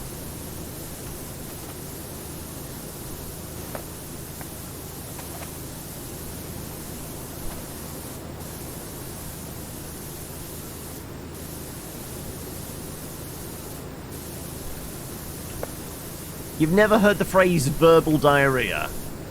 I mean, it's fairly self-explanatory.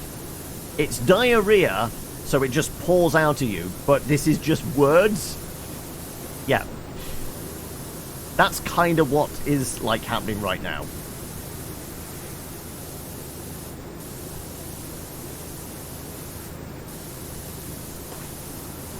I guess it's a... Is it a British idiom? I feel... Maybe it is an idiom, but yeah. I feel like it's at least fairly descriptive.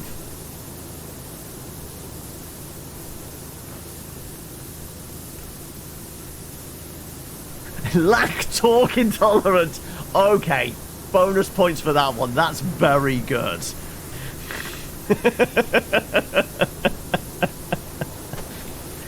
That's definitely, I mean, high praise there. That's I mean, I would work weeks and I wouldn't come up with a joke that good.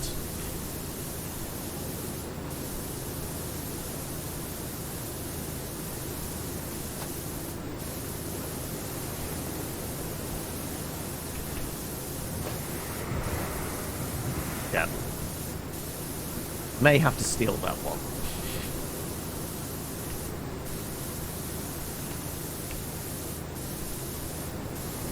What are we? 20 past, and oh my god, there's still a lot of wall left. Jeez. Who decided to make this pyramid so bloody big, eh?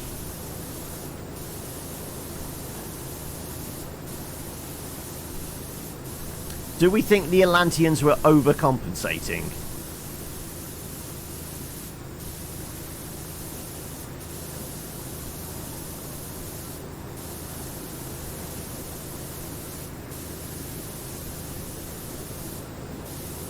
You have an entire RPG-themed joke book.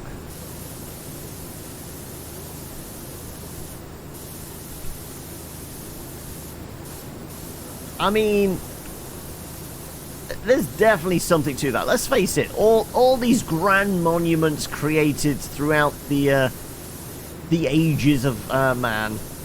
It's normally been like some kind of emperor that's demanded their construction. You know they're rocking a tiny wiener, right? They're definitely overcompensating for something.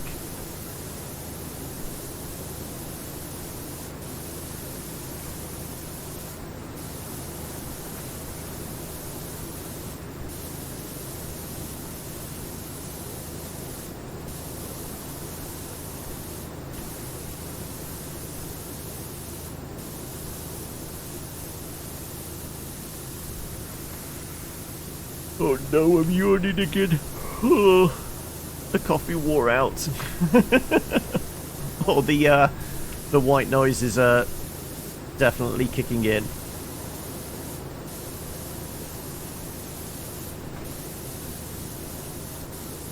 Right, does it look like there's many glowy bits?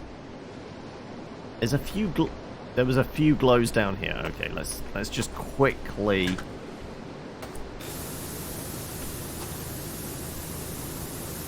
There's more glows than I would like. So many barnacles.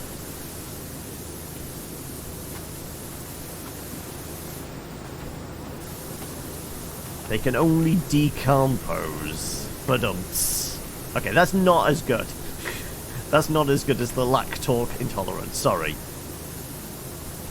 Thematically it's well placed, but you know. For catching you unawares. That's the problem with like themed puns. You kind of can expect where the punchline's going, can't you? The best jokes catch you unawares.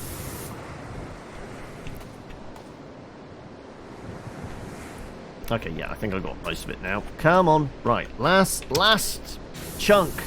We got this, folks. Not going to talk about the large, filthy doorways we have to clean and, you know, everything inside. But at least the outside is spick and span now. They're all meant to be groaners, true, yeah. I mean, if you buy one of those joke books, I'm guessing, was it a novelty Christmas present? Did somebody get it for you, or did you purposely get it for yourself? But you kind of knew exactly what you were buying. You knew, okay, no, this is bad jokes. Was it brought for playing D&D? And it's meant to be, right, this is what I pull out for Tasha's hideous laughter. This is meant to just, like, make everybody at the table groan, and therefore, that's where I'm using my inspiration.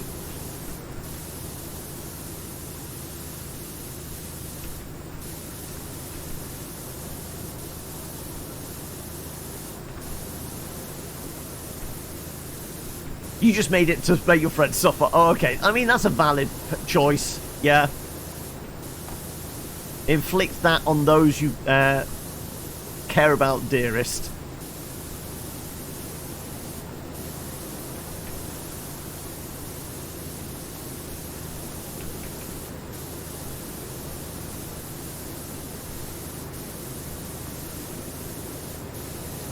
Okay, well, we will be able to do at least an hour or so of orcs, because this should, in theory, as we reach the end, go ding, right? Positive thoughts, people. It's gonna go ding. It's gonna do it, right?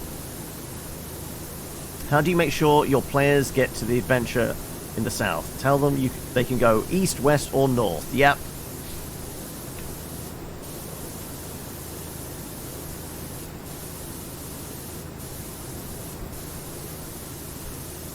So the downside there is also, if you tell them that, they're also going to pick, can we just stay in the tavern? See, I feel like I'm kind of living through that in my current campaign arc. It was kind of like, set up, okay, right, the adventure, like, sends you down south. Arrive in a town, right, you can just spend a few days here, just do some downtime activities. Immediately, somebody gets arrested. Okay, right, it's turning into prison break. Oh no, okay. But yes. Right, I guess technically this is the front. This is where we came in, right? Well, I mean, that's filthy, but at least the stuff around it is nice and clean. Right, right, there you go. We have a partially 21% clean pyramid. But it's all kind of fucked up in here. Right? Yeah. Oh, well.